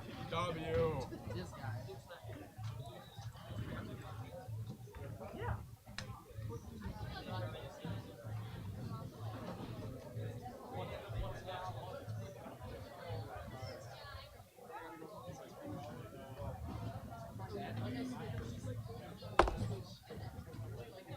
I'm gonna hit my purple with 360. So I can play the middle of the lane if they hook by the right. Because every time I had to move in and get it there, it would have like a giant clip. So if I just hit my purple with a bunch of surface, I can get it in and throw it at it. Throw something low dip shiny in the air to film that. So my ball roll will let me do that. I can if I do that to it, but it'll do half 10 stuff. Like, yeah. No. I threw an infinite earlier. It's like After this break, because if the lanes settle down a little bit, they blend out when there's not a ton of traffic. Just see what it I does. threw my infinite down their game too, like at it. It's not low dip. I know, but that barely even Because it's flying. Everything, it flew through. everything over here that's big. I was down there doing it. They're tighter down there. Throw better. I made the fucking cut. I don't even know how. I was 100 under at 2 points. That's fine. They can hear me all day. Explain my confusion to everyone. I did the same thing yesterday.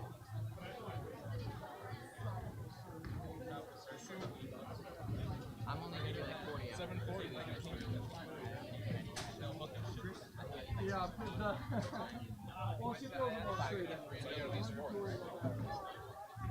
Well, I know, I'm just saying you wouldn't even know that. But I basically have to 20 like 3 or 4 and I did went down to 20 after I shot. So I mean, it's harder to at And last time I was 90 back last event. And then I shot 170, so I was like 110 back. And then I shot 250 and I made it. Did you try?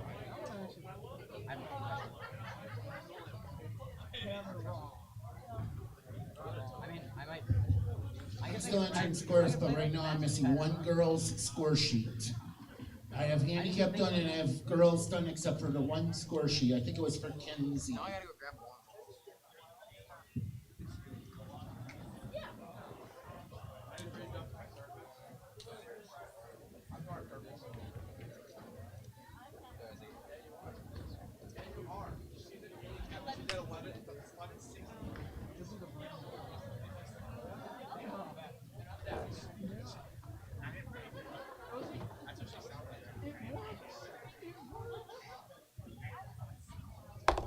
You don't know what you're talking about. You don't even know.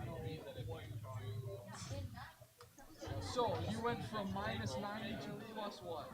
I went from minus 98 to minus 65 to minus 100 to minus 45.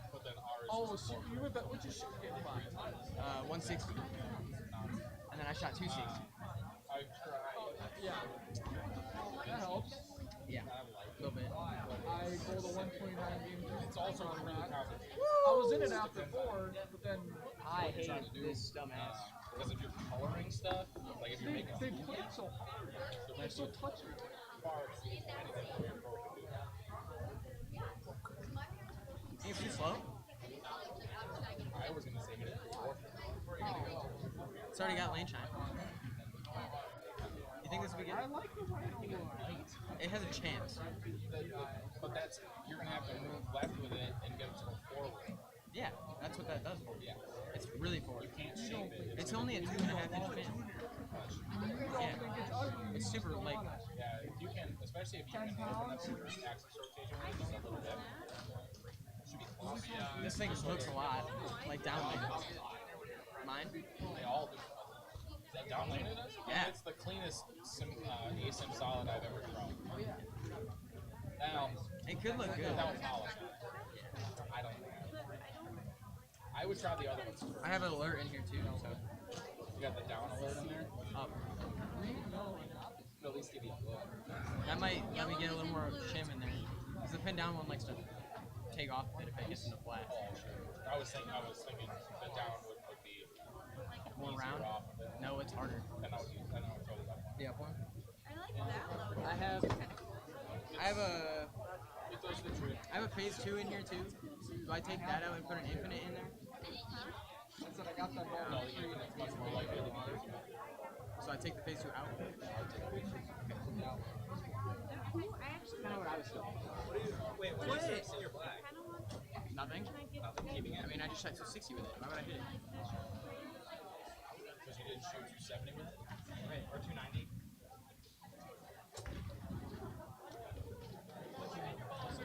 Into that sort of thing? I'm getting into it. I'm starting to like.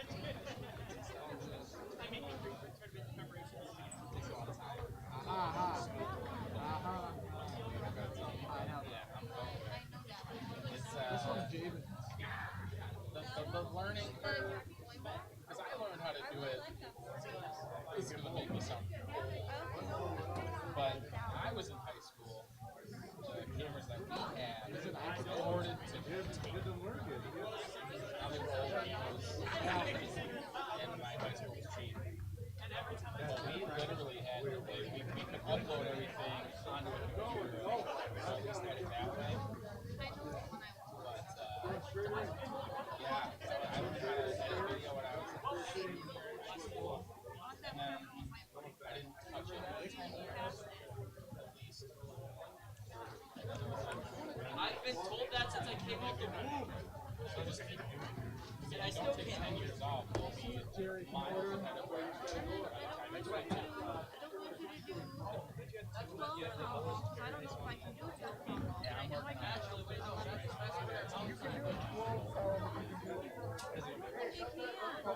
Writing a book. Yeah, so what I'm going to do is I'm going to orate the chapters of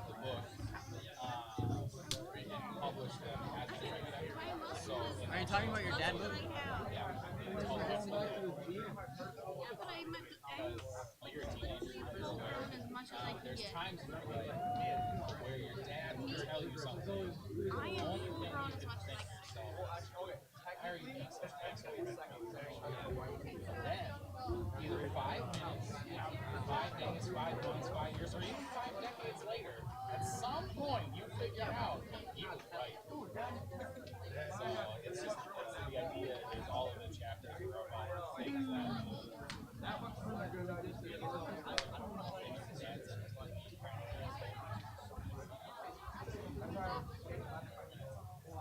I gotta do 4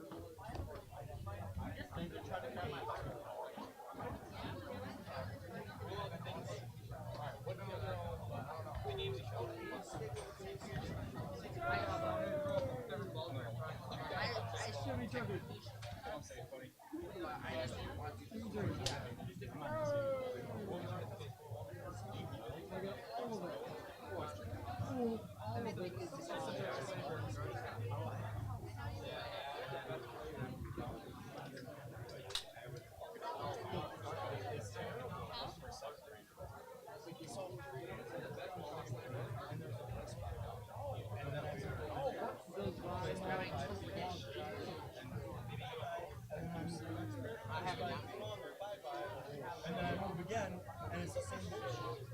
Then I have it. Me too. It was the game I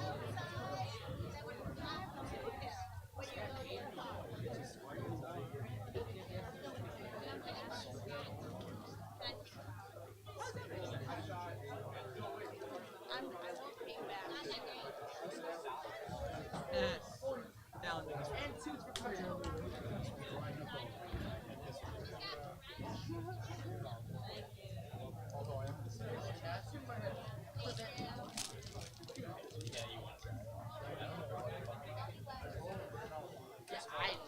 I literally needed to shoot 285 too.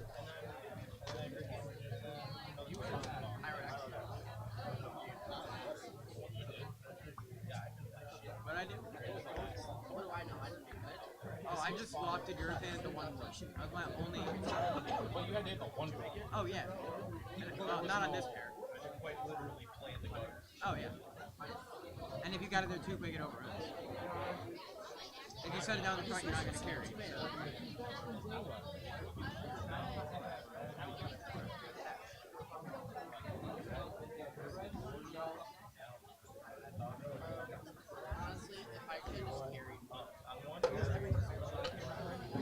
Okay, I have the results. Thanks for being a little patient with me. I have all the results here. In the boys division, in first place at plus 141, Robert Bader. In second at plus 90, Braden Malish. In third at plus 40, Riley Schwartz. In fourth at minus 30, Aubin Williams. In fifth at minus 41, Topher Szynski. In sixth at minus 45, Trey Hendricksmeyer and Derek Hayes.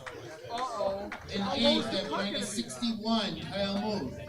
In ninth at minus 70, Zach Zaromsky.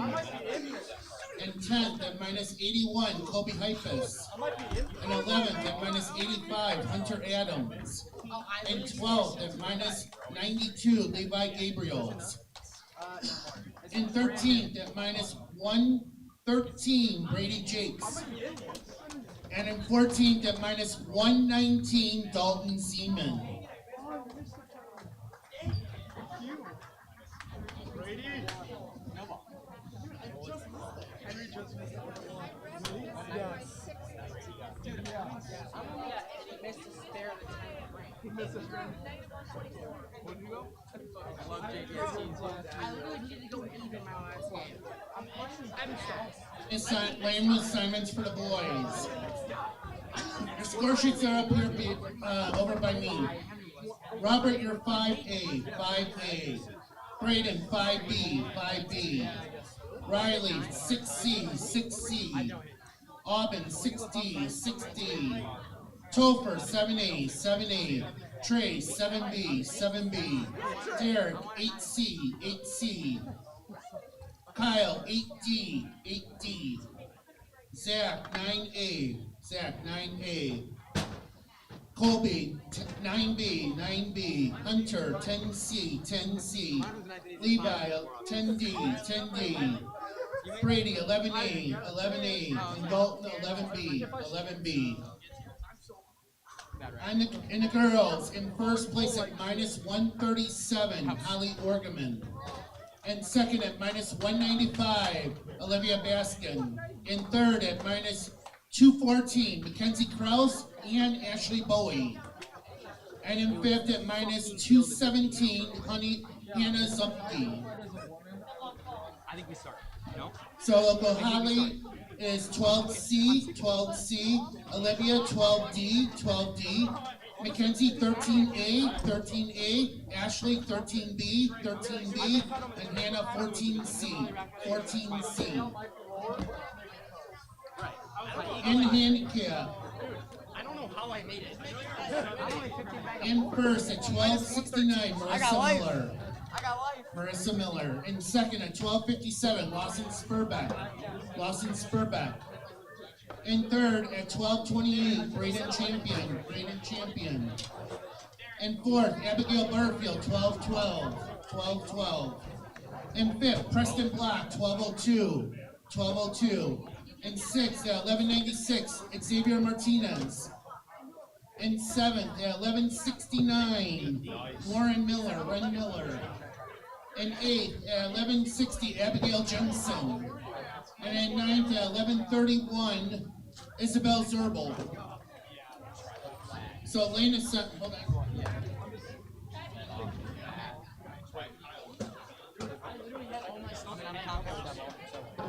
You gotta see what it does though, because if it shapes the right way, I'm telling you, man, I think that there's gonna be a big hook spot with this 15-minute set. Maybe. I didn't expect it to go down by I haven't even tried to left. Okay, Marissa, you're 14D. 14D. 130. Lawson, 15A. 15. Brady Champion, 15B. 15B. Abigail, 16C. 16C. Preston, 16D. 16D. Xavier Martinez, 17A. 17A. Ren Miller, 17B, 17B. Abigail Jensen, 18C, 18C, and Isabel Zerbel, 18D, 18D. I have a bunch of score sheets still up here. I have one for Topher, it looks like, Aubin Williams, Braden Champion, Ren Miller, Xavier Martinez, Holly Orgeman, Ashley Bowie, and I think Olivia. Olivia, yep, I have all your score sheets up here yet. Olivia, yours. What?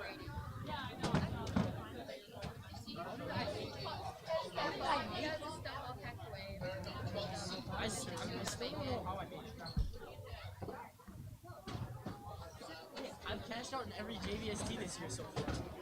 For the junior gold, I had to combine U12 and U15 for junior gold. We had 4, I took 1 with 400. Emma Taylor. Emma Taylor got a junior gold spot.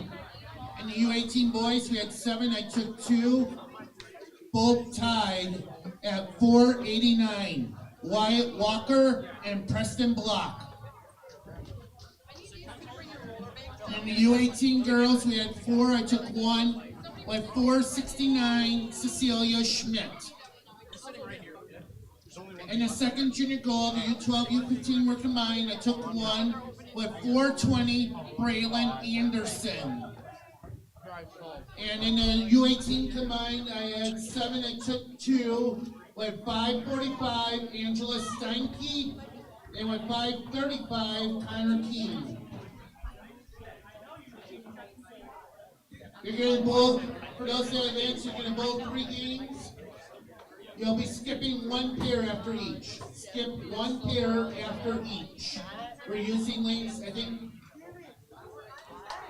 we're using 5 to 18, so you're skipping 1 after each. We'll get the lanes turned on so you get 5 minutes of practice. top 4 in all the divisions are going to advance to match play. All right, good luck, everyone.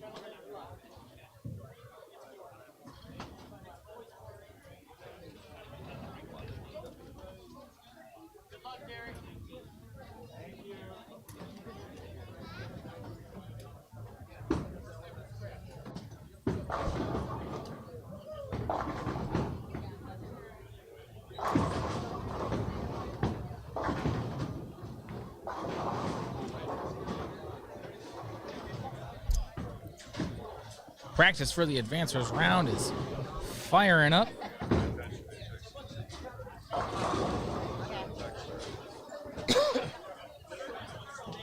Had some surprise cuts made. Scores were a bit lower than some folks expected. Because, as we've been saying all day long,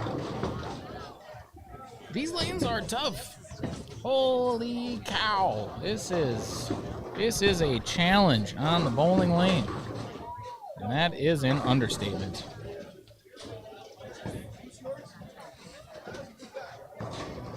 So now what we've got is a little bit of a segmentation of our field, as all of the scratch boys are on lanes 5 through 10. The girls are 5 through 12, excuse me, because Dalton and Brady are on 12. The ladies are on 11 through 14, I think. Yeah, because they only took 5. And then the rest is handicapped. So they actually will be bowling much closer.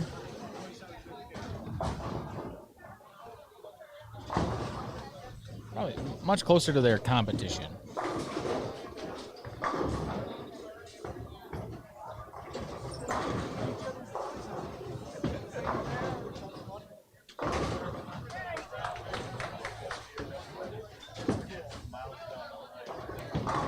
See, I thought you were going to get left. I thought you were going to loop it. Try it.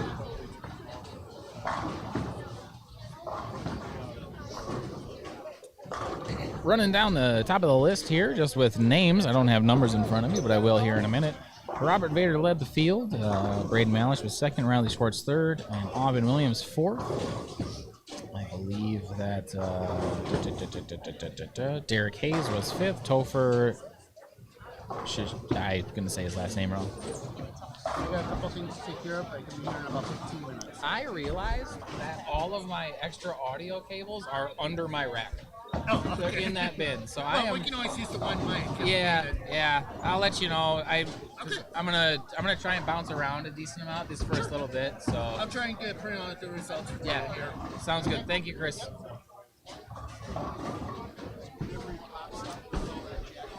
Topher was sixth. I believe Kyle Muth was seventh. I think Trey Hendricksmeyer was eighth. And somewhere between 9th and 12th was Colby Heitpas. Zach Zaromsky, Levi Gabrielson, and Hunter Adams. Rounding out that field was Brady Jakes and Dalton Zeman. Ladies side of things, Holly Orgerman led the way. Olivia Baskin was second. Mackenzie Krause was third. Ashley Bowie was fourth. Marissa Miller, I believe, was fifth. And then I think we jump into the handicap. And my eyes are good, but they're not that good. So we will have to go over that once I have some numbers for you guys.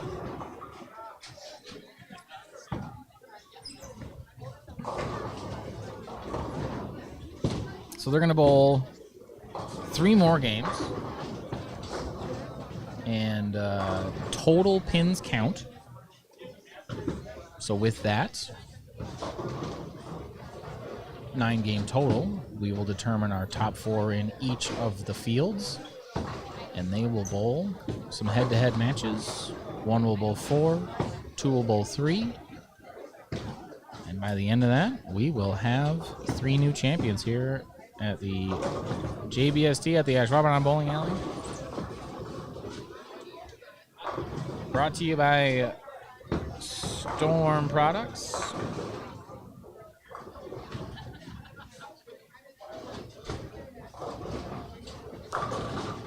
Also, as is kind of the norm with an advancers round like this,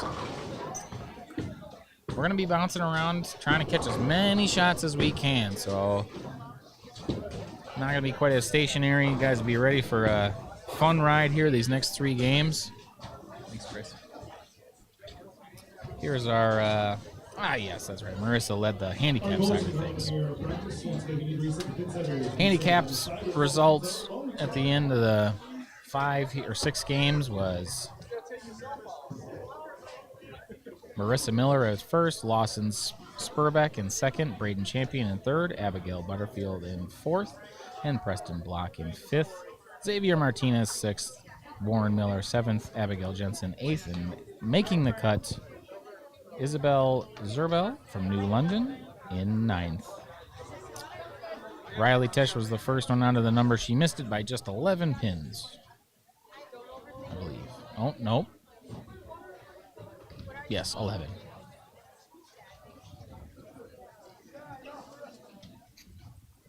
Hannah Zupke was the one that I missed on the girls' side of things. She was the cut number. She made it by 2 whole pins above Angie Steinke with a 983 and a 981 respectively. But here we go. These balls count. That's what you bought it for, man. I just thought it was a bit wild. Yeah. The cut for the boys' scratch side of things was minus 119. And our leader had plus 141. So by my math, that is a 260 pin swing. From first to 14th. Good. Makes her spare there. Colby up on the left lane. Colby's got to make up a decent number of pins. If he wants to make top 4, he's got to make up about 50. That'll help. Actually going on the right lane. 13 and 14. Leaves the bucket. Levi with the 2-pin. Olivia here. Gets them all to go. Great shot, Olivia. And Holly right behind her. Our ladies scratch leader. Flush his 10. Coming off of an open. I bet she appreciates that quite a bit. Levi running at his 2-pin here.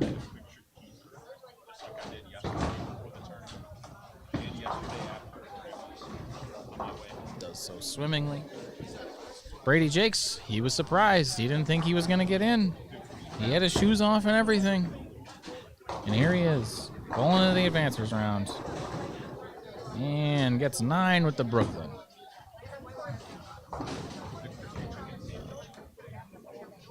Olivia looking to open game number 7 with a double. That's got to do something weird. Good 7. Zach Zaromsky. He's in 9th after 6. Split's not going to help that. Zach's got to make up 40 pins. Levi throwing that new blue hammer. Gets them all to go. Marissa Miller, our handicap division leader. Started with probably a washout with a 5-3 in the first frame. Splits that 3-10. There's Dalton. Oh, that's a tough break there. And Mackenzie running at the 10-pin. Not quite enough. I'll do my best to keep you guys updated on some strike runs that are off screen as well with our boys scratch side of things, as the leaders are going to finish on our stream pairs, but they will not be starting here, obviously. Marissa goes for the split, does get them all to go.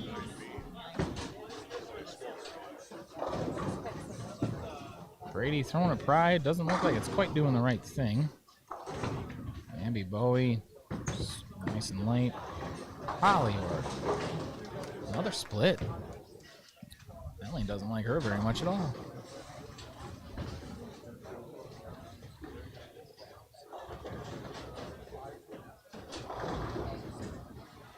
Those count. Can't take them back.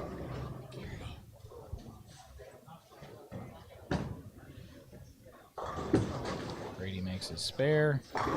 See if Holly can convert a big crazy split here. Big bounce, big bounce. Not quite. Colby, same thing on 9 and 10 as Dalton stands up. He was the cut number at 1081, so he is about 90 pins out of the number, but he's got 3 games to make it up. 9 is good, 10 is better.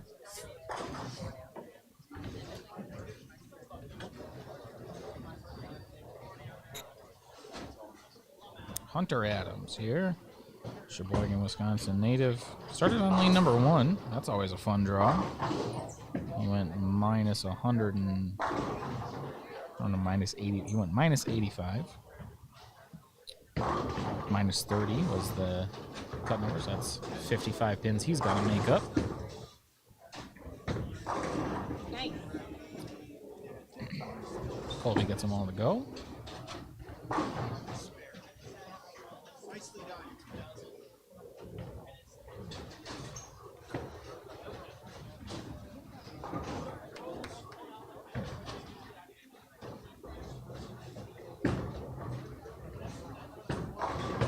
Levi's maybe found something with that blue hammer out there as Brady leaves a 5 pin. See what Ashley's got going on down here on lane 13.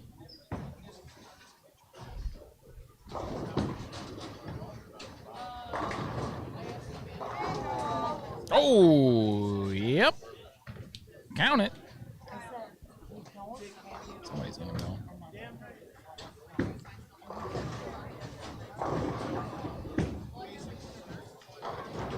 Good spare by Levi there. Hunter going for 2 or 3 in a row here. Spin. Oh, yes. It's making that summit look pretty good.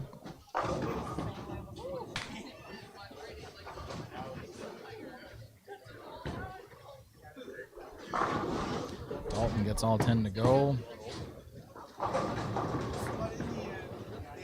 Zach Zaromsky, not quite. Hannah gets them all on the right side of your screen there. Olivia is looking for her first double of our advancers round. That looks pretty good. And it looks even better now.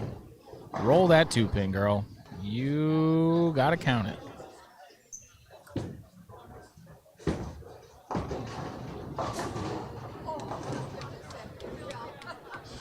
There's Holly on the middle pair of our streaming pairs. Oh, that's good enough for a strike. It's Marissa. Well, that looks pretty good too. Get up the hill.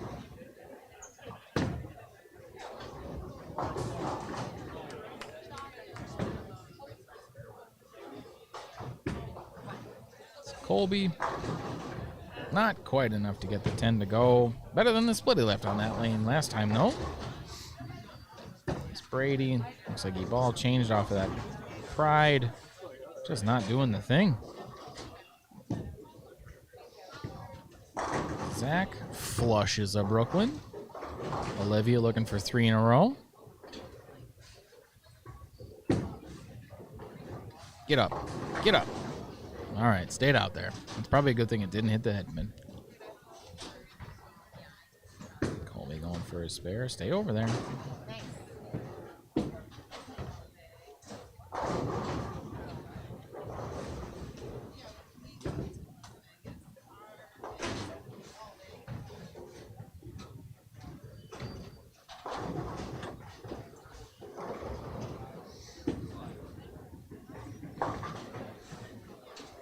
Olivia going to get the rail out of there. Just takes the 2. Dalton, he just cannot get that ball to clear the mids.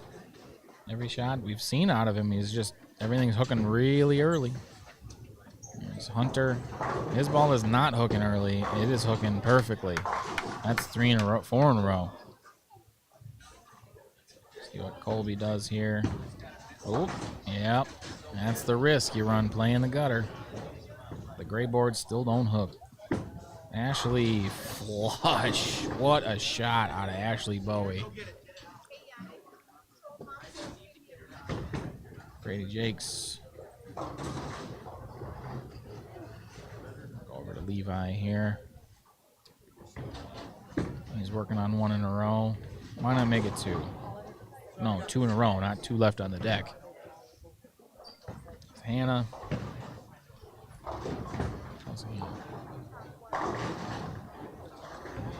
Hannah was our cut number for the girls' side of things, and she was only 3 pins behind fourth. So it's going to be a tight race all the way to the end. Brady goes for his spare, the 3-6, gets them both. And Levi with the 6-10 does the same. Hannah Zupke is, she had her first open last frame. Come on. Leaves a little simple split. Dalton still can't quite get it to clear the mids. And Hunter throwing his summit, working on a bunch in a row. Leaves the 3-6, 9-10. Not bad for four baggers help, though. That's for darn sure, as Mr. Zaromsky here doesn't quite have enough to get back up the hill.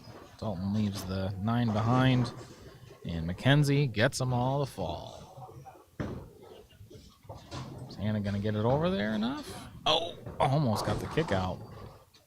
Olivia leaves just the 8 pin. That's not a bad miss.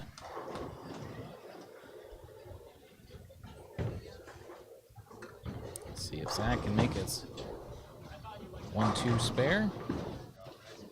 Not a 1-2 step. I realize now that I'm old, and that reference probably doesn't make a whole lot of sense to some of the younger viewers of this stream, so that's a thing. Watch Marissa here. Gets them all. Nice. Olivia easily makes her spare.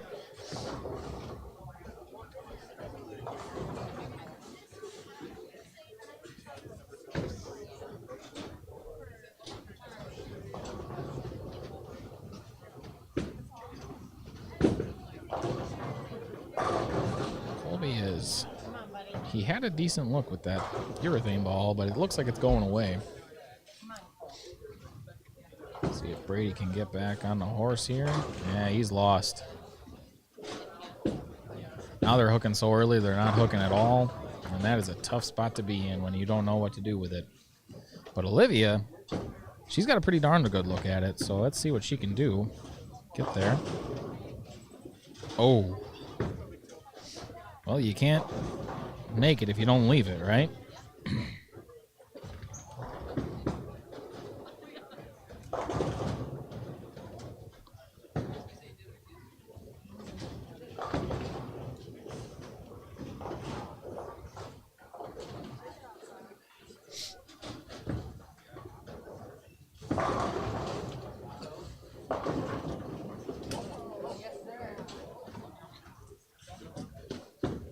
Looks like Dalton made a move.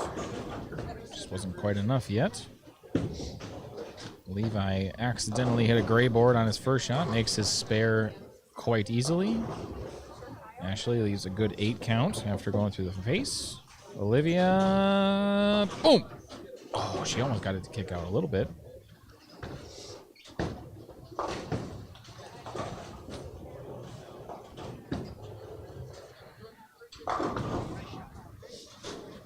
Looks like we've got a few strings going on the off pairs here. Trey is working on a 3-bagger. Topher's working on a double. They're both clean. Trey gets another one there. Let's see what Holly's ball does here. She threw it just bad enough for a good result to occur. Always take that. Colby needs some help on this one. He's got to find the look.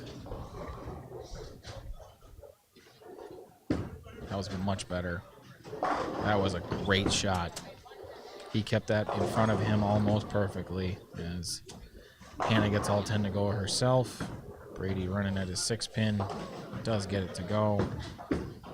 Levi doing his best to keep it on the lane, a first shot, and of course leaves a 9-pin, because why wouldn't that happen? That's a bowling hit if I ever seen one. Olivia.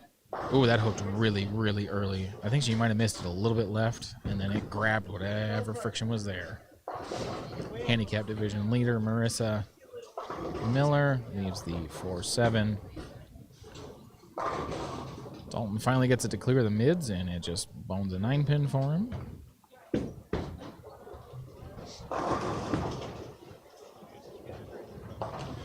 Levi with the big end-over-end roll with that Columbia 300 spare ball.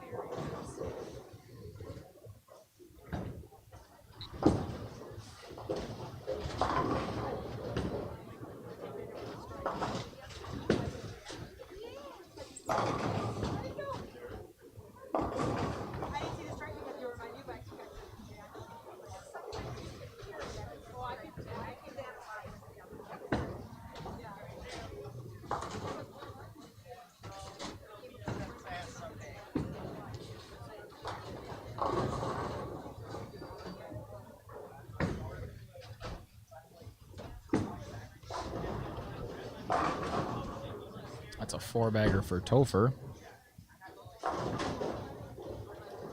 Soft 7 there for Mr. Jakes.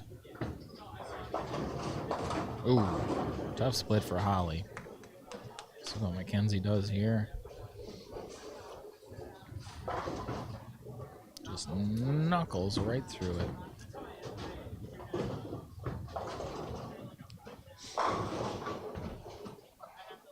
On the left side of your screen, Topher's working on a 4-bagger here. He's just for 5 in a row. Gets them all.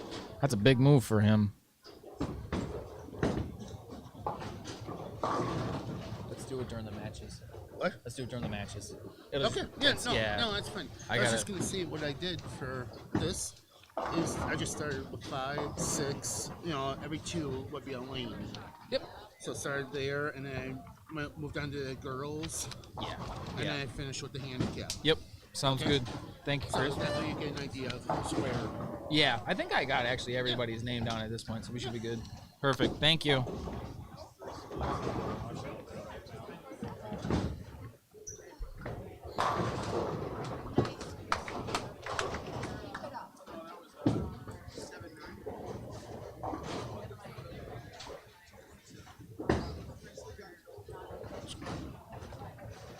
Can you make the 6-7?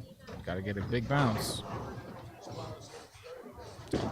Dalton gets it to finally makes a move big enough to get it to the right side of the head pin, and then the ball says bye-bye. Olivia goes almost Brooklyn there. Hanazuki gets them all to go.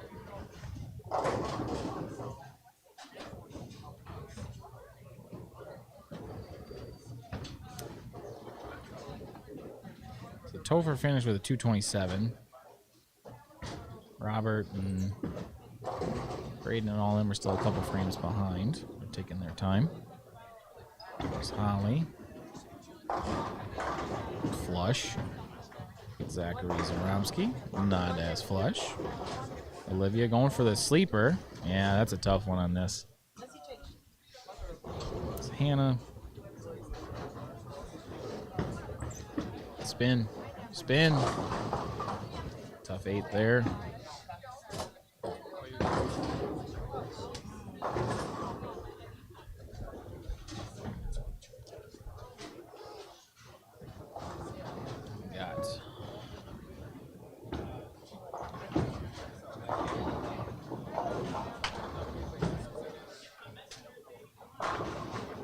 Good shot from Mr. Jakes there. Finally gets one to go for him.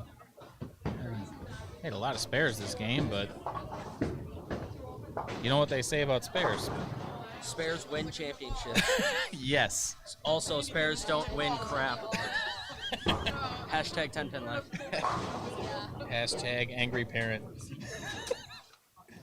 This is it Box? I always forget. It's Bogues. Bogues. But Bogues? Yes. Like Spokes. spokes, but with a B?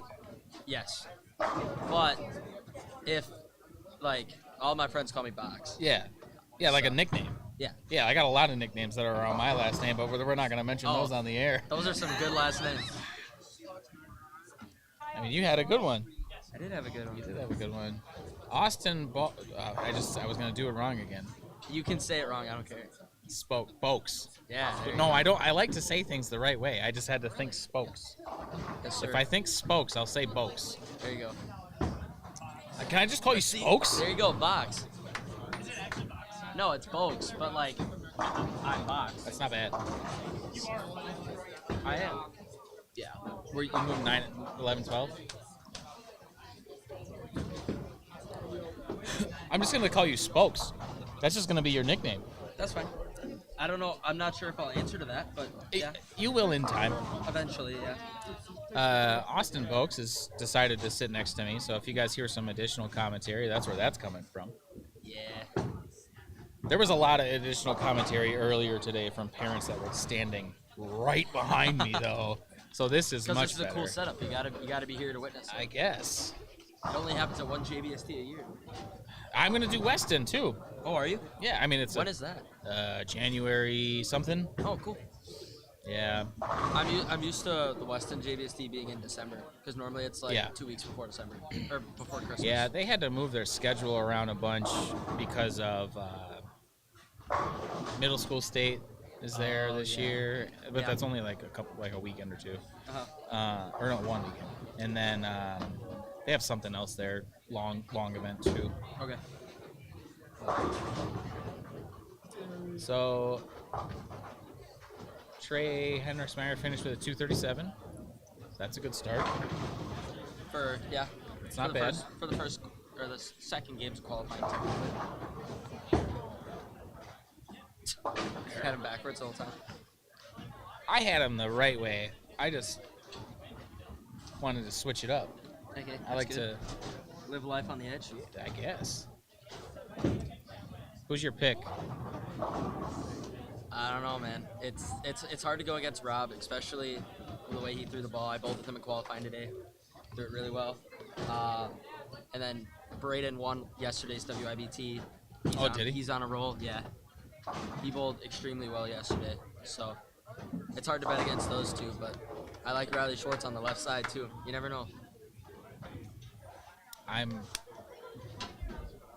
couldn't pick. Like, if you forced me to pick, I don't think I could pick. And there's always Trey.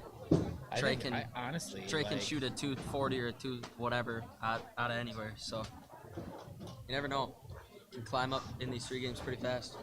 That's just it. And the scores were so tight off of game 6 anyways. It's not even like that big of a climb. Yeah. The shapes are better now, though. Given the lanes that 15 minutes to cool off helped a lot. Yeah. The ball's going down. I mean, it's still hooking a ton in the mid lane, but... Yeah. I could have used the 15-minute breaks in between games, but my physical game probably needed that too, so... Riley's maxed out at 180. I'm assuming he'll probably... 184. Oh, for Riley? Yeah.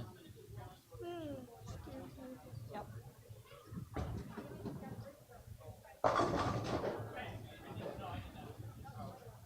Was that a fill ball or was that a ball change? He's been throwing a reality the whole time, I think. I think he just missed it. Because when he was over here, he was throwing a purple. Yeah. He was, and then I'm pretty sure he switched. I'm pretty sure all of the people that were throwing purple hammer, they all got out of it. Interesting. Oh, yeah, because Braden's throwing an extreme. You're working. Yeah. I am working. Dude, watching Rob's like ball in qualifying was crazy. Like, especially here where it's like not known for like hooking off the gutter a lot. Yeah. Like the way Robert was like throwing the ball at the gutter and the way it was just reading off of it, it was insane. Hey, man. Sometimes you just got the look. Oh yeah. As I wasn't paying. When you got the berries, you got the berries. Exactly. So these are going to be on 11 and 12. This is the 5 through 8 for our boys scratch after 6. However, I think that we're going to have some jostling of the standings here after 7. It's a good word. Braden working on a 4-bagger going into the 10th frame. Not on a camera, but you can see it. Yeah. Yeah, I mean, he had a rough start, and he's in the 2 teens. He just bailed a game that could have been 160 out and turned it into 2 teens. That's what you got to do. Apparently. And that's why I will never win anything ever again. Because I can't do that.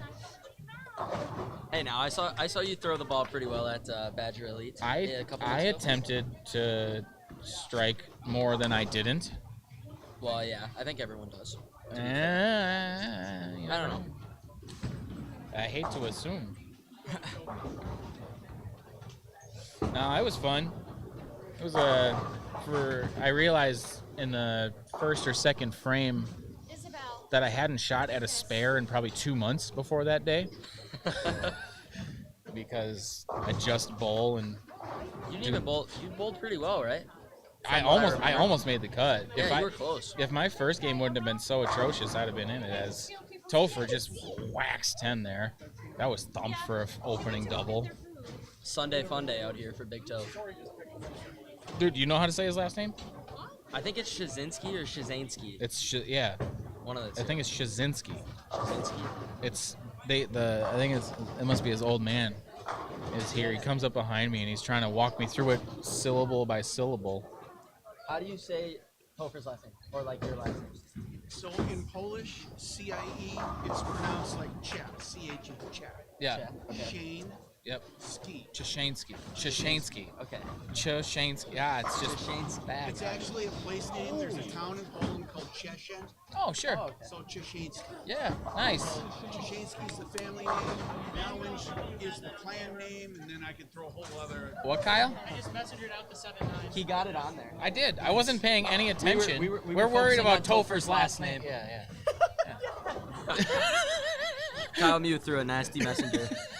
Forget our talk about Big Toe's last name, but sent a nasty messenger. I promise we'll take this seriously at some point. I don't know. Probably around the title match.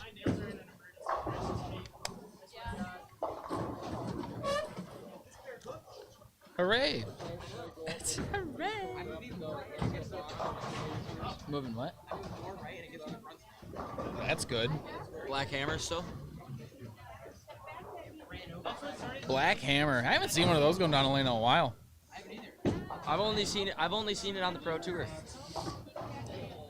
And yeah, even they don't really throw it all that. Like the lefties.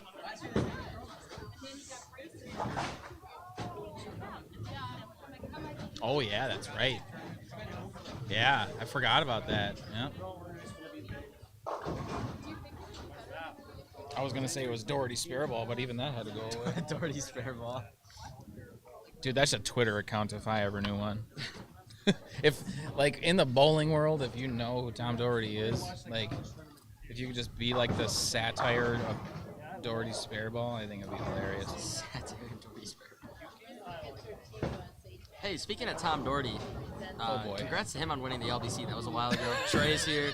Trey, I love you. What I just have to bring it up. What a dig on his buddy. I just have to bring As Trey it up. goes for 3 in a row here and just flushes it. He's made fun of me before. I gotta get it back eventually. Yeah, that's legit. Trey, you'll probably laugh at that if you go back and watch the live stream. We were talking about Tom Doherty Spareball, and I mentioned how he won the LBC and how you're here. Get me fries. You didn't get fries yet? Oh shoot, I gotta go get those. You gotta go get those. I found Matt. Yep. Chashinsky. I'm gonna think about that all night. I'm gonna say that all the way home. Chashinsky. What do we got going on down here? Hunter Adams had a huge game 7. I don't know how he was getting that summit to spin through the mids, but he was. Hey. And he put up a huge 5-bagger. You score how you score, you know. They don't say they can't judge you on how, but they will judge you on how many. That is Never heard that before. That's very true. Dude, I say that all the time. Hey, the Titans won. Go Titans. Go Titans, I guess.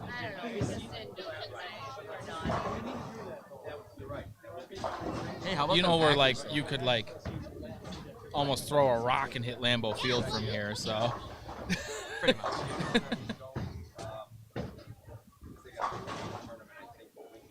all right. The front runners have decided to begin game number 7. 3 frames later. 3 frames later. Oh, I thought he said games later. I'm like, wow. They're pokey. That's okay. Aubin Williams there. Is he from around here? I'm not sure. I guess he's from Brown Deer, Wisconsin. I have no idea where that is. Brown Deer, Wisconsin. I will look that up on Google Maps. I've never seen him bowl. He's been bowling a lot of the tournaments this year. He's done really well. He throws it really well. Yeah, he made match play yesterday. We didn't say anything about it. I saw it. It was gross. He also made match play yesterday at the WIBT. He beat Kyle in the first round, and then unfortunately didn't match up on the next pair. But still bowled really well yesterday. It's throwing real good today. I think he's been throwing that new blue all day. Hour and a half from here. Where at? Oh, down there. Just north of Milwaukee. Milwaukee, yeah. Menominee Falls. I haven't been there in forever. Riley Schwartz still throwing that Helios. He's just. Is Riley running out of gas? I don't know. It didn't look like that was a very good shot. Riley has gone deep into tournaments. I have watched him win many a sweepers and many a tournaments in the days of today. For what you need to do as a left-hander in 2023, if you're going to bowl, he does it extremely well. Yeah. I don't know if I'd ask the kid to shape the whole lane, but you don't have to. Yeah, exactly. Colby height pass, soft 5 as he runs at Brooklyn. That's a strong 5. I make that joke with my grandpa all the time. That one was flushed. That was nasty. As Trey goes front 5 because it's Ashwaubenon and, well, it's Trey. Trey's house. He lives on the complete other side of the state, so he decides to make this his house. Besides Wagner's. It's a swap. Dude, he bowls better here than he does at Wagner's.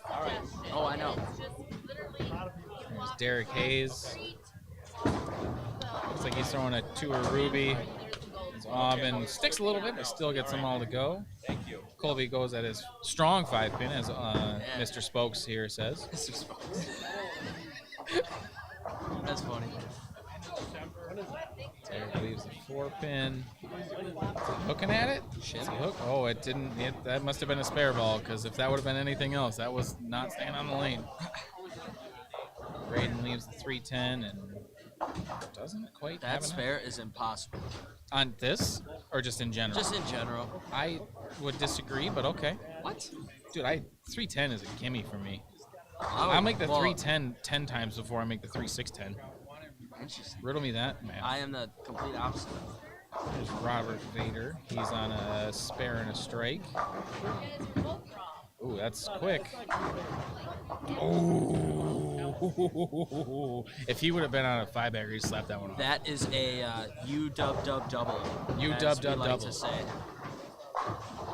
Hey, is Carter Westcott going to Whitewater? He's already there. He's already there. Yeah, that's what I thought. I said it earlier today, and then I realized as the words were coming out of my mouth that I might have been wrong. No, he is. Yeah. He's a freshman there this year. I like he's been on the varsity roster for a couple tournaments. Yep. He's bowled extremely well this year. Good for him. Yeah. All right, who's going next? Braden's going next? I think so. Braden's going next. Throwing it, Hammer Extreme Envy. Yeah. Which does not look like the right ball at all, if you ask me. Might need to be a little less extreme. Now, hear me out. I have an opinion, but he's way better than me. So, Okay. we'll just leave my opinion in the bag where all my other equipment is because I'm never making cuts anymore. Riley makes his. Oh, he does not make his 3-pin there.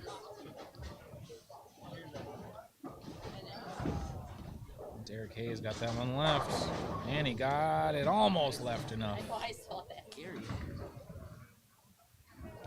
YouTube, right? On YouTube? Braden gets them both to go. Zach Zaromsky here. He's got a good game going. First threes, 9 spare, and another 9. Hopefully going for the spare. You used Trey from last year's JBST as the thumbnail? That was 2 years ago. That was 2 years ago. Yeah. That was 2 years ago. That was 2 years ago, Holy dude. crap. Also, yes, I did. I mean, he won. That's fair. So I figured that was good enough. Ooh, that is a brick 10. Aubin goes for the 3-6-10. I'm just listening.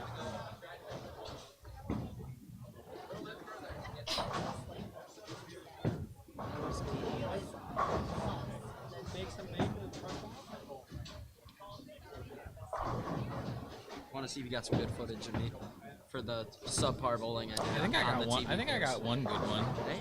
I think so.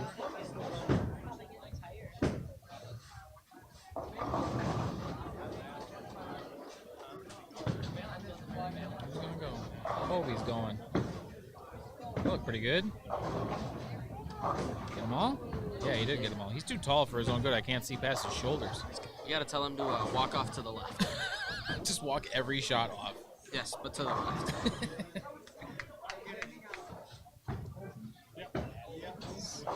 Robert, spare double. Looking for 3 in a row.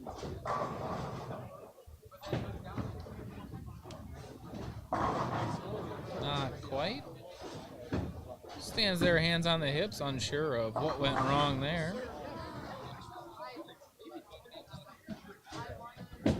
Alvin goes for the washout. Come on, yeah, nice shot. Hunter trying to shim it in there. Leaves just the 9 count. That's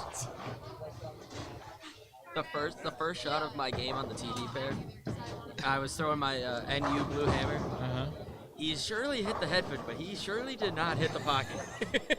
Wow. Yeah, I did say that, didn't I? You sure did. I'm gonna literally listen to this later and see what you say. Did I? I was confused by the big move in. I don't know. Yesterday. Oh, Trey just can't quite throw the log over far enough. I keep referring back to the WIBT, but that's fine. Yesterday, game 6, I got my new NU blue hammer on Friday before I had to go to work, and I was unable to throw it before the tournament, so I didn't know what it was going to do. Yep. I threw it the first 2 games. I went +6 on a pretty tough pattern. Sure. And then it kind of went downhill from there, but we're not going to talk about it. And got to game 6, and I'm like, oh, let's just see what I can do with it. I stood on 25 slow wheel, and I shot a 210 with only 1 bad frame. Interesting. Yeah. That's so not like, what I would maybe have it'll be expected. there. Yeah, that wouldn't have been my guess. It was definitely an interesting move, but I don't know. Just wanted to try something. I mean, I had nothing to lose at the time. Right. That's when you learn how to bowl. Exactly. So far out of the cut, you just do all the stuff you didn't think you were supposed to do and figure out that was the thing you were supposed to do. Speaking of out of the cut, I want to give a shout out to Braden for out of the cut bowling on YouTube. Yeah, he got a sick new logo too. Yeah. I like it. He's doing a lot of videos with Packy and the rest of the boys at Wichita State. Oh, is he? Which is awesome to see. Nice.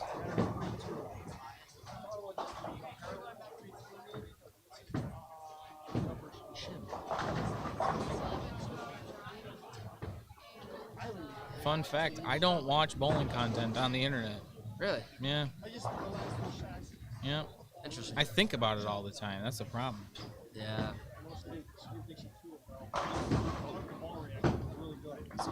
Makes his not 5-pin that look like a 5-pin. Zach Saromsky trying to get it to shove in there. Oh, yep. Hit.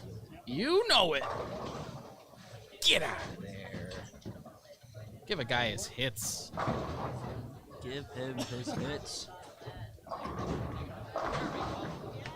Nice shot by Derek there. That was a pretty big 3-bag there.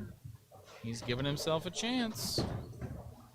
Sometimes He can that's all minimize the damage. Yeah. Yeah, what? 2 mismakeables and he still could shoot 190s? Next one puts him in the 190s, yeah. See if he can do it. Oh, Riley. Derek Hayes looking to salvage a 190 here. Needs them all to go. Not quite enough. Braden Malish, I think he moved further right and knuckled it harder. Braden is known for that. Dude, I don't. Attaboy, Braden. I don't get it. Like, it's I don't know if it's reverse angle theorem or right angle theorem, but I think it's one of those. Mr. Zach Singer is known for teaching the ways of the right angle theory. So. Sure. I just know that Braden knows how to strike a lot. He does. He definitely does.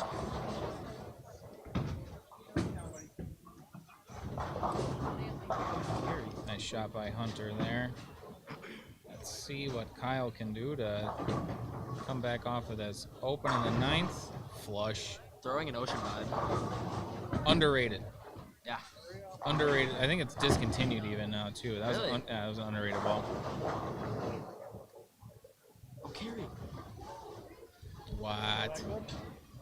It's my little cousin. She just crumbled like 7 on the deck. That's awesome. Let's go. She kicked my behind today, unfortunately. Well, she's still bowling, so I believe you. Oh, tap on the 10.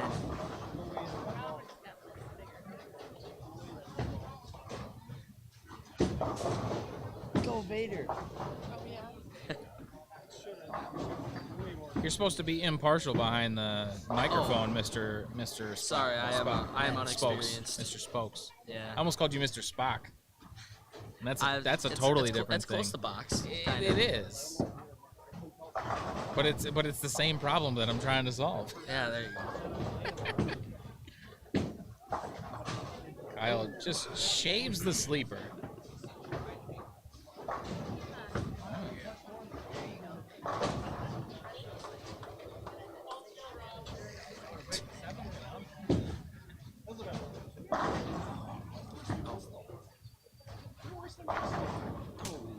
Trey gets his 4-pin to full. Well, I mean, never a doubt. He's gonna shoot 250 again. That good old 2016. Oh my gosh, dude. Okay. Kentucky. Part. Okay, hold on. Don't forget about the Kentucky part. Hold on here. So, Wichita's gonna have. Does Brandon still, or not Brandon? Justin still bowling there? Is Justin bowling? No, Justin transferred to Scat Savannah. Oh, that's right. He went to Scat. Ryan's still there. Barnes. He's gonna graduate after this year. Oh. He's a 5th-year senior this year. I didn't know. We were actually talking about this last night older. at Chick-fil-A. So, but those two clowns are going to be on the same team together. Correct. Between Braden and Trey, and then it's not like the rest of the Wichita team that I'm unaware of is bad. Like, that's not even fair. No, it's not. Like, that's a powerhouse of powerhouses, dude. Exactly. Braden, Trey, Brandon Caruso, who's another good bowler from the Midwest. Brandon Bonta, he's bowled some professional tours events. He's done really well. Yeah. Spencer Robarge is still on the team. I think he'll be a 5th year or a 4th year senior next year. Robert gets around that one, and it just absolutely rips left. Riley trying to bounce back. Oh, nice. That's a good little shot. This Trey goes dead Brooklyn for 256. Flushed. You could say that was a little high flush. Just a little. flushed.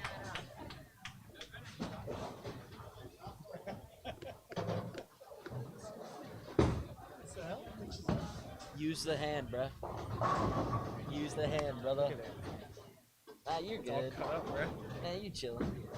You chilling. You don't need that blood. You don't need that skin. Hey, blood, sweat, and tears, buddy. Blood, sweat, and tears. Don't start crying. Yeah, no pain, no gain. What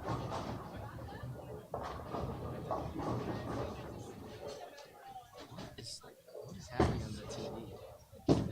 I don't know. Sorry, I am getting sidetracked. You're good. Attaboy. You see my total? Much gooder. Did you put much gooder? That black hammer would be nice though. Yeah, it looks good.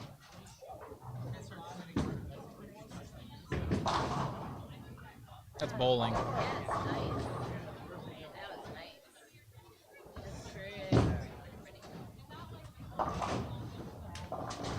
All right, explain the right angle theorem like I'm in 5th grade.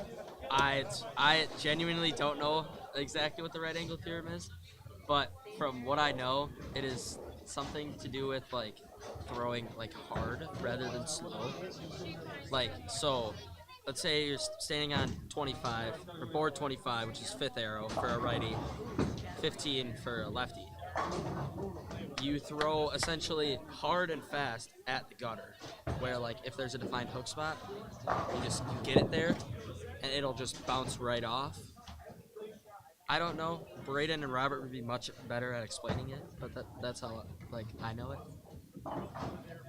That didn't help me at all. That's fine. I don't know how to do it, so I can't explain it either. So that is fair. See, when you said right angle, I thought you were talking about like triangles. Well, number one, triangles. Braden, what is the right angle theorem? Do you want to come explain it for the camera? This is reverse? Okay. I didn't know if it was Throw reverse straight. or right. Throw straight.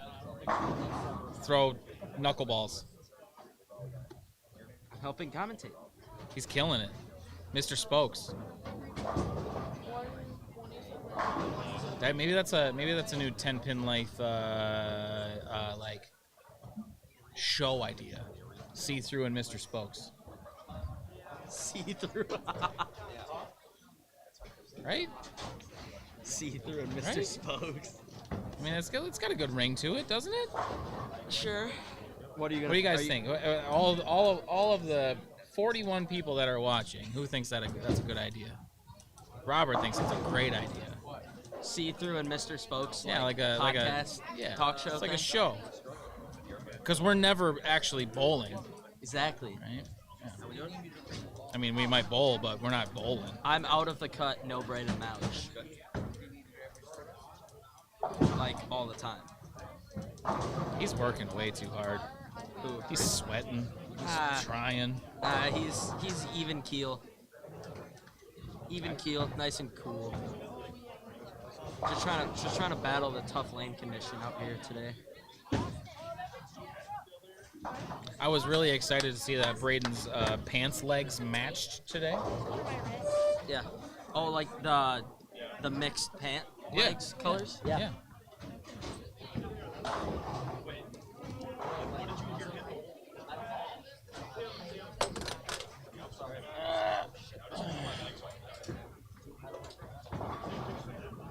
I ran out and I haven't needed it.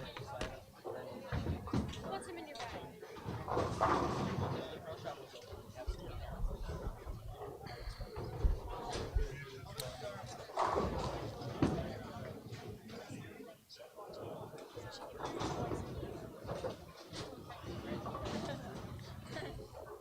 Hey, I'll make sure I'll hype you up in the broadcast. Alright, you better.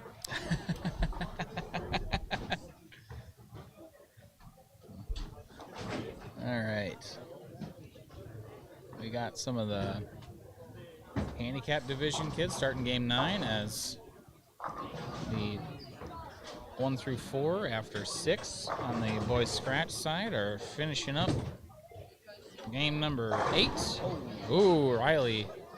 It's a big strike. That was a big strike for him. I think he didn't need it, but he kind of needed it.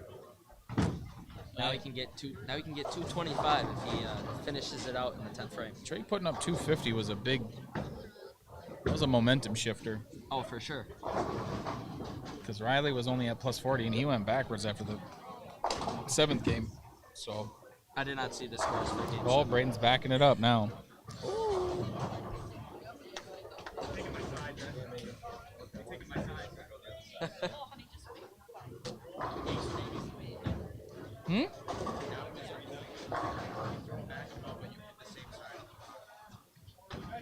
Did all 10 fall over? That's all that matters. There's me. It's just my face. I wasn't doing it on purpose. Yeah, look at you. Oh, I am. You were second page and all. I was second page. You were last. No, I was pretty close though. That was rough. Just never put one together. Oh, you had a 95. That's at least serviceable on this. That was a 195. I'm pretty sure with 3 Brooklyns. Did I ever tell you about the time I shot 250 with 8 Brooklyns? No. Yeah. I've never heard. Sunray Lanes. Where? Sunray over in the cities. Oh, in Minnesota. Yeah. Okay. Yeah, we were bowling on. I think we were bowling on Red Square. It was something super dumb, like super dumb flat. It was either that or it was a Masters Red pattern. Square's a classic.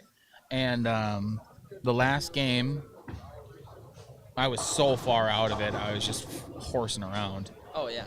And I grabbed remember the old Intense Fire?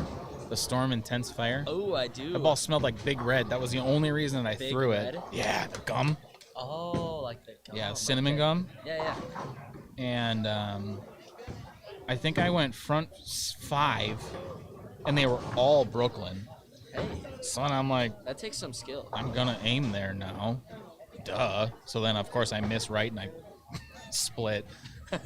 And then I shot 250 something with 7 or I think it was 8 Brooklyns. It was great.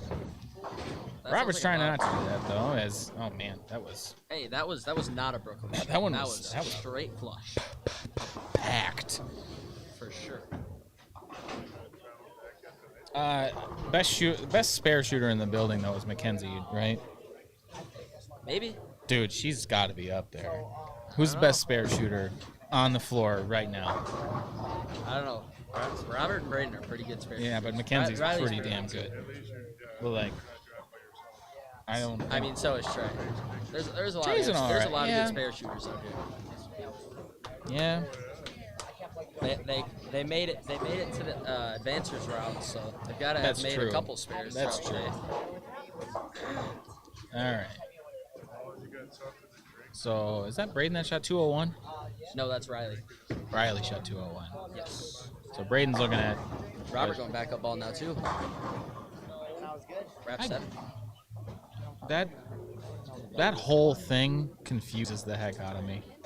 Yeah, I would have known staying on this time, not just beginning the whole time. I'd have been fine. Hey, Ben. Oh, hey, How's it we going, bud? were talking about you and Whitewater before. Is that so? Yeah. It was all good things Yeah, all good things. so far. Why would you do that? I don't know. It's not the truth. Okay. It's because I don't know much, so it was very limited notes. All right, fair enough. Fair enough.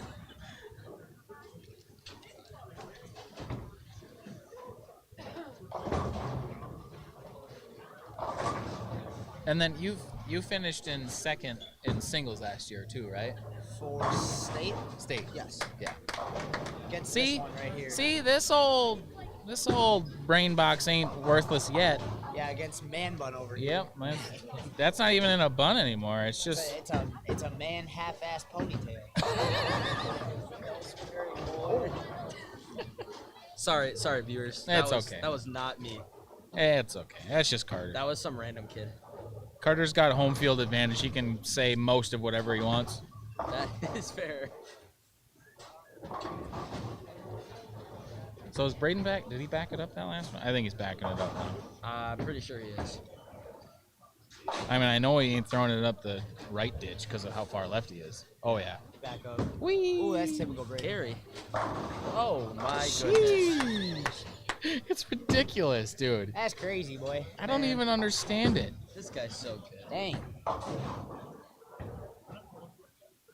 That's what Braden always like. That's his #1 resort after like not being able to do anything on the right I side. think he's played a lot of tricks today, and somehow they've all worked. He is so accurate with a backup ball. It's not even funny. I don't understand It's ridiculous. I just don't get it. It's amazing to watch.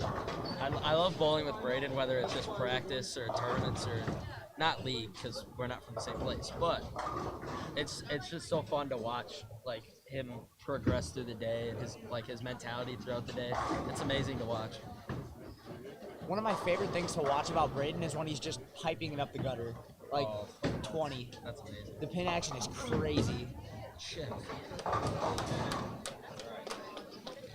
Good place to do it. All right. Hey, Two- three 201s on 201. That's a triplicate, as far as I'm concerned. that pair. Robert, the leader, with the All right. only game higher than 201 on that pair. Warren Miller up on the left lane. He's in our handicap division. Warren was 7th in the handicap division after 6. But this is game 9, and I haven't a bit of a clue where he's at after 8. The handicap bowler started down on the edge. So fun fact, if you don't remember this, last time I was here, Levi Yes, Levi. Yep. won the handicap division. Yeah. And he was also a full 12 to 18 inches shorter. Yeah, probably. Dude, he threw like a weed. Yeah, Levi's. So now, Levi when I was the come step back, ladder for state, if you remember that too. I do. High school state. When Xavier Martinez, this little fella, when I see him bowl in 3 years, I expect great things. Yeah. He's been bowling tournaments for a while. Dude, he's actually he's what, 12? I'm not sure. He's not very old. Warren's maybe not. I don't even think he's a teenager yet. I would assume not. It don't look like it. I also get older every day, and now 19-year-olds look like babies to me. That is fair. And I know that that's not fair. Also, Lawson Spurbeck here. He's from the Green Bay area. He's good. He is This very kid good for has his game. age. Oh, and he gets And the he's 5'7". and he's coach. pumping it too. Look at this guy. He's got good taste in jersey colors too, the pink and blue. There's Abigail going for the something 5'9". Yes, 5'9". Yes. It's weirdly hard to tell what that is looking at this. Looking through the computer. Oh, Robert backing it up again. Oh, goes through the mouth. There's Braden Champion. Can you hear us talking?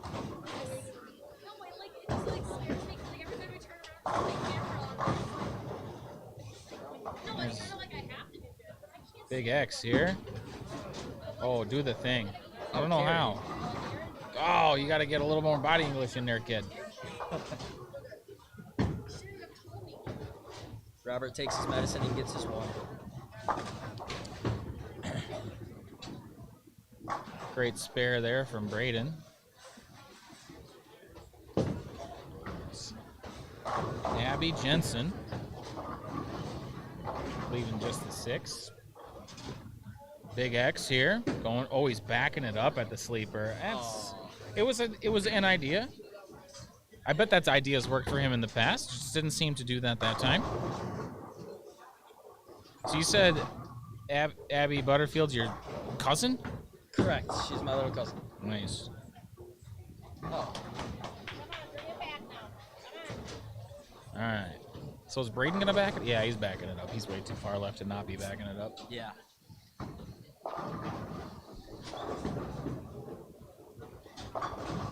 Hey, he splits too. Almost the same thing. Oh, there it is. Count it. There's the carry. Warren got a hook, not quite.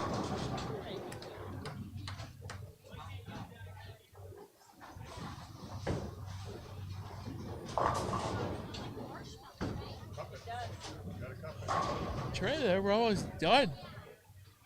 Ooh, Trey's not having a good game. Trey Which one? split twice. Which letter is he? B. 15B. Oh. But his 240 last game does help. It did help. 250. 50. I think so. I don't know. We could go back, but I'm not going to do that. That sounds like a lot of work. It does. Want to know why? Because it is a lot of work. Yeah, exactly. Let's get a push. Not enough. There's Preston Block. Also, I believe from the Green Bay area. I think so, yeah. Peshtigo. That is not the Green Bay area. It's half an hour from Green Bay. Isn't it Close more? enough. I think it's more than that. I don't know. All I know is that I probably get to bowl the Lund Memorial Tournament this year. Yeah. And I'm really excited about that. Yeah. Yeah. It's a good tournament. It is. At center lanes, which, right, it is at center lanes? I believe so, yeah. It's a nice little 8-lane center. Yeah. And anybody does have a Jeep, and you own a Jeep, and are willing to help out at a very nice spare tire problem, please come by Chris at the tuning table. Thank you. Ben, do you know how to change a tire? I do. Speaking of I that? do definitely know how to change a tire, and I do know that I won't be changing a tire right now. It's a good answer. It's a good response. All right, let's see what Mr. Schwartz has on this right lane. He's got a spare and a strike, looking to double. Throwing something purple. The best ball of all time. You think so? The classic purple hammer. I don't know, man. I What do feel you like think's that's up there? for debate. What do you think's up there? I think the IQ Tour Solid is Fair. right there. That is fair. I think that I think honestly, just because of the longevity of it and the fact that it was so momentous, the black hammer, Correct. the Fay-Ball black hammer. Uh-huh. You know, that was the first ball that they ever put the logo on the side so you could read it. Oh, really? Yeah. As Abby Butterfield gets her a little bit to the left. And Isabel, no, not quite enough. Let's watch Mr. Lawson here. Lawson Spurbeck, just touching it in there. Oh, count it. I believe that is a raw hammer. Yeah? I believe so. Well, I don't think backing it up's working so hot over there. Really don't.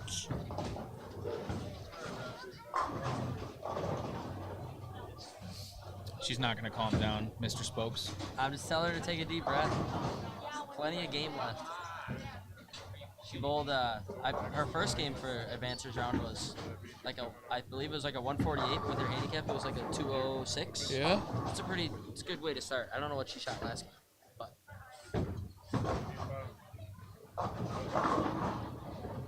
Let's see Mr. Martinez put 10 straight in the pit here. Come on, kid. Oh, he's down to the ice ball. Trey's lost. He forgot he was bowling this game, I think.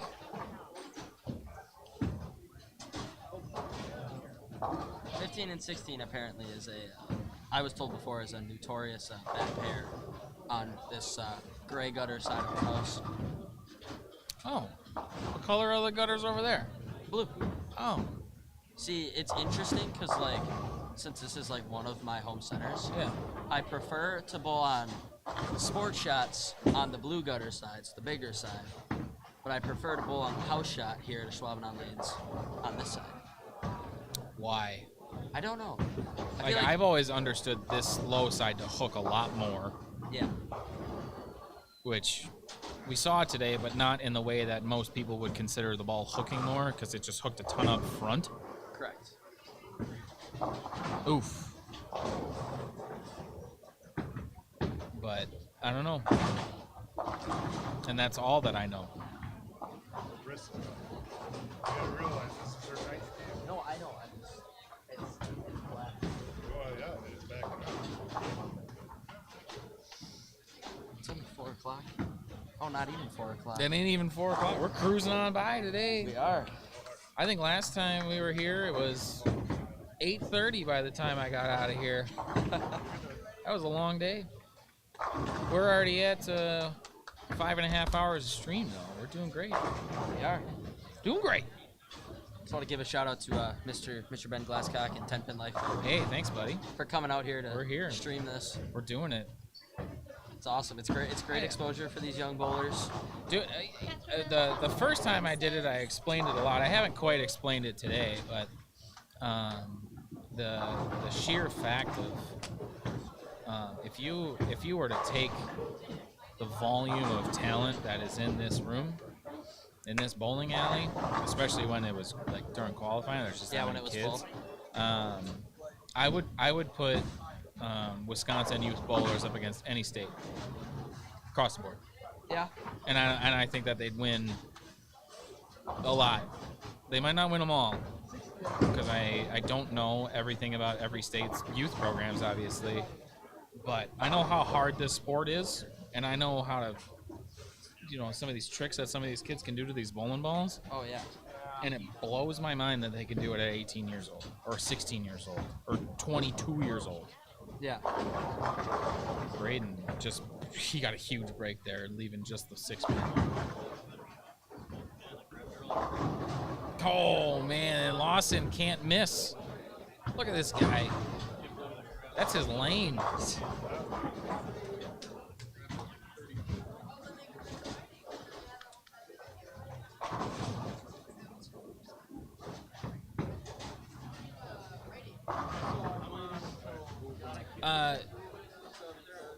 How many of your friends have gotten into professional wrestling? Your bowling friends? How many are fans of professional wrestling? I'm not sure, but I know Kale Rush. Shout out to Kale. Bowling Insiders with Kale and Tim. Couldn't make it today. He's aged out of these JBST tournaments, unfortunately, but just want to give a shout out to him if he's watching. But for all I know, him for sure. I also used to watch it. My dad used to be into professional wrestling, and so I've it's coming. Just so you know, I've slowly it's coming. Paid attention a little bit. It's coming. It's just a weird thing that I've noticed that those that tend to bowl recreational sport style bowling all love professional wrestling. Really? I don't know why. Do you like professional wrestling? I do. I don't watch it that much, but when I do, I enjoy it. I watch WrestleMania every year. I'm assuming you know the name CM Punk, correct? That's why I asked. Okay, yeah. I saw Kale's Snapchat video of when CM Punk returned at whatever pay-per-view was last night, and I'm like, he's back. Now, because growing up as a kid, he was the face of the company. He was, and I was never a fan. Really? No, I haven't liked the face of the company since The Rock was done. That's fair. I didn't like Cena. I don't like Roman Reigns. No. I didn't like Punk. Really? I didn't like Randy Orton. Really? Yeah. Wow. I'm picky. I don't know. I mean, The Rock is a classic, though. I mean, he's the legend, man. What about Stone Cold? Duh. But he was never the face. He was always the heel. That's fair. Lawson, Spurbeck. Oh, does he get 8 at least? No. Hands on the hips, Abby. That's the trick.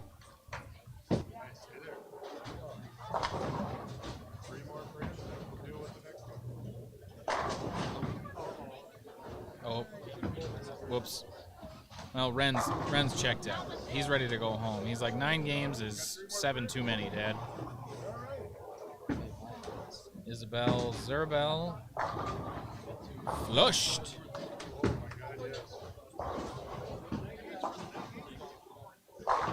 There, he found it. Robert Briggs still playing up the Still left, back the left in gutter the- cap. yeah. Not gutter cap, gutter. Up the gutter cap. On top of it.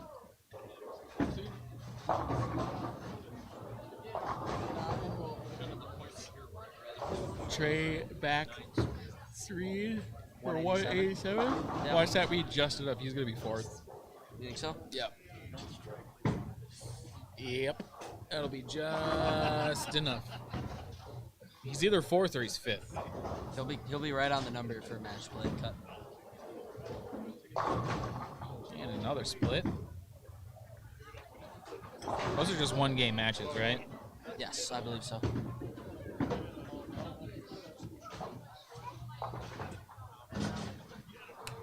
Yes, only 2 more games after this final advancers round game.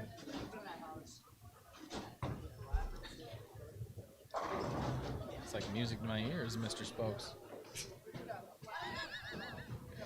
Can you change that to your Instagram handle for like a day and just see what Mr. anyone Spokes. says? Yeah. I don't. My Instagram handle is just my name. I know. But backwards. Oh. So. Well, it's my last name and my first name. Oh, gotcha. It's not backwards. It's just in reverse order. Yes, correct. Gotcha. So I mean, I could. I mean, I'm just saying. Mr. Spokes. See what they say. See what they say. Whoever they are. I don't know who they are, but see what they I say. expect a message on the day I do it because you're gonna pay attention. Yeah. If you I'll notice it if you don't even post a picture. Yeah. I don't even know how, but I'll figure it out. There's Braden looking to get back on the strike train here.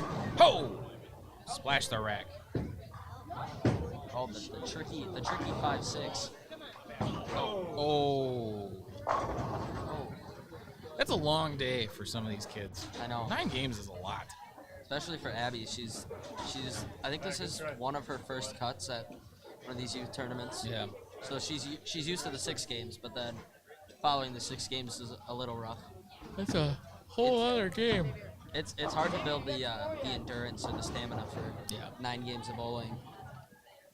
Like especially when you depending on where you're from, you have to wake up early, not a lot of sleep. That one was slapped by Aubin. Slapped.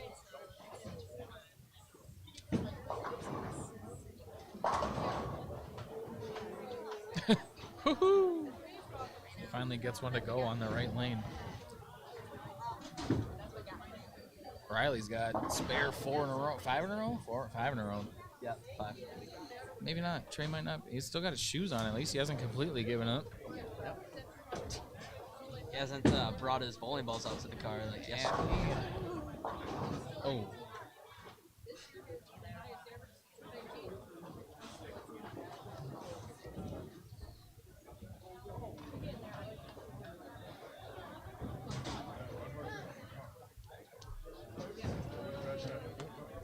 Mr. Spurbeck here. Oh, lefty.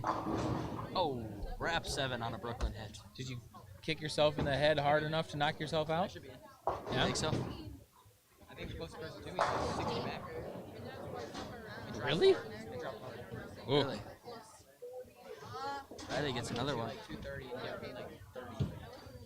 I'm 40 over 35, so. Should be. I mean, I shot 180. It's like not the worst game. You bailed out of 180. Let's be real. Yeah, that Oh! Michael Never a Jackson. doubt. Michael Jackson type. Well, at least I know what Legs Just movement. moonwalking him. If they be hooking early now I know what to do. Well, Shove at arch and loft it a bunch. yes, with a green ball. Yeah. Yes. Or a red and orange ball. Red and orange. Upper. The one I have with me is so clean. Oh. I just like that ball. The other one's more front to back, but I don't throw that one anymore. Riley going for 6 in a row. Oh. There's this Instagram feed called One Bad Shot a Day. At Jacob Madison. And earlier today, I thought Riley had the leader for One Bad Shot a Day cut. Because he was on like 4 or 5 in a row and stuffed an 8-pin harder than I've ever seen somebody stuff an 8-pin. Oh, really? 9-pin? 9-pin? It was an 8-pin. Oh, really? Oh, the Helios that like went Yeah. sideways with the pins. I thought he moonwalked a 2-pin. I thought it stuffed it Dude, and I just know, that walked was- it straight back. The ball just like stopped. And he just outdid himself. Yes. So now I'm gonna have to shoot Jake a message around time code 54810. Ish, yeah. He can go ahead and use that. Yeah, there you go. I don't know if there's a video of me getting 3 off the left on the. There is. Okay, that could be sent in to Lunch Bad Shot a day. Now as well. you should just do that when you change your Instagram handle to Mr. Mr. Spokes. Spokes. Yeah. Because his last name is pronounced Spokes. Oh. So I said, oh, like Spokes. So now I am just calling him Mr. Spokes. Yeah, show this to Ben. Yeah. Honestly, Look at this. Oh shoot! It's got. one thing that's interesting. I need this to reload. What do we do? You're working so hard. It's just let it happen. Dude. Pocket 8-9. I'm 8, sorry. 9. What? Just hold on. Here you go. Is that the flush 8-9?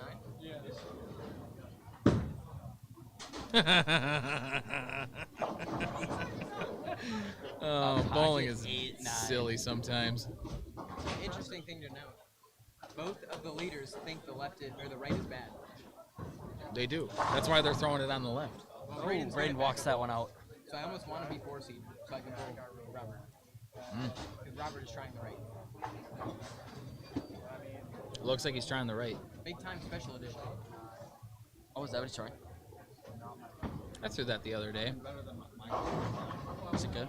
That didn't do very good. I didn't throw it more than 5 or 5 times. It wasn't the right ball, and He really I had likes other it. balls to throw, so. He really likes it. Robert does? I think I'm gonna like it. I laid it out just like one of my old high road nanos, and that was like one of my favorite balls ever. So I at least gave it a little bit of a leg up as Riley bounces back off of his split. The old 7-9. Yeah, I was gonna say something else, but we'll just call it a split.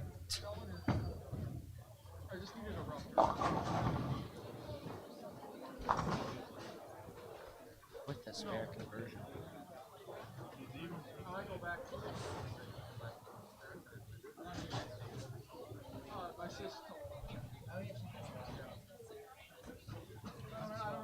Abigail.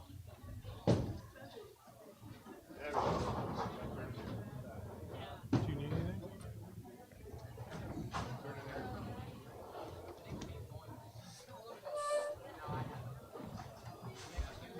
Do you run that channel? Yeah. Yeah,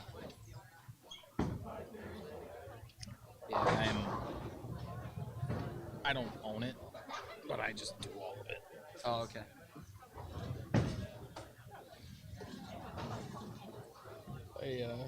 So I get paid for video. Oh, okay.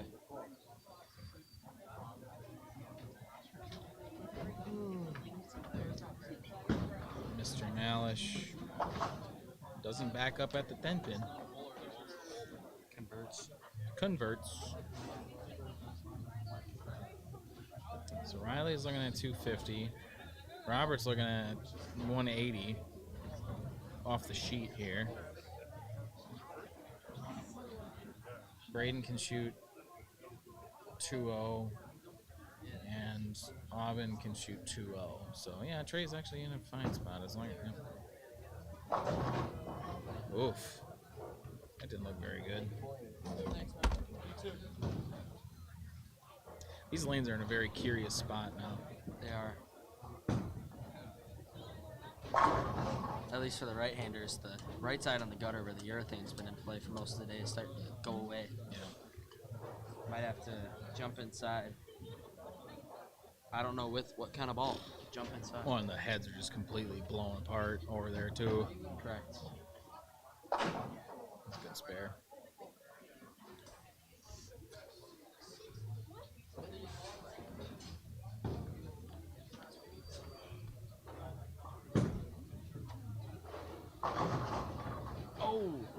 Oh, Hey, what a hit. give this guy his hits. Makes up for that 8-10. I think so. Yeah, close enough. Yeah, you tell him how it is, Yeah, kid. do that, Riley.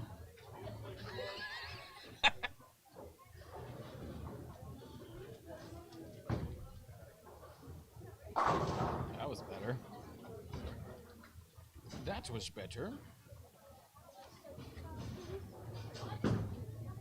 Hook. Oh, watch it. Ooh.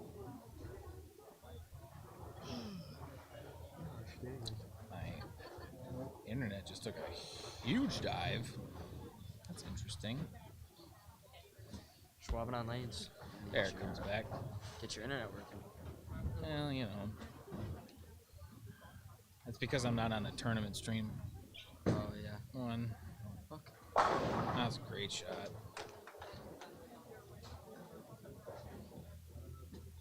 Both Auburn and Braden can strike out for a 2-0 and a 203 individually.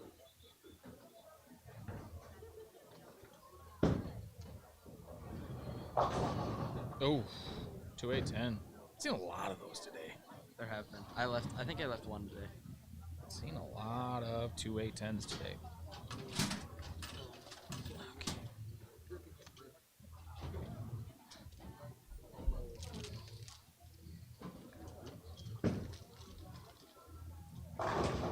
That one was, for as good as the last one was, that one was the opposite.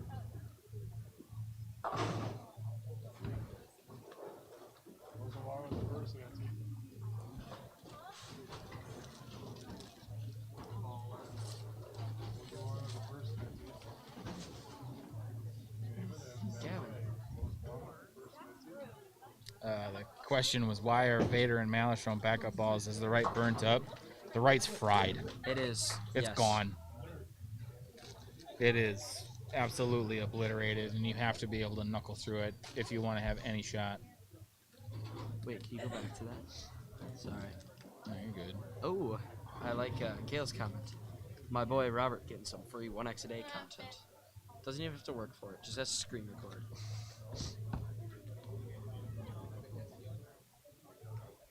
I'll charge him for it. I'm totally kidding. 5 cents. 5 cents per video. Yep.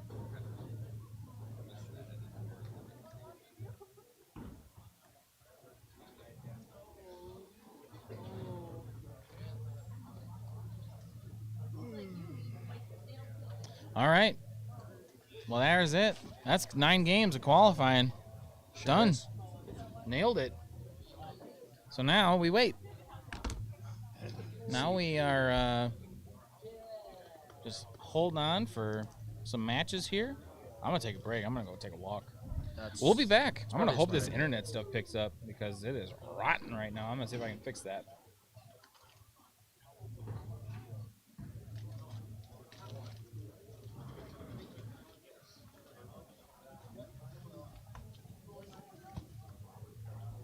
Good job, Mr. Glasscock.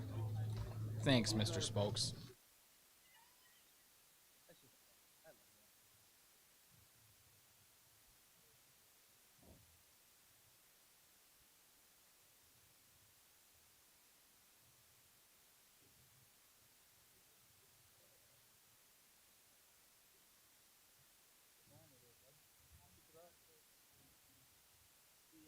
Gave you some nice compliments.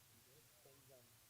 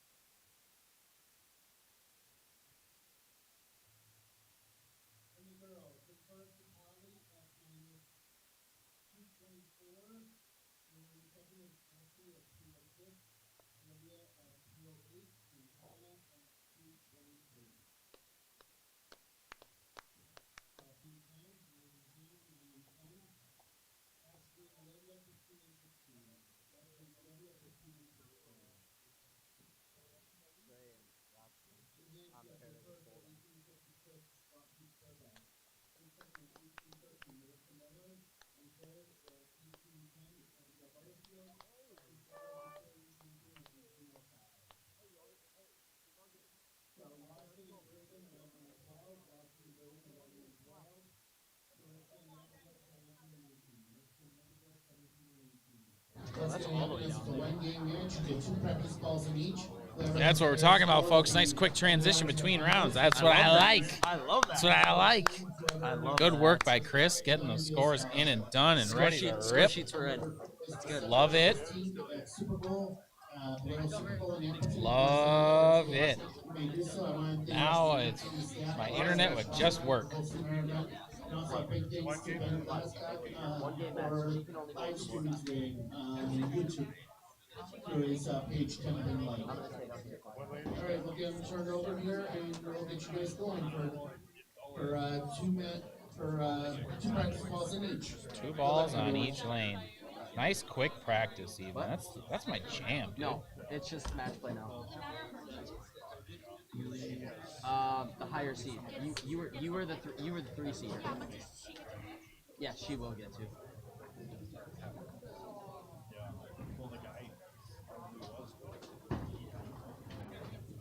Like, yeah, but I still need to square it. Get the tire down. He's like, oh, it's alright. They didn't have it. Some pretty dang good matches out here. That's an understatement there, bud. That is an understatement. This is the good stuff now. For sure. So, we got to get some handicap numbers. Grabs too early. Handicap? Oh, yeah. Because Lawson Spurbeck gets 29, and Braden gets 31. So Lawson's got to beat Braden by 3. And then down way there, Abigail gets 58, and Marissa gets 29. So Abigail got it's a 29 pin gap. 29? Yeah. Yeah, Marissa's got to beat her by 30. That's a lot of pins. That is. Not impossible, but. All right. So on 9 and 10, we've got Hannah Zupke, which was the 4 seed for the ladies, bowling against Holly Orgeman, the 1 seed.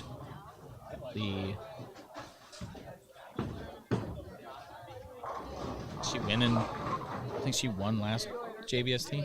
Huh? She won the last one in Tosa. Holly. I'm not sure. It's in the book. If you can check the book. Lawson Spurbeck and Braden Champion in our handicap match. That's a 2-pin difference for handicap, so Lawson has to win by 3. And again on lanes 13 and 14, Trey Hendricksmeyer and Robert Bader. Holly did win the last one. Yeah. So Holly's looking for back-to-back jacks here. And then Hannah won the one in Eau Claire. Oh, nice. Nice. Last 2 champions. 2 former champions, yeah. I like it. As they say, the cream rises to the top, right? That's why we're sitting here. Yeah. We rise to the bottom so we can call from the top.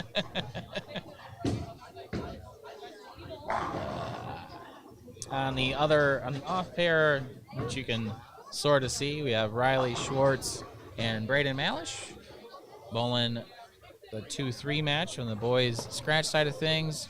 And then Olivia Baskin and Ashley Bowie?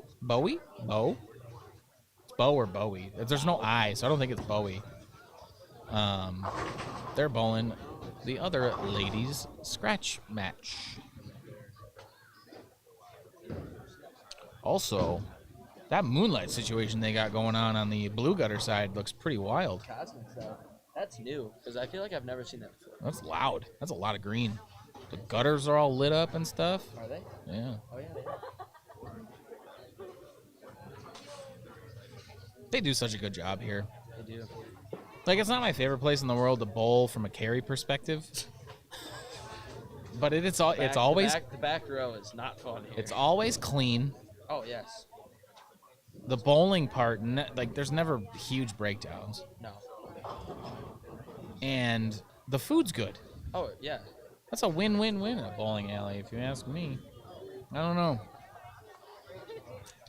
I'll keep it simple. Thanks for hosting Ashwaubenon Bowling Alley. Matt Orvis and Ryan Orvis do a great job out here at Ashwaubenon. Yes. Yeah, they've been here for a long time. They finally have the keys all to themselves, technically. Correct, yeah. That was within the last 5 years. I think it was 2 or 3. It was recent, yeah. And they're doing great. I mean, they took over a pretty successful operation, but yeah, just keep it going, man. If it ain't broke, don't fix it. I know a lot of people that broke a lot of fixing things. All right, Trey, first shot, wrap 10. At least it wasn't a soft 10. Correct. Gotta be close. That could have been worse. I mean, we got a little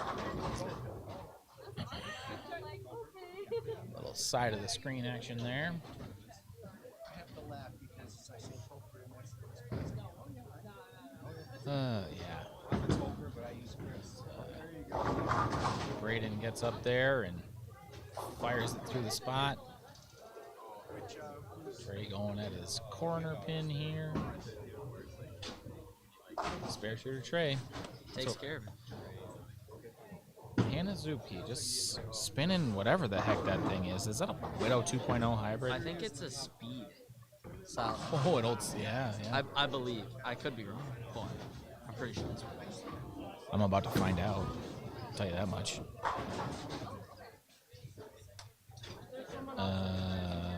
Yeah, I think so.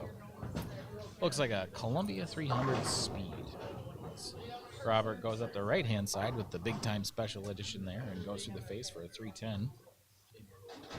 Hannah runs at her 2-pin, gets it over there easily, and Lawson,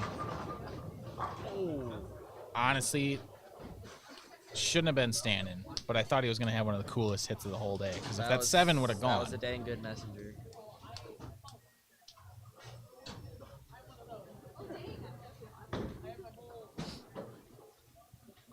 Every time I see him, I just want to call him Bobby.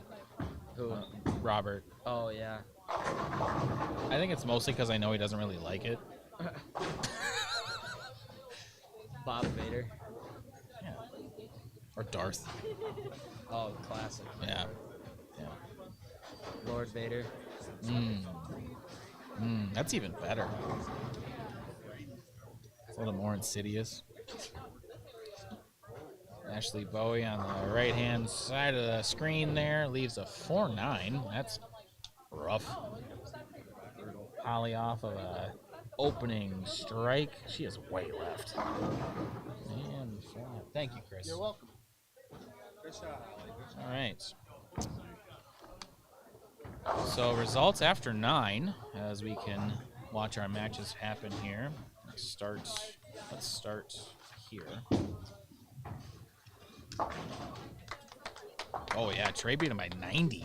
He was in by 90 pins. He was up 90 on Topher at the end. Yeah. Really? Wow. Hot dog. That 250 was a big hitter.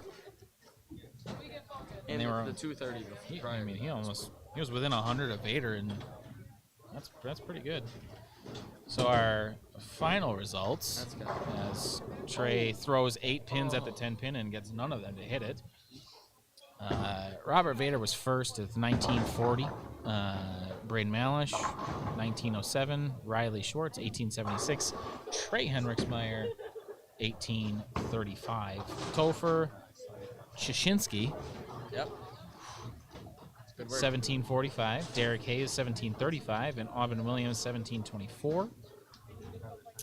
Kyle Muth, 1705. Zach Zaromsky, same, 1705. Hunter Adams, 1694. Dalton Zeman, 1641. Colby Hydepaw, 1637. Brady Jakes, 1571. And rounding out our advancers was Levi Gabrielson with 1570.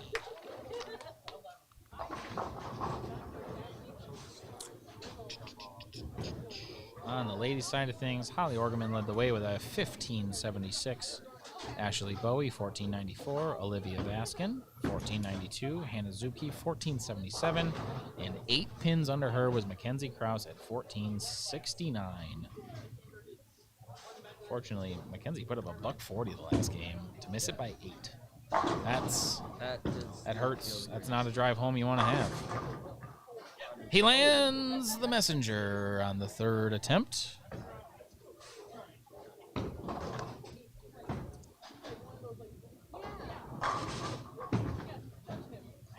They really got that one to the right. On the handicap side of things, Lawson Spurbeck led with 1595. Marissa Miller second, 1552. Abigail Butterfield 12. Oh, that's scratch total. Sorry. Let's start over. Lawson Spurbeck was 1856. Marissa Miller 1813. Abigail Butterfield 1810. Braden Champion 1805. That's tight. That's 51 pins from fourth to first. Very close. And then just out of the number was Preston Block with 1782, Xavier Martinez 1753, Abigail Jensen 1742, Isabel Zerbel 1739, and rounding that out was Warren Miller 1690. Lawson goes flush, Brooklyn. Just a little bit high flush. Just a little high flush. Great spare there by Roberto. I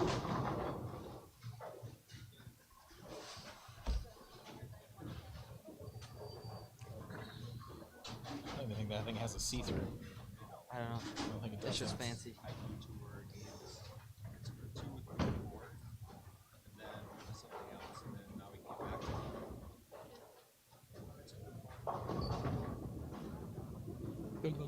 Ooh, hooks the spare ball right past the 2-pin.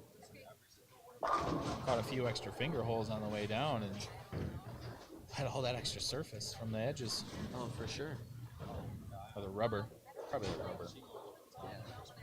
Where the rubber meets the lane. That's not how the phrase goes. In case anyone's wondering, Braden's backing it up. And Robert's not. He just zero-boarded it. Yes, he did.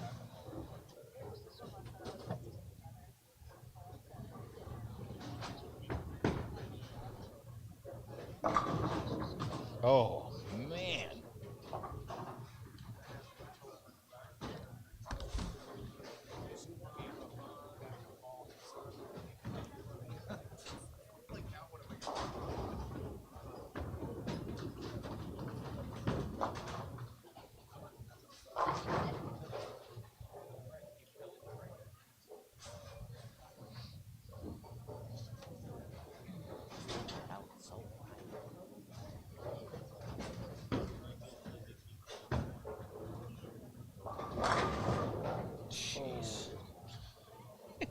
See that on the way left side of the screen. That's a brutal hit. Let's see what Hannah can do here. She's spare. She needs to find something. Didn't find it yet.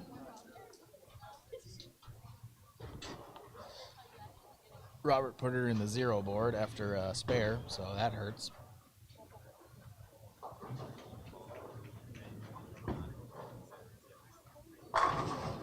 That slapped. Probably thinking to himself, where was that 4 frames ago? As they say, the old gray boards don't cook. They neither do the blue boards. On the high end. On the correct. high end. Correct.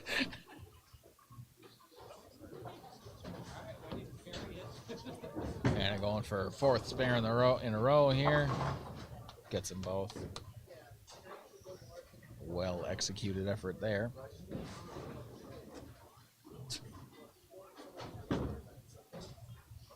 There's Lawson Spurbeck.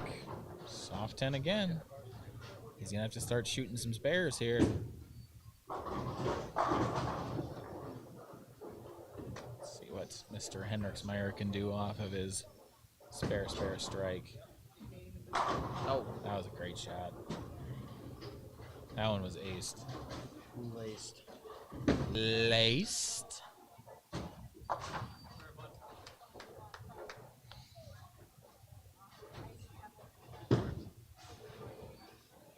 I think Hannah's got to learn how to move a little further to the left.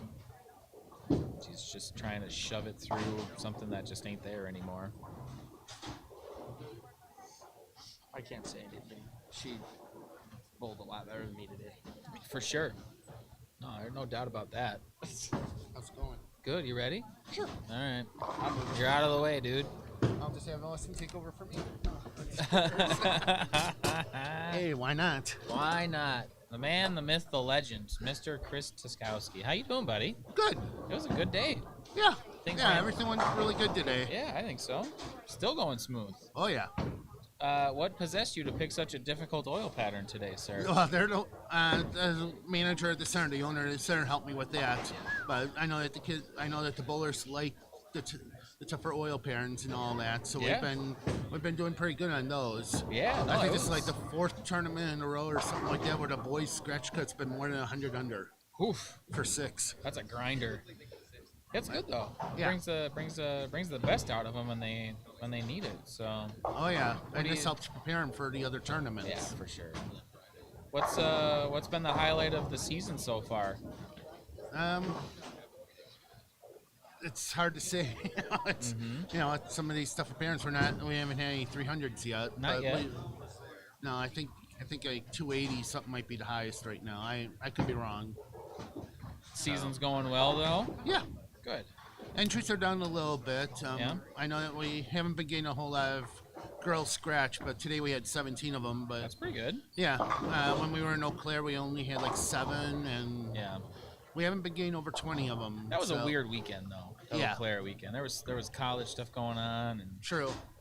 all sorts of things. Yeah. What's on the docket next? Where's the next one? Super Bowl in Appleton, Bolero Super Bowl. Which weekend is that, or which day is that? December 16th. December 16th. 10 a.m. Yep. 10 a.m. start. Check-in starts at 8. So if you're not here, you should be there. Yep. That's what you're saying. Yeah. December 16th, Super Bowl lanes in Appleton. Yep. Bolero Super Bowl. Newly redesigned naming. Yep. Yeah, Bolero took over 3 centers in October of last year, so. Yep. Hopefully we'll see you there, Ben.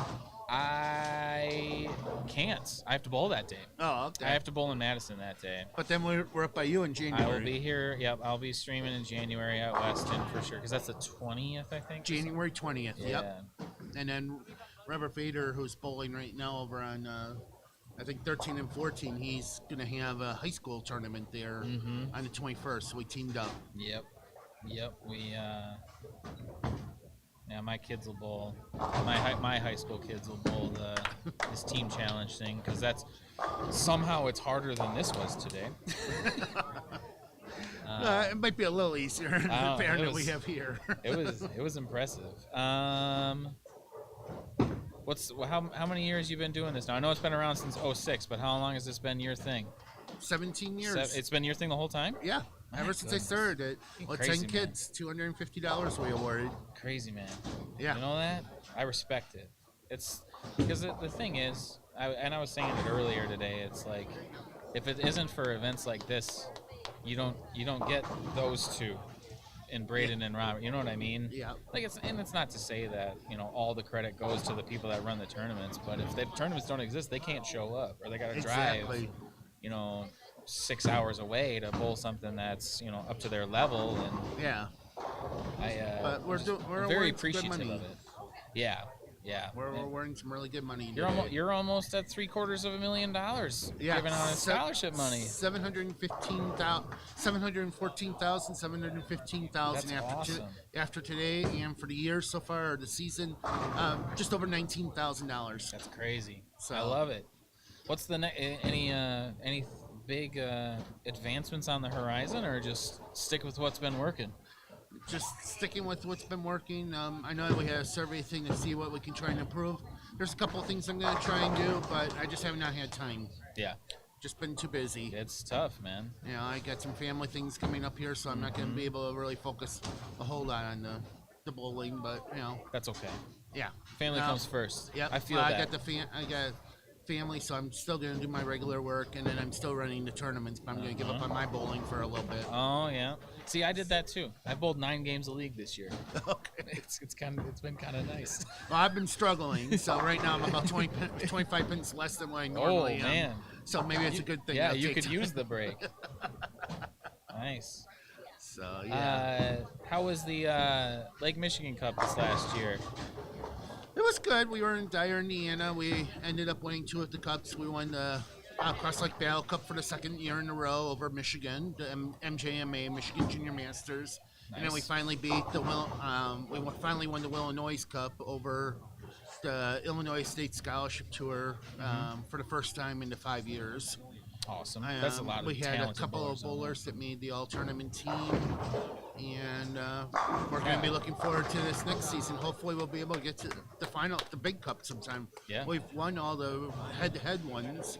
We won the Whiskeyana Cup last year. We won the Cross Lake Battle Cup, and or the Whiskeyana was 2 years ago. That's got to be one of your favorite events every year, right? Like it's fun. It's so crazy. I'm trying to host it sometime, but this will be our third time going to Michigan in the 6 years. I think it's time. Yeah, we've had 2 in Illinois, 1 in Indiana, and this will be the third time in Grand Rapids, Michigan. We're taking the top 10 boys, top 10 girls from our scratch divisions based on points. You know, with how some of the tournaments are, the points haven't been really high on the girls' side, you know, for some of them. You know, because you get points for appearing, and then you also get points for every game over 200. Oh, okay. So I have a breakout. It's like it's break off by like off of 20, so it's like 200 to 219 is 2 points, 220 to 239 is 4. And then how they finish, if they make the match play or they make the next round, they get extra points as well. I like that. So yeah, I've been doing that for a while now. So hey, if it's working out, it's working out, right? Yeah. You know, just do what you can, right? Exactly. feel like I'm gonna sneeze, but then I just threw my headphones off my head instead. Oh yeah. Well, let's take a quick scan here. Looks like Robert is struggling. 40 behind. So there's that. Yeah, he's 44 behind right now. And Olivia is behind, but she's on a double and now puts a 3-bagger up there. Yeah. Oh, no, that is her. So that's about tied up. And Braden needs a mark to win his match. Oh! What you got? That was Holly's nasty. 10 pins ahead of Hannah right now. And that's a 4-5. Yeah, you don't see it very often. No, we saw we saw some fun leaves today though. Yeah. Oh, I certainly had a weird one. I didn't get a chance to take a picture of it at League about a month ago. I'm a lefty, and I left a 5, 9, 10. Wow, that's impressive. And I picked it up. So. Well, that's good. You don't see that one ever. No, the worst one I ever saw, and he probably won't ever hear this, but Doug Ford left the 4, 5, 7, 10 once on a pocket hit. And this was at Days Bowl-A-Dome up in Wausau. Yep. And it was a big scratch doubles event, and it was like the 3rd or 4th game. Okay. So like everybody was tuned in, and everybody saw it, and the whole place laughed. It was so funny. Yeah. So. Well, one interesting thing is we've had the 5, 7, 10 made twice on our tour. Interesting. I've never seen one it of them. I've never seen it made. Yeah, 2 of them. 2 of our bowlers have made it in the past, and they were both female bowlers too. I don't think any of the boys scratch have left them, but I know that the two girl scratch bowlers made them. The first one was Jalen Haanen, and then the second one was Mackenzie. I always have a hard time saying the last name, like Jovic or what? However. Whoa. Yeah. So it was pretty cool. I wasn't able to see Jalen make it, but I saw Mackenzie make it, which is really cool. You ever had any 7-10s made? I think we've had a couple of them made on our tour, and I've made a number of them too. Yeah? Yeah, I've made one last year without really trying. Nice. I was subbing in a league, and yeah. So it looks like Braden won. Braden Champion won over Austin Spurbeck. So Braden will be going over to 13 and 14. And as long as once Holly makes this, does not make this, so she has not won. Well, she's at 161, so that means Hannah needs can all 3 to win. She hasn't struck once, so this would be a really interesting time to get 3 in a row. Yep. It's not going to be the easiest thing in the world to do, but yeah. And I don't know what's happening over here with Robert and Trey. Robert's done. Yeah. He's maxed out at 160. Trey's already in the 2 O's. I know, but he's got 9 count, but I don't know what he needs up there. So Almost. Robert, what pin Almost. do you need? 10 pin? Okay, I'll let Matt know. All right. All right, thanks, Ben. Thank you, Chris. Yep. Always appreciated. So here's what we got. Trey Henriksmeyer is going to be bowling in the final against Braden Malish. Braden's about to shoot 218. Riley can max out at 180s.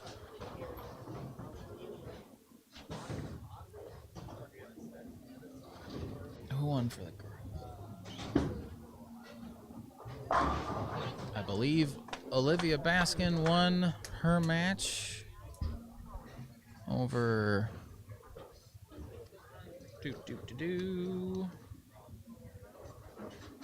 Ashley Bow, so she'll be bowling Holly, and then Braden Champion will be bowling somebody else that I can't see quite that far, but we will have a handicap division title match as well. I know that much. Liam, if you didn't catch it, if you're still there too, I'll be at Weston Lanes on January 20th to stream everything. So if you can come up and bowl, that would be ideal. And if you can't, make sure you tune in and check out the stream. Other than that, I think I'm actually busy through the rest of the JBST season, just with random things. But let's watch Trey finish up his match here. Looking at a 240 if he can double in the 10th.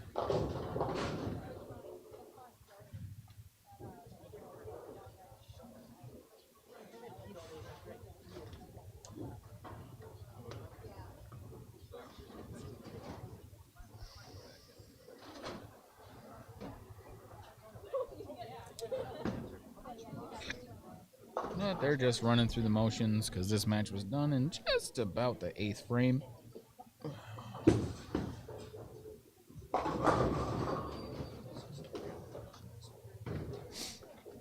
Well, he's got a chance to go for it, folks, but for those that aren't aware, I have live streamed 3 events that Trey Henriksmeyer has bowled at all. And he has won. This is the 3rd one. He's won the other 2. So, Mr. Camera Friendly is going for 3 for 3 on 10 Pin Life live stream wins. Certainly will be curious to see if he can pull it out. 9 and 10. Right in front of me. On the dirt pair.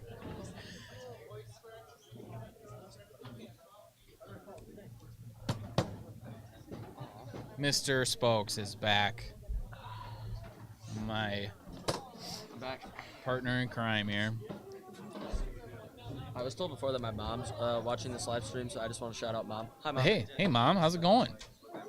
Thanks for hanging out. I didn't bowl good today, so you didn't miss out on much. But you know She what? wasn't here today. You know what, Austin? You might not have bowled good, but you got the best nickname you've had in the last 24 hours. Yeah, I haven't gotten a new one in the last 24 hours. That's what I'm saying, man. There you go. It's got to set those expectations nice and low. Exactly. Or easy to beat. Good luck, Trey. Good luck, Braden. Yes, good luck, gentlemen. I'll try to be quiet. I'll try. Have you heard me at all today? You have? Yeah. Okay. Have you heard me? Yeah. Yeah. Am I bringing you here?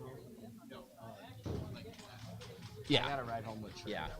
No, and his voice carries. That's okay. 17 years he's been doing this. He can cut a few kids off if he's been doing this for 17 years. That's fine. Hey, Mr. Spokes, helper extraordinaire. Exactly. That's what I'm talking about. Come on now. Oh, yeah. 2 balls on each lane, I'm guessing. That's what we're looking at. One more game, folks. It's only 4:30. Oh, gosh. We're ahead of the game today. Early. Love it. I'll have plenty of time to go home and do homework. That thing that you haven't done anything of in the last 2 days? No, actually, no. Friday, I actually did work on it a little bit. Yeah? I was bored Friday. Good for you. Yeah. I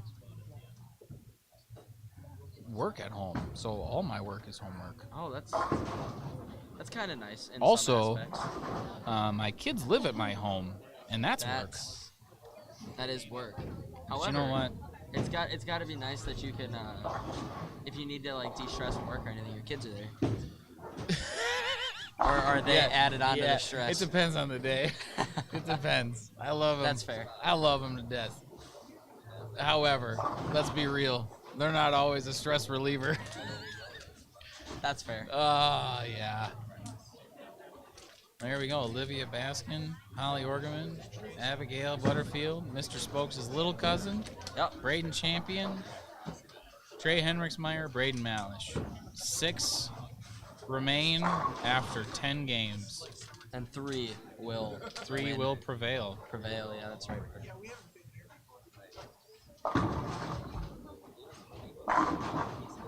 Interesting to note that Trey and Holly both made match play the last time you were here. I believe. Oh yeah, because Katrina won. Yeah. I think she beat Holly. Katrina McCarthy. Or was Holly handicapped at the time? I thought Levi bowled Holly. Oh yeah, you're right. Might have been that. You're right. And then obviously Trey. Yep, Trey won. That was I mean, his first win. Riley was also made match play. Yeah, Trey's first win ever was at a youth event. Yeah. I think ever. Ever? I think so. At least on something that was like worth winning. Yeah. I don't know. I was just telling everybody before you sat down, he's 2 for 2 on streams that he's bowled the event that I streamed. 10-pin live streams. Yeah, so he's got an opportunity to go 3 for 3. He's also wearing the same jersey the last time you live streamed. He was telling me about that yesterday on the ride home from the WRBT. I hope he gives me if he manages to pull this off against Braden. I hope he gives me a nice big Jason Couch 3-peat. 3-peat. Give me a Jason Couch 3-peat. That's funny.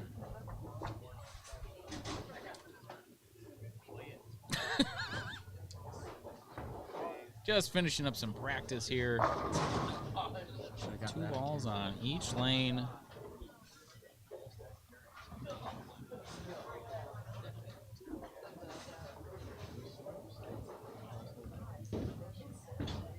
Olivia, I think, might be looking for a little bit of revenge against Holly because if I remember right, no, Olivia finished 3rd at Bullfest. She didn't make the final, but it was close. Yeah. Either way, I unfortunately was unable to stay for Sunday's match play events. Otherwise, I would have stayed there and watched a lot of it. Little something to prove. That was a long day. Oh yeah. Well, didn't you have to live stream all, like the men's, women's, and? Yeah, it was a lot. I think that one ended up being 10 hours or something like that. It was long. What has today been? We're at 6.5. 6.5. This has actually been quite reasonable. Yeah. And I've been taking it pretty low key. Yeah. Like, we're hanging out. We're talking about bowling. Qualifying moved pretty fast today. It did. The first game was slow, but then it flew by. Yeah. All right, here we go. These balls count. Braden Champion leading us off. Oh, it got really quiet here. I'm gonna shut up. I'm gonna try to stop talking. He hit his purple.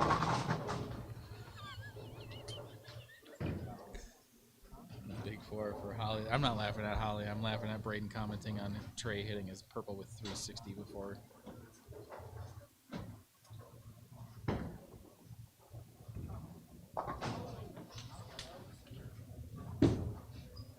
Banging it off. How does that hold? That looks like it's gonna facial Banging every on single the thing. time.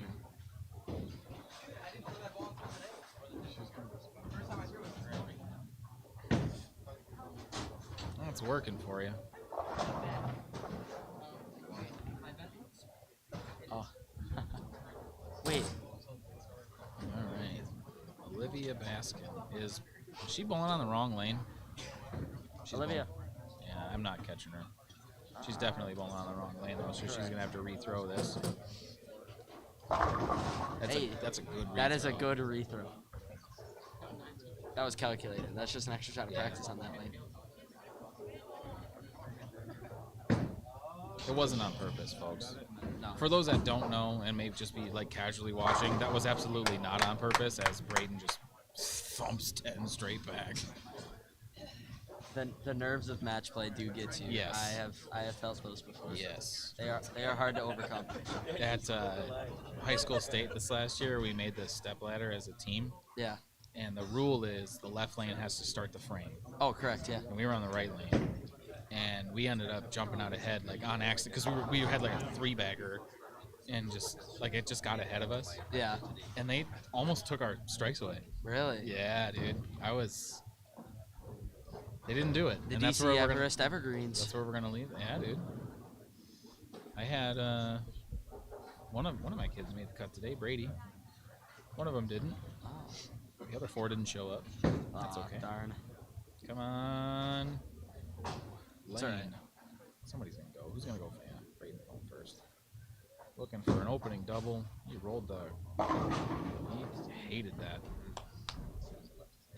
That was not a I aced it, pimp it, walking it off walk. That was I threw that like garbage walk off. I had a lot of those today, unfortunately. When it's not even worth watching go down the lane. Exactly.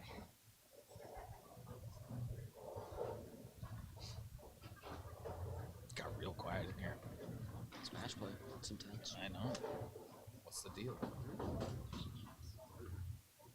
Well, Olivia leaving the 1-2 is better than leaving the 4-9, because that's a diagonal slash in the second box for her.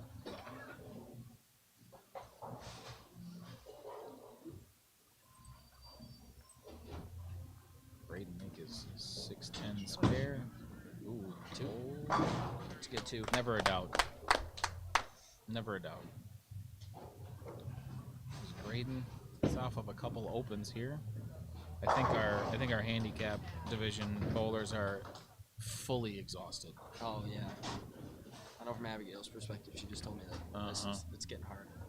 There's Olivia back on the right lane. And just the 9 count.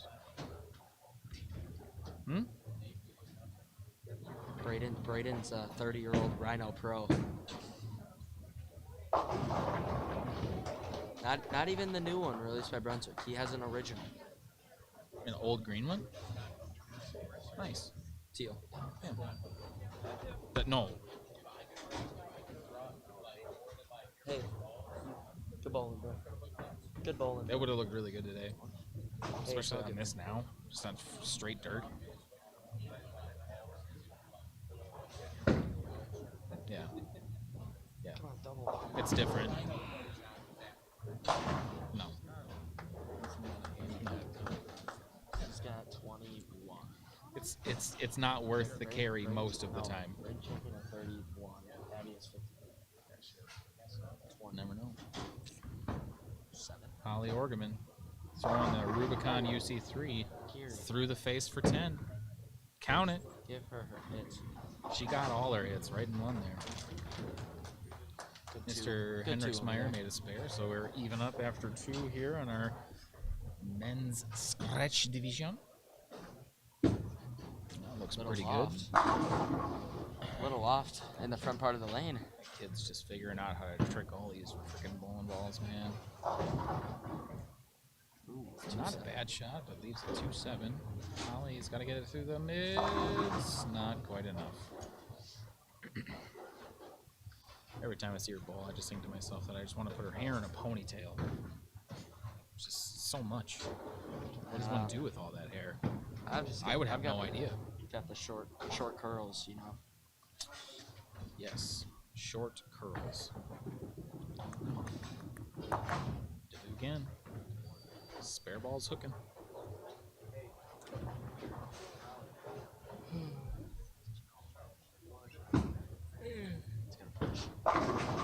Oh.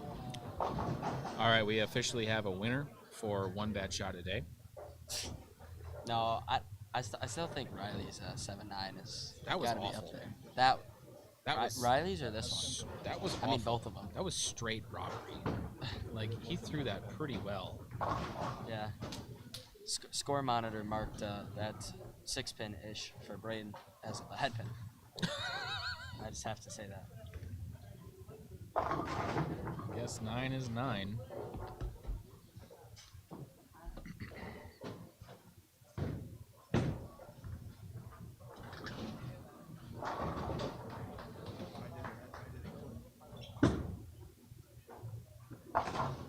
Expert conversion on that 6-pin. Honestly, you might as well just push the reset button.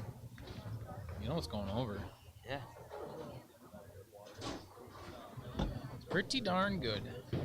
Here's Olivia looking at a 610. We've had a few spare balls hook a little too much on this lane. That one almost hooked too much. Abby's running out of gas over there, Mr. Spokes. I know. She's got to fight through five more frames. Well, she gets a few pins on him too, doesn't she? I believe 27. Yeah. And she's up after 5 by not much, but Braden off the tip of his toes, gets them all to go.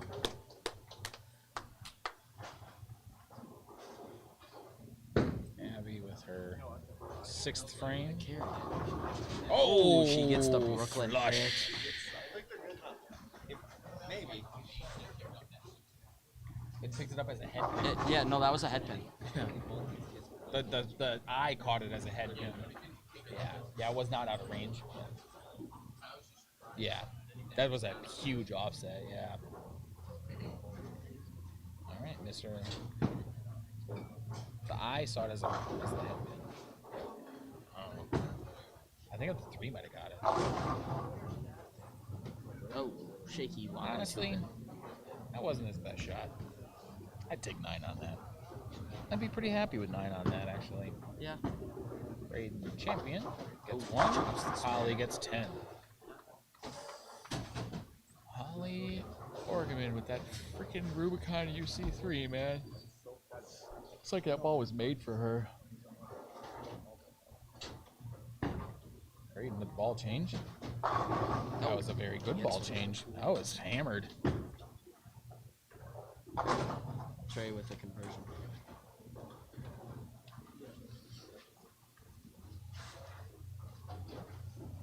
Looking to double up. Does so swimmingly. 610. 610 for Abby off of her strike.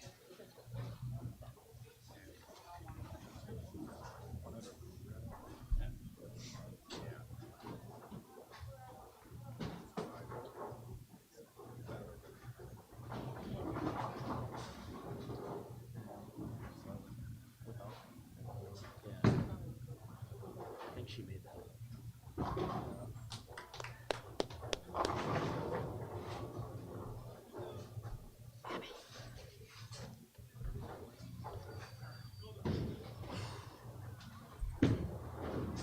Trey got that one up the lane a little bit. Yep. And this 7-pin stands on. He just didn't fire it right enough, fast enough. Now he down the middle. It's a good 8. Fast 8. Fast 8. You ain't wrong. There's Olivia going for the 1-2 spare. I made a 1-2 step joke earlier tonight, and I realized that I'm old. Because you don't know what that means. I was going to say, what is that? Yeah, exactly. Exactly. 1-2 step joke. Let me see you 1-2 step. Oh, it's a song. It's a good spare over there, but that is a good spare. That's a big spare. It doesn't put it away, but no, it just about does.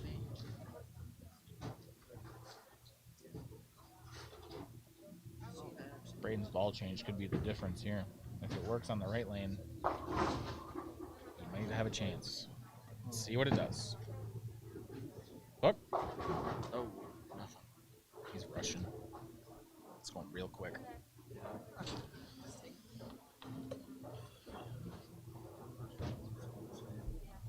Huh? Oh.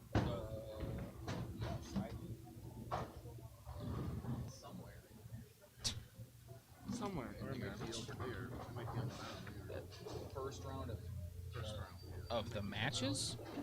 Is this? Is that what you're talking That was after 9. The very first. Are you sure? Oh, I get you. Yes. That one, I think that's it. I'll bring him back. Oh, it's, yeah. I'm just going to put them in a nice, neat pile here.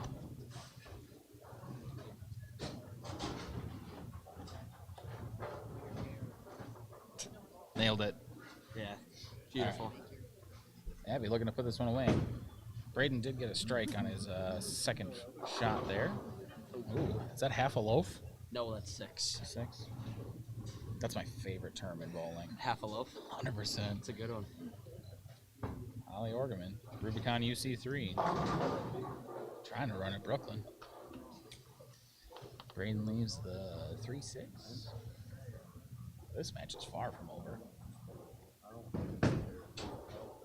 Uh-oh. Got 2. Uh-oh. Missed it by just enough. Is she going to get that one further enough to the right? Yeah, she is. Good work, Holly. Good adjustment. That's my least favorite thing to change is my spare methodology. Oh, correct. Ugh.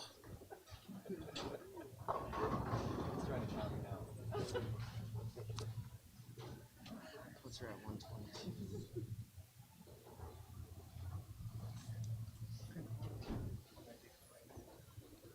Holly going for her 4th strike of the match. Gets them all to go. With authority, too. That one was a loud one.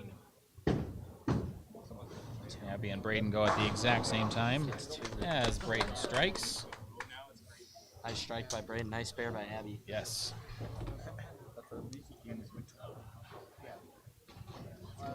Is that her in 10th? Oh, Abby's in the 10th frame already. Yep. All right. That match went fast. Olivia? Olivia kind of needs one here. Oh, get out of there. Okay, good save. And Abby shoots 134? Dude, that's enough. That's enough to win. Yeah, it is. With handicap, I believe. Unless... Yeah, because he had to beat her by like 27, and he can only get up to 43.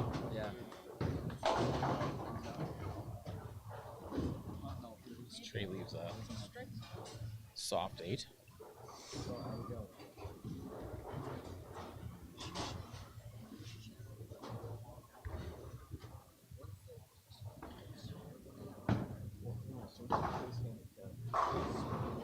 Braden's gonna finish strong over there. I'm pretty sure that. Well, let's look. Braden can max out at 143. He gets 31. Abby gets 58, I believe. 58, so yeah, that's 27. Good spare by Trey there. Braden finishes with a 6 count for 139 scratch. Abby beat him scratch. Oh, she just lost by 5 scratch. And tell you what, in a handicap division, that's good enough for a win. Hey, family brings home a dub. Wasn't you, but she officially has a JBST title before me. Yeah, dude. Good for her, man. Congratulations, Abigail Butterfield. Winner number 1 of today. That's like close to a league average, too.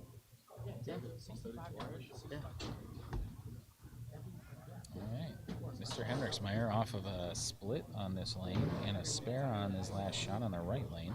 What's he going to do here? Just fired that one right. I don't know what moves he's making, but I don't feel like they're enough.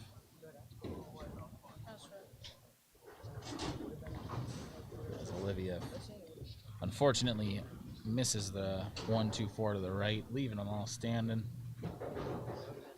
Holly with a double here can really put this one away.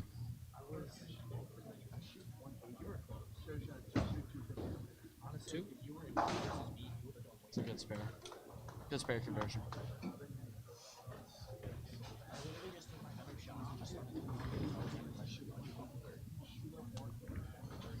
See what Miss Orgeman has to say about it. That's a pretty good shot. Wow. Oh, that was solid. Right in the pocket.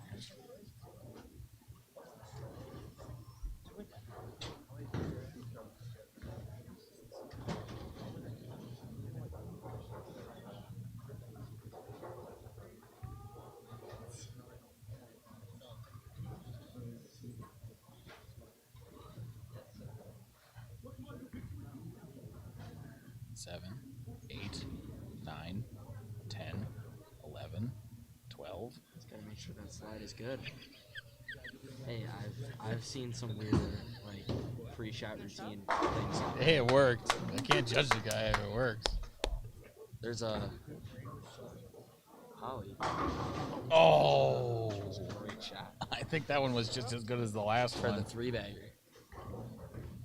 There's a local Green Bay guy that he like bounces on the approach. But he's like known for it. Like people make jokes about it all the time. And we've asked him previous if he like counts the amount of bounces, and he said he doesn't. But I feel like he would. Is it the same every time? It's got to be close, right? I don't know. I never met the guy. There's a Nick- guy up in the Nick Wausau Birkin. area that. Oh yeah. Local. His is not deliberate. He just bounces. Yeah. Yeah. His pre-shot routine. Ooh, that wasn't the greatest shot in the world. Gets away with it, honestly, for the fancy footwork he had going on there. Here's Olivia. Needing one. Yeah. I think she's just lost the look. Also think the look is lost, period. Just out there in that track area. That is possible. Just slaughtered.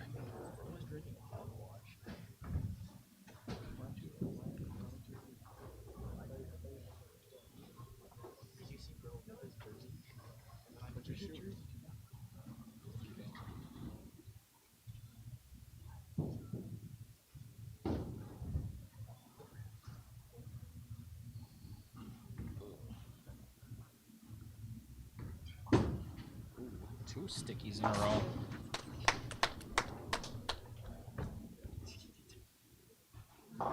Oh, She Olivia makes the Baskin washout. nails the washout. Keeps herself in the match. Trey wants to gain a little pins back. He's got to start striking sooner rather than later. Like now. He's down by 20. He needs a double here. 25. He's down by 25. Bowling math. That's good. Oh, that's brutal. That is absolutely brutal. On a good shot.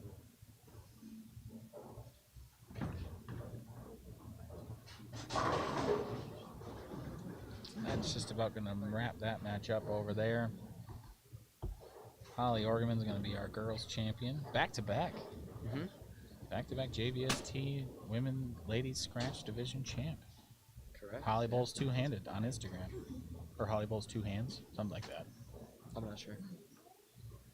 I'm not sure either, obviously. Yeah, that's fair.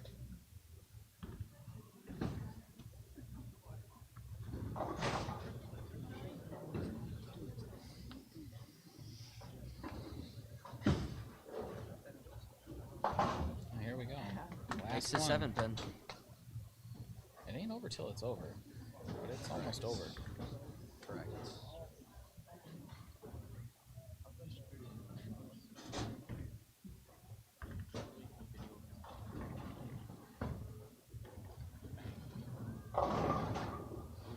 Empty bucket. Empty bucket.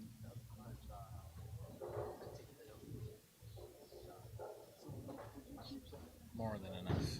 Correct. And she completed the allotted number of frames. Is that going to clear it? Oh, trips a 4. Oh, we got it almost to go? Interesting.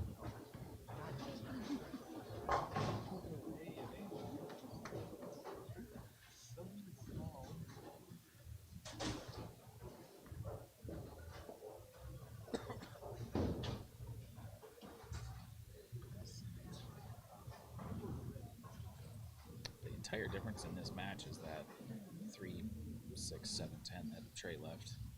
Yeah. That's the whole difference. And Braden's got a double. Yes, Trey's been unable to double.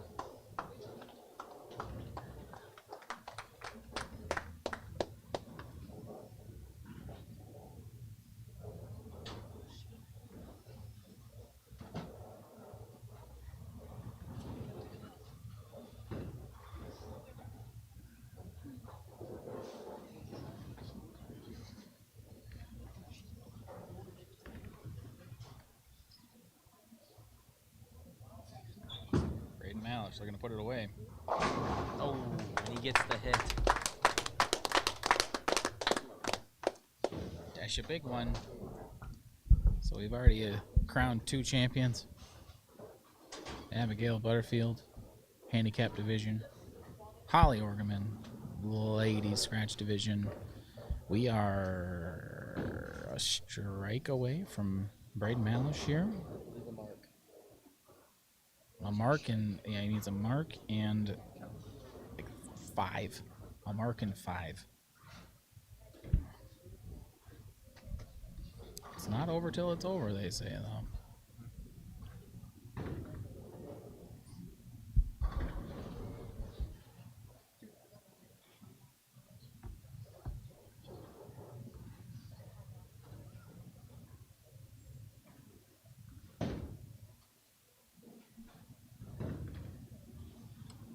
For the win.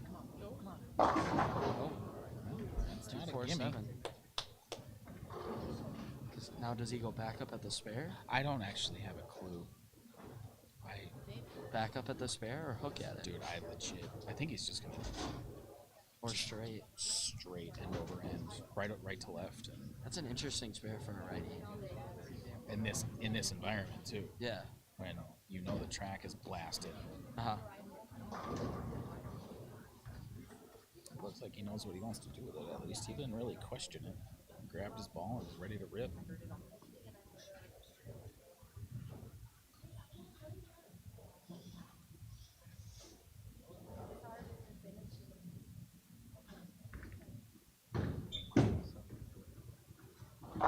He almost missed that. Very close. That was Very close, and that's all. And that puts That's her pretty puts much her out it. of reach. Just gotta stay behind the line and get 5. Behind the line and 5.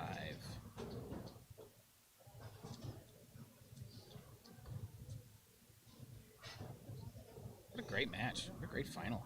Yeah. What a great day. Yeah. Awesome day. Phew. Damn good bowling today.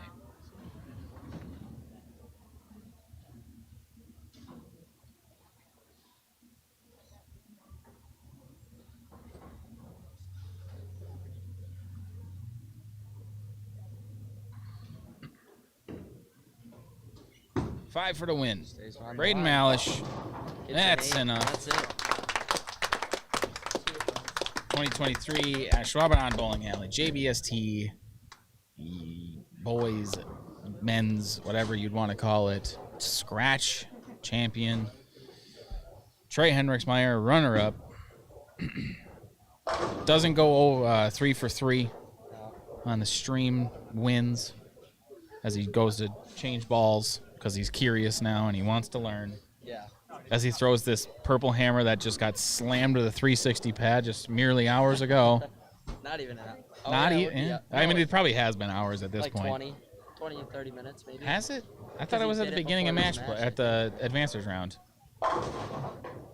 I mean, that was pretty good. Yeah, it looks pretty good. It looks pretty good. Oh, congratulations to our champions. Congratulations to everybody that made the advances round. Congratulations to everybody that showed up, because guess what? Y'all bowled on some of the hardest stuff you're ever going to bowl on, and nobody died.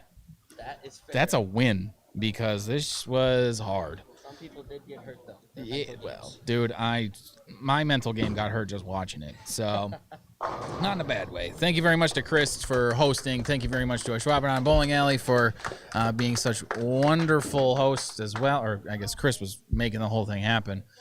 And thank you to Storm for sponsoring. Thank you to Mr. Spokes for hanging out.